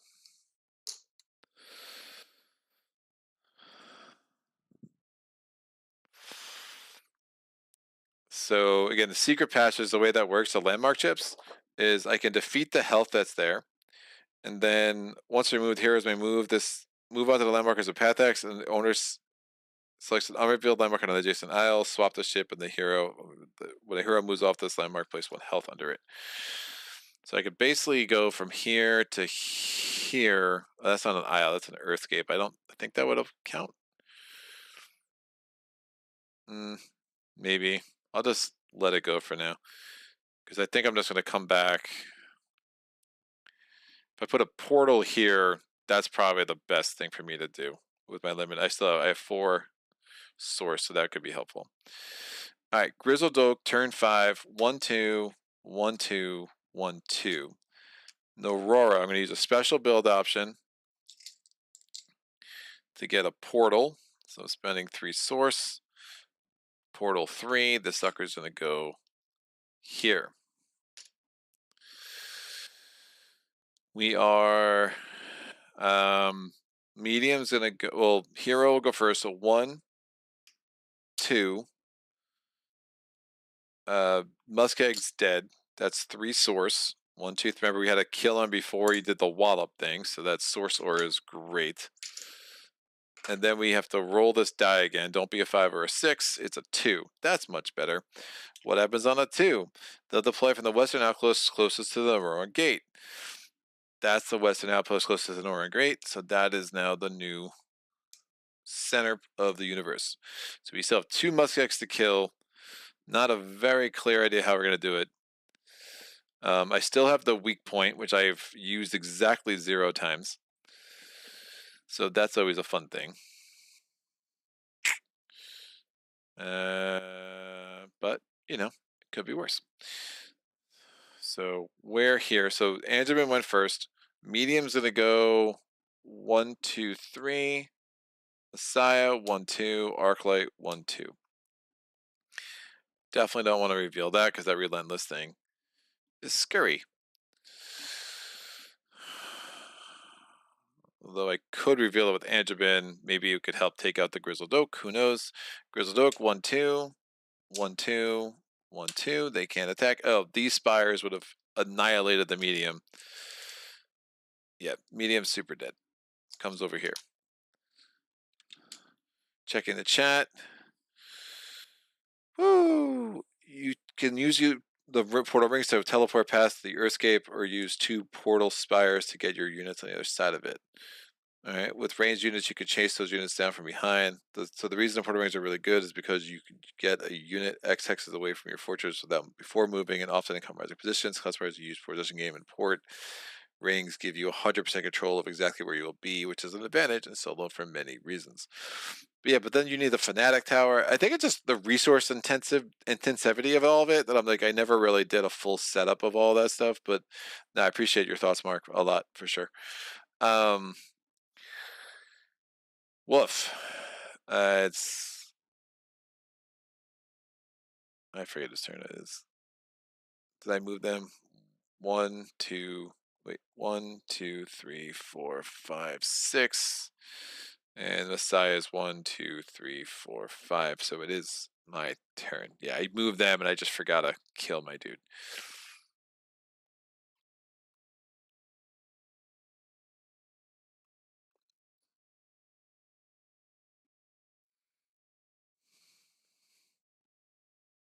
One, 2, 3, 4, 5, 6.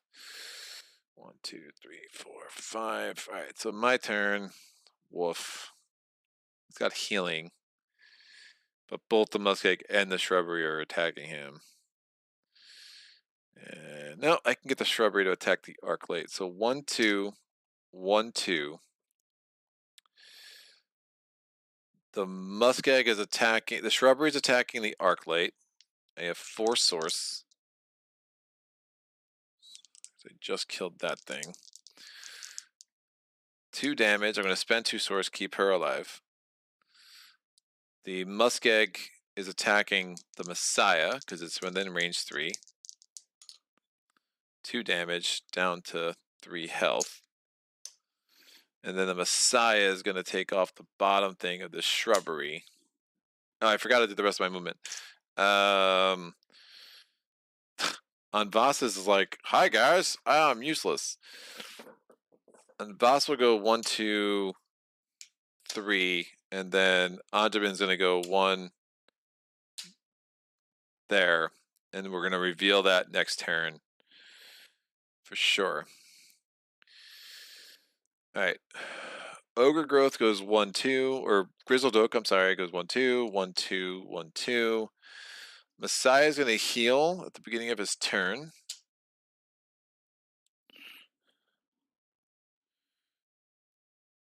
Oh, I definitely should have had him in place. That was dumb.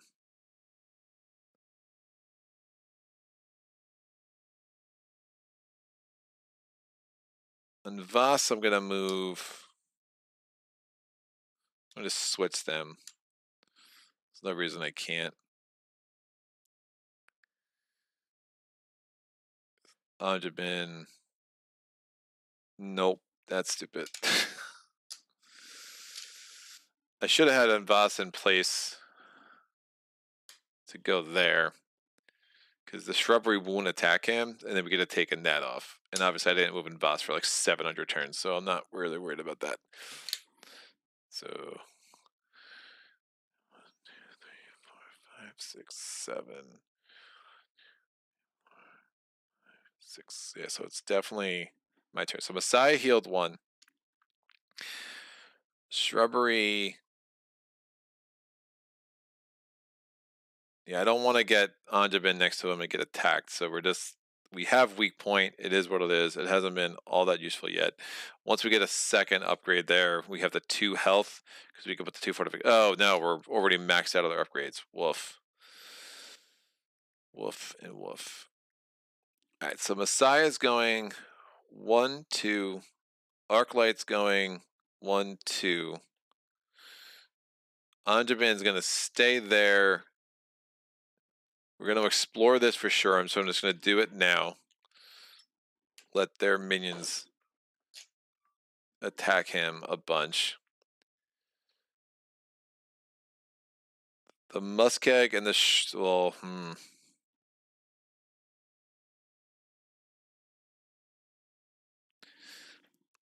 yeah, the Muskeg's going to attack the Messiah.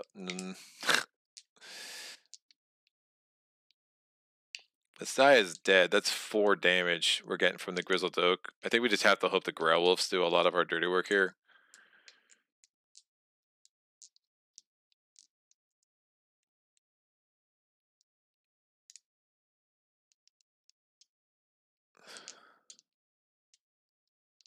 Shrubbery has to attack Arclight.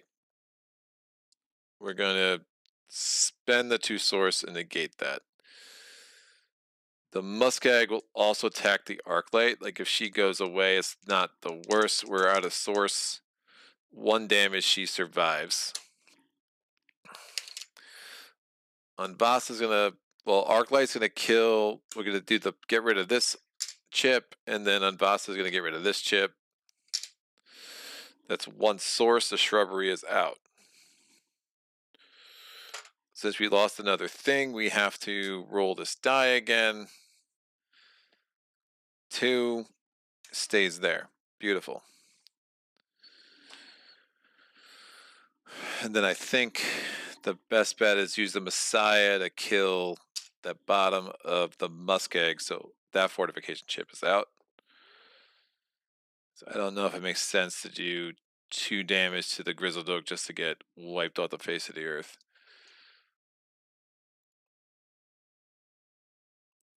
Oh, the Messiah is going to get displaced and will actually live? Nah. Maybe. Oh, that's interesting. Cool. So that gets wiped off the Muskeg. The Grizzled Oak is going to go. He's displacing both the Messiah and the Arclight. They both suffered 2 damage. The Arclight is dead. And Messiah takes 2 damage.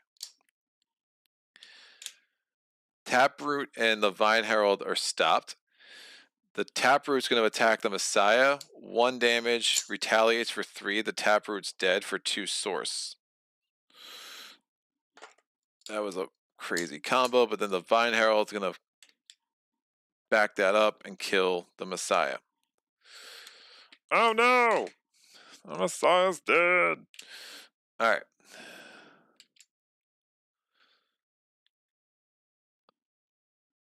Anvas has flying. We have there's 2 mess kegs over there. And none of that's great. We do have an attack stat. I mean, I'm wondering if I go heal. Like, we need to find a fountain. Would have been amazing. I wonder if I go back, heal to full, if I can use weak point to get rid of all that crap next turn. That'd be pretty magic. Have 3 source at this point. We'll see what this Growl Wolf does to the Grizzled Oak. Because the Grizzled Oak will not kill it. And then we have the relentless retaliation. So Anvas is going to go 1, 2, 3. Andaman's going to go 1, 2. So I think they both need to heal if we have any chance in the last round. The Grizzled Oak's moving 1, 2. The Vine Herald's moving 1, 2. The Grizzled Oak does 4 damage to the Growl Wolves. The Growl Wolves are going to retaliate. Again, we keep rolling until we roll a 0 or a 2. Oh, that's so gross.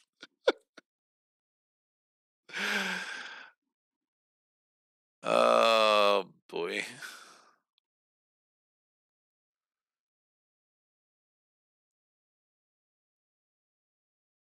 Wow. Wow, we were.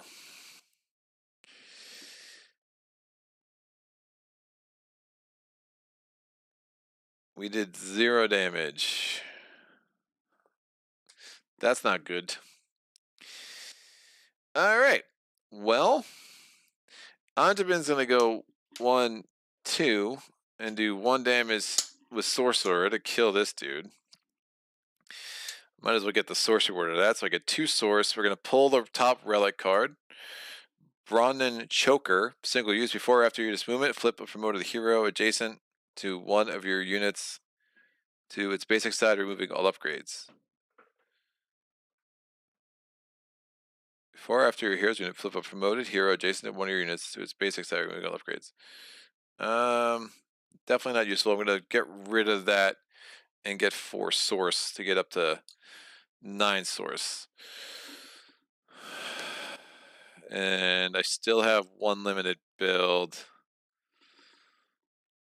but this got a lot harder. I mean, Anjabin just gonna kind of just come behind him and keep taking 1 damage at a time, but woof.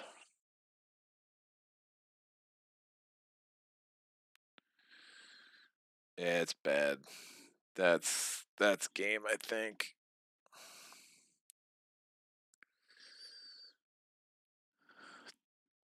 1, 2, 1, 2.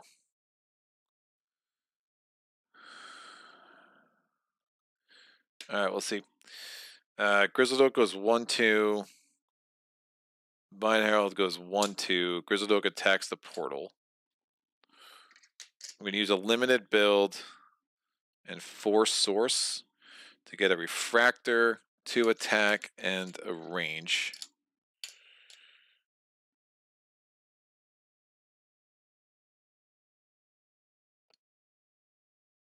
Attack. It's not going to be great, but I don't got much of a choice.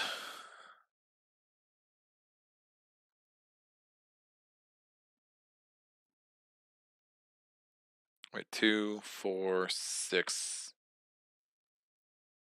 8. I could move it here, but woof.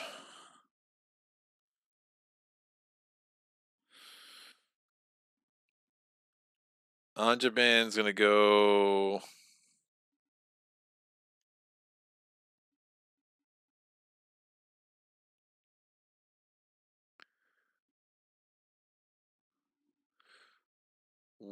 Do 1 damage to the Grizzled Oak.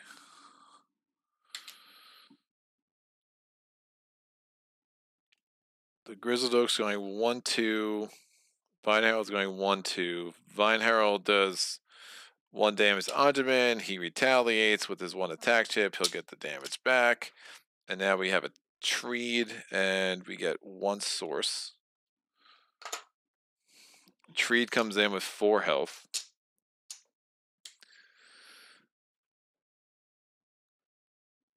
And Unvasa's gonna...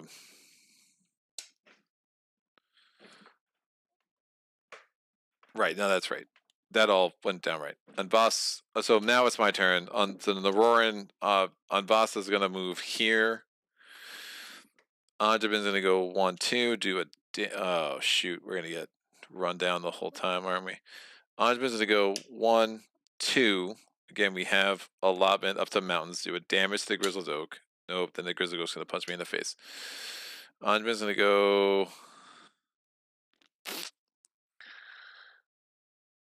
Grizzled Oak, Ram.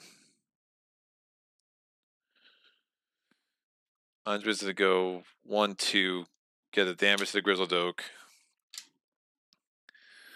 Woo! Ooh, when building a refractor and a spire, remember you can choose the order of the upgrades, so you can put a range upgrade in the middle if you want to keep its range when it gets hit. Oh, cool. I was not aware of that. Some facts that got lost in the ether of time and space. Or space and time. Alright, what is under here? Wolf.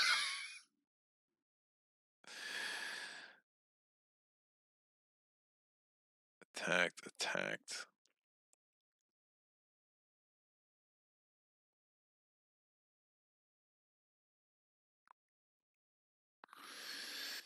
Alright, Grizzled Oak's gonna go 1-2. Treed goes 1-2. Treed attacks, gets retaliated against.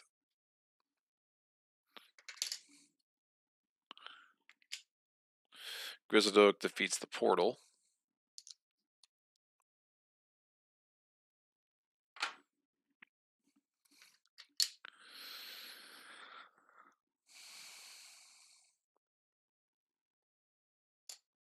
There's still 5 chips there. It's gross.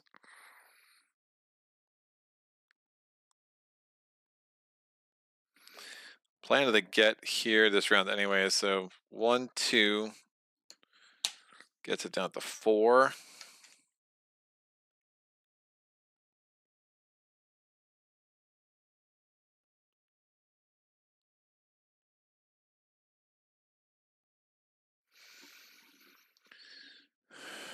Grizzled Oak goes here. Treed goes here. 1 damage. Retaliate. Anjaman's down to 1 health. This refractor's attacking the Grizzled Oak with 2 dice. 2 damage. Grizzled Oak is down to 2 health. Unvas is gonna go 1-2. Anjaman's gonna go... We've got to get him close so we can get in. Anjaman, and we have no more build options, so that's not a thing that's happening. I'm gonna go 1-2. Unvas is going to kill the Grizzled Oak. The Taproot comes out with 3 health.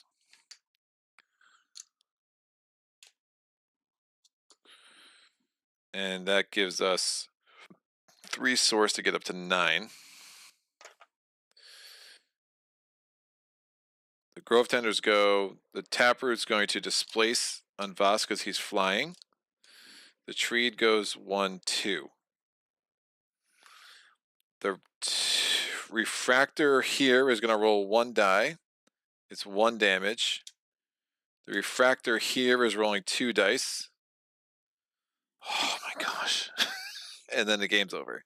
Oh, that's so stupid. I rolled a 1 again. That's sad. 1. There's 3. Ah, it's bad. Yeah, it's bad. It's game over because I'm going to reduce him to 1 health. And so he flips over. he summons a friggin' ogre growth, and that's just awful. Had I killed him, if I managed to kill him there, oh, the scenario is so bananas, man. If I manage to kill him there, then I can get on Voss in, he'll heal. We go 1, 2, oh. I'm totally stuck. I want to be able to get Anjabin in. Wow.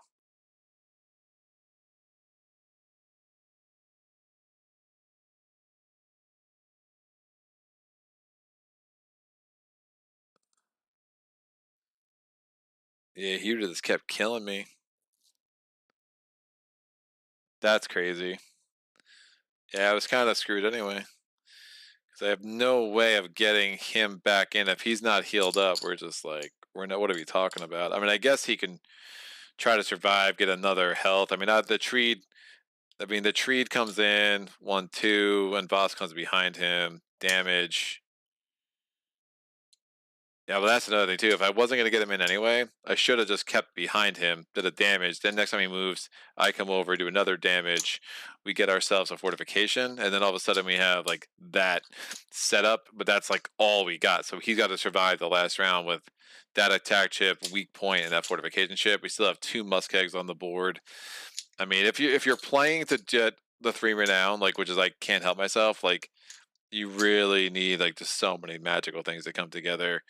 But we have a portal there. I mean, like if you look at the next round, you're like, all right, and Voss is back to full health. Anjabin's there, which isn't great, but will have to do. You just got to hope that you never roll 2s. When you hopefully you get the bottom chip down there. So if like somebody takes the bottom chip off, Anjabin goes next to it. Great. Now it just rolls 1 die. If it doesn't roll a 2, then you defeat it with weak point, and then you get a fortification back. So you just have to do that cycle there and there. Obviously, that fortification chip is a problem, and now we know that the Grovetenders are coming from that spire next turn. So we just gotta, the rolls early though. I mean, I'm glad we did the 3rd playthrough because I just think just giving this scenario a chance to breathe. I really, really like this scenario. Seeing that as a late game, I still don't know if I want to do that earlier than I did, right? Because like, if there was something in the market that I thought would be useful, I think it's, like Renegade was really helpful in round 3. Getting this in round 4 kind of made some sense. And then having a place where I had a bunch of spires that are pretty low on health because I kind of left things open, I think worked really well for me. I think this Earthscape was a lot smarter. Like seeing that as like, oh, if I cut this off a little bit, I make the math more equal, so then I can kind of keep the minions on the side of the board I want them on for sure. But you could attack with Edgeband as well after you killed Grizzled Oak.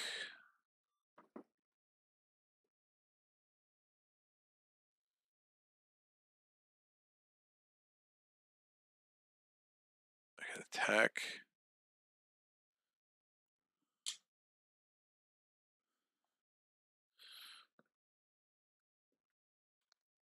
But then I get retaliated against. No? Oh. Yeah. I think I know. So Madi's saying I could have attacked the taproot. But again, the math is I have to make sure that taproot doesn't get down to 1 health. Because once it gets down to 1 health, I'm just totally screwed. So like if I attack with Anjabin, I lose a fortification. Great. Now the thing's down to 2. When I roll those 2 dice, I'm still gonna need to roll a 2 or better. And I rolled a 1. And then once I did that, like sucker gets down to 1 health, all of a sudden it becomes an ogre growth, and we're totally screwed. Mike Owens says apparently the longest was Epic Game of Cloudspire. I wasn't expecting this to still be going when I came back to my computer. I came back for Greg to roll a 1. I'm really bad luck. So yeah, what Madi's saying is right. Like remembering that, like I'm so used to not attacking with Anjaman because like that's not what he does. But yeah, I don't. The math at the end of the day, I'm still gonna have a taproot with 2 health. I need to roll a 2, and I rolled a 1. and that was it. But yeah, this is a really really hard scenario. Um, Again, like I'd like to keep playing with it. Like it's one of those things that there's so many different things you could try. I find the balance of what's coming at you every round to be pretty bananas, and it kind of. I didn't really love the rest of the Naroran chapters. To be quite honest, they were fine. Like I just didn't love them, but I thought like some of them were just like, ah, that's fine. I thought the Drang one was a little broken by the end. Like you're like, okay, whatever. I have Drang. She's like a superhero. I think this scenario would get if you are taking Drang, I think that's gonna make that a ton freaking easier. The Saints Will Persevere one was fine. I really struggled with it, but I think the Narora are just that deep. Like they are definitely the more out of all the other the Brawnin and the Airs. Like the Narora are definitely the ones that have the most nuance. And I mean, I definitely have read that, if you know what you're doing, they're probably the strongest because they have like an answer for everything. But just understanding, you have double the units everybody else does. Like everybody else has 6 units and they have upgraded sides. The Narorans are like, nope, you have 12 units. Like, so there's a lot more to figure out, like potential combinations, how those work together. Um, I just, I think two things really helped me when I won it. Like again, this was a rift walk. Ah, like that. Like that's super strong. Like if you have a portal and then I can go to any rift walk, like that's a game changer, right? Like that's an absolute game changer. What was this? Yeah, that was another relentless. That's an absolute game changer. I mean, had the wolf. I mean, the wolf doing a retaliate 0. Like I don't expect to retaliate. Oh god, I don't expect to retaliate 7, but like a retaliate of 4 or higher would be really nice. So retaliate of 3, I'll take that because then it's just I kill the ogre growth that much quicker. I don't have to worry about the taproot getting all the way to my home base, and then I'm relying on absolute like perfect rolls. Yeah, I needed exactly a 1, then I needed exactly a 2 or higher, right? So I got the 1, and then I got another 1 with 2 dice, and that was pretty bad. So just weren't able to pull it together. I think the last round would have been interesting. The fact that I realized I couldn't get Anja Ben into the home um, would have been frustrating.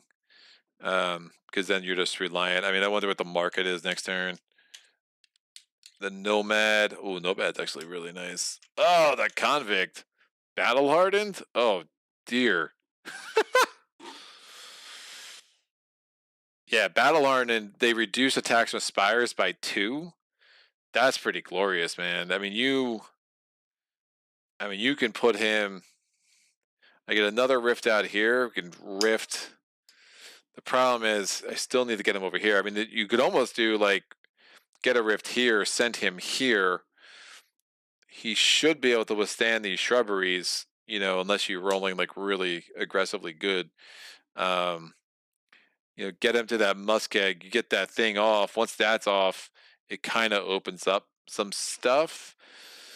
But yeah, it's tough. That'd have been really that being a rift walk that's exactly what we needed. That's the break to really give you the pathway to get to both of those muskegs on that back line for sure. But nah, it's a really cool scenario, man. I dig it. I really like it. Whoo!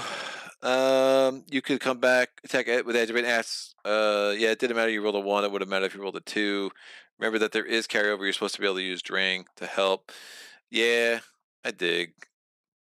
But I mean, the crazy thing about that though is like that Drang thing is no gimme. Like especially until you like figure it out. Like there is like a trick to that scenario. I think the scenario, what I like the most about it is that the variety of where they're coming at you from does change it so much. I mean, one of the biggest advantages I had in this third round was the fact that they were coming from here, or yeah, here. That absolutely gives a different feel than when they're coming from, I don't know, here or even here. They were coming from here for a lot of this game, but the reality is that first round, I had time to do a lot more of what I wanted to do, and then I also got I got a lot luckier. I mean, I was able to get rid of the fortification chips over here. That getting to this end game, like that wasn't going to be the hard part. I mean, obviously this is going to be the hard part, getting rid of that, musk egg in the back for sure. But yeah, it's a really cool scenario. I really dig it. I'm excited to get into the Grovetenders, and then we still have the Greed, we have Horizon's Wrath, and then we have the Uprising. So the center aisle, your Gateport Adventure can get your portals across the map as well, instead of hoping to get lucky, if that's what you wanted. Your Gateport Advancement. Maybe I don't fully, coming from the airs where they were all about their fortress enhancements, like maybe I just haven't looked enough at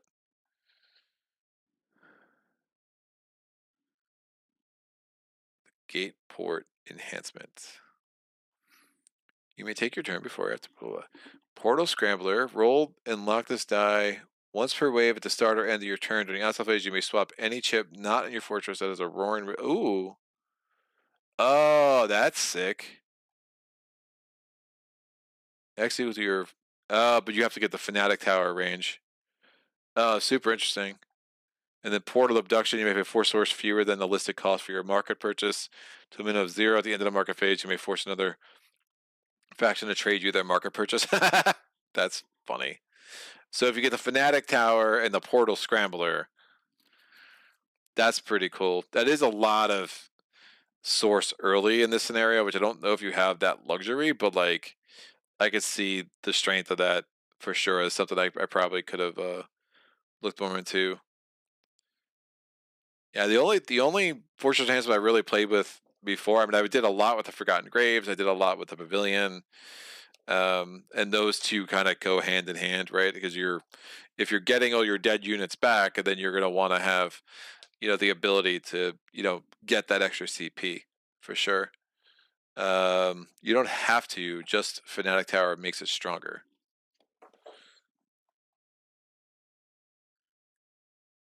Oh, I see. May swap any chip but X hexes, right? So, because if you got this and you rolled a 1, that's going to be pretty pointless. But a 3 could actually, I mean, that could be pretty helpful if you're looking at like how close chips are. The 3 or the 4 would be pretty helpful. Oh, that's since it's +2. That's nice because like even if you rolled a 1 and a 3, your minimum is 4. Yeah, you can really get those portals around the board. Oh, that's pretty strong. No, I dig. Yeah, the Narorans are cool. They're probably my favorite faction, to be honest with you. They're just so interesting. I love the flavor. I love the smurfiness. The Bronin are probably, they're big and dumb. I probably should like them the most because they speak to my soul. Yeah, center. It's X plus FT. Yeah, that's cool. That's cool. No, I appreciate your help, Mark. It's been yeah. This is one of those games, man. Like, I feel like I'm at that place where I'm gonna get 3 renown second or third try in most scenarios, but then there's a scenario like this where it's just like woof, like I don't understand what is happening. But just really digging into the market, but yeah, I think that's where like what's a great player, a good player, a great player. Like if the market cooperated, I can do really well. If the market doesn't, like finding other ways to win these games is like so important. Relentless as your retaliation is so sick. Where is train explosion? Nah, the flavor here is cool. Even on the worst, you don't have to worry. The lowest on the Fanatic Tower is like 3, so yeah, Fanatic Tower isn't bad either. Even on your worst, you don't have to worry too much. But the problem with the Fanatic Tower, because I feel like the Fanatic Tower plays off so many other things, right? Like the Fanatic Tower, like, are you going to want to invest the 3 and the 6 and the 4 to get to the Azor reaction chamber? That's a thing. Yeah, I don't know, but yeah, dominance and overreach don't seem that necessary. But then the Azor reaction chamber is so random, dude. It's like it's either do 2 damage to every unit within adjacent one of your spires, or return the Naroran minion back to the gate and return the opposing minion, or you deal 4 damage to a minion within Fanatic Tower range. Like that's 13 to get up to that with just that level of unpredictability. Like I'm not digging that at all. But because I'll always roll exactly what I don't want to roll. But No, it's cool, man. Again, the Narorans have some really fun shenanigans. I've never actually played with Bidra Graham. I could see the power of it, I guess. But still, again, she's using the Fanatic Tower range and the 8 CP. That seems like a whole lot for her. You know, because when you can get on boss beefed up, and the fact that he's flying, I just find that so useful. But yeah, even on your center out, yeah, I think the Narora is having twice as many unit and half the enhancements because of Fanatic Tower, because you need 2 advancements to get them to work. Madi says the Narora has the most interesting units, but I like the advancement of the Grovetenders a lot more. Well, that will. They're next. I can't wait. We're getting through them, guys. I get too many games, man. Like, it's the problem. But I mean, no, it's not a problem. It's a good problem to have. I'm not complaining. But yeah, I mean, this is the 12th time we've got the Cloudspire. The first time was an abomination, and Mark set me straight really quick, and I'm very appreciative. I owe you a Christmas card, or a Hanukkah card, or a Kwanzaa card, whatever you want, Mark. I'll send you that kind of card. But yeah, man, this is amazing. These 12 chapters have been real. I just digest my games very slowly. That's what I do. But and I'm obviously Spirit Island and Maze Knight are my go-tos. But trying to keep Cloudspire in the loop, especially with the Too Many Bones stuff, also clamoring for table time, and I got Hopplemaka sitting over there, so just beckoning me to really dig into that. But center out, get Bidra out early, then call minion, which is a massive advantage, and then the strongest range unit in the game when upgraded. Got it. Cool. Now I can see it. It's just 8 CP is like, woof. You gotta be kidding me. I mean, the earliest you're getting it out is if you get it out round 2, I guess, but wow, man, that's like all you're doing round 2, right? Like, that CP thing is gross. So that's a sick cost. But yeah, by the time I get around to her, it's like I already have Anjabin and Anvas. It's like I really want to kill one of my heroes because that 2 hero limit. But that's cool. But this was fun. I gotta go. This definitely did not expect to go at it 3 times tonight, but here we are. But glad we did. Definitely that second showing was so friggin' terrible. I wasn't gonna be able to sleep tonight if I didn't try it again. Mike Owens, Hop Marcus looks super cool. Would love to see you get on the channel soon. It won't be soon. Oh, depends on your definition of soon. This year, definitely. Just probably not the next 3 months. I made too many commitments to too many publishers um and just some travel and stuff coming up. So, but yeah, hopefully by this summer, I'll have had a chance to really digest it, and that's going to be another long one. Like that's again the fact that it's a full campaign to really play through a whole game. Like maybe I split it up. I just hate doing that because it really sucks for viewership. Because like people are like don't know where to find the videos always. So I don't know. We'll see. I'll have to figure out how I want to feature it. But if I had remastered, there's a chance I would have already had that on the channel because of the one-off nature of it. So I'm kind of partially regretting not getting remastered, but we'll see. Mike Owen says I'll take this year. I will give you this year. So we have an agreement. It's amazing. Yay. But this was super cool. Thank you so much for the active chat and love the strategy talk. This is a really, really hard scenario. And, I'll take my 1-3 renown win with it and one day come back and explore it some more. But that day, as I say, is not today. We will explore the Grovetenders in the future. I think it's kind of cool. Like I feel like I know them so well already going in because they played such a big role in the Broad-ends chapters, and they play such a big role in this chapters in this scenario. So that was really cool. So excited about that. And then again, the Grovetenders, Horizon's Wrath, Uprising. Hopefully we can get all 16 of those scenarios done, in the next 12, next 12 months, 18 months, I don't know, something like that. The rest of this week, tomorrow is going to be Spirit Island, 2-player playthrough with Heart of the Wildfire and, is it Wildfire? No, Downpour Drenches the World and Spread of Rampant Green, so super excited about that.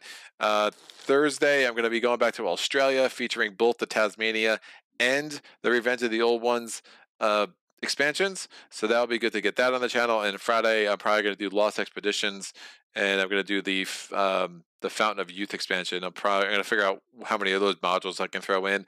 I need to start wrapping up some of these games so I can feature new stuff. But yeah, excited to get to the expansion content of both those games. Then next week we'll have playthroughs Monday through Thursday is the plan, so stay tuned for that, see what I get on the channel. But just so many games, lots of cool stuff. I'm really excited to just dig into some of these things and let's see what they got on the channel here. But questions, comments, epiphanies, put them in the comment section below. If you want to see what titles you might expect to see in the upcoming weeks and months, you can go to my Patreon page, link in the description below. I have a public post, so look for March's public post.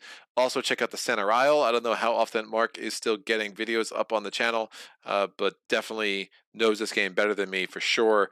Does some excellent stuff with it. So come here for the shenanigans, go there for the education. Or some combination there, but I hope you learned something when you watch me play Cloudspire. I just know there's definitely some holes in my strategies. This was fun. That was funny as hell. Like, we're like, oh, I can save myself there, and maybe live to fight another day. I really would have liked to see that last round play out, man. That would have been interesting. There was a chance. There was a very, very small window we might have been able to make some things work, especially with weak point. I think would have been the killer would have been the fact that Angelman only had 1 real health along with that fortification, so that would have been rough. But we had things somebody at minimum. I think we could have gotten to 2 renown pretty easily. Not easily, but I think we could have got the 2 renown. I think that was very much on the table, just because all we had to do was wipe out those things and then get Angelman next to the fortress gate, and that's the end of it. But alas, it was not meant to be. So I will stop begrudging my fate and accept it. So that's about it. Again, comments, I'll get back to you as soon as I can. Hopefully you can join me tomorrow. If you can't, until next time, thank you for joining me today, and happy gaming.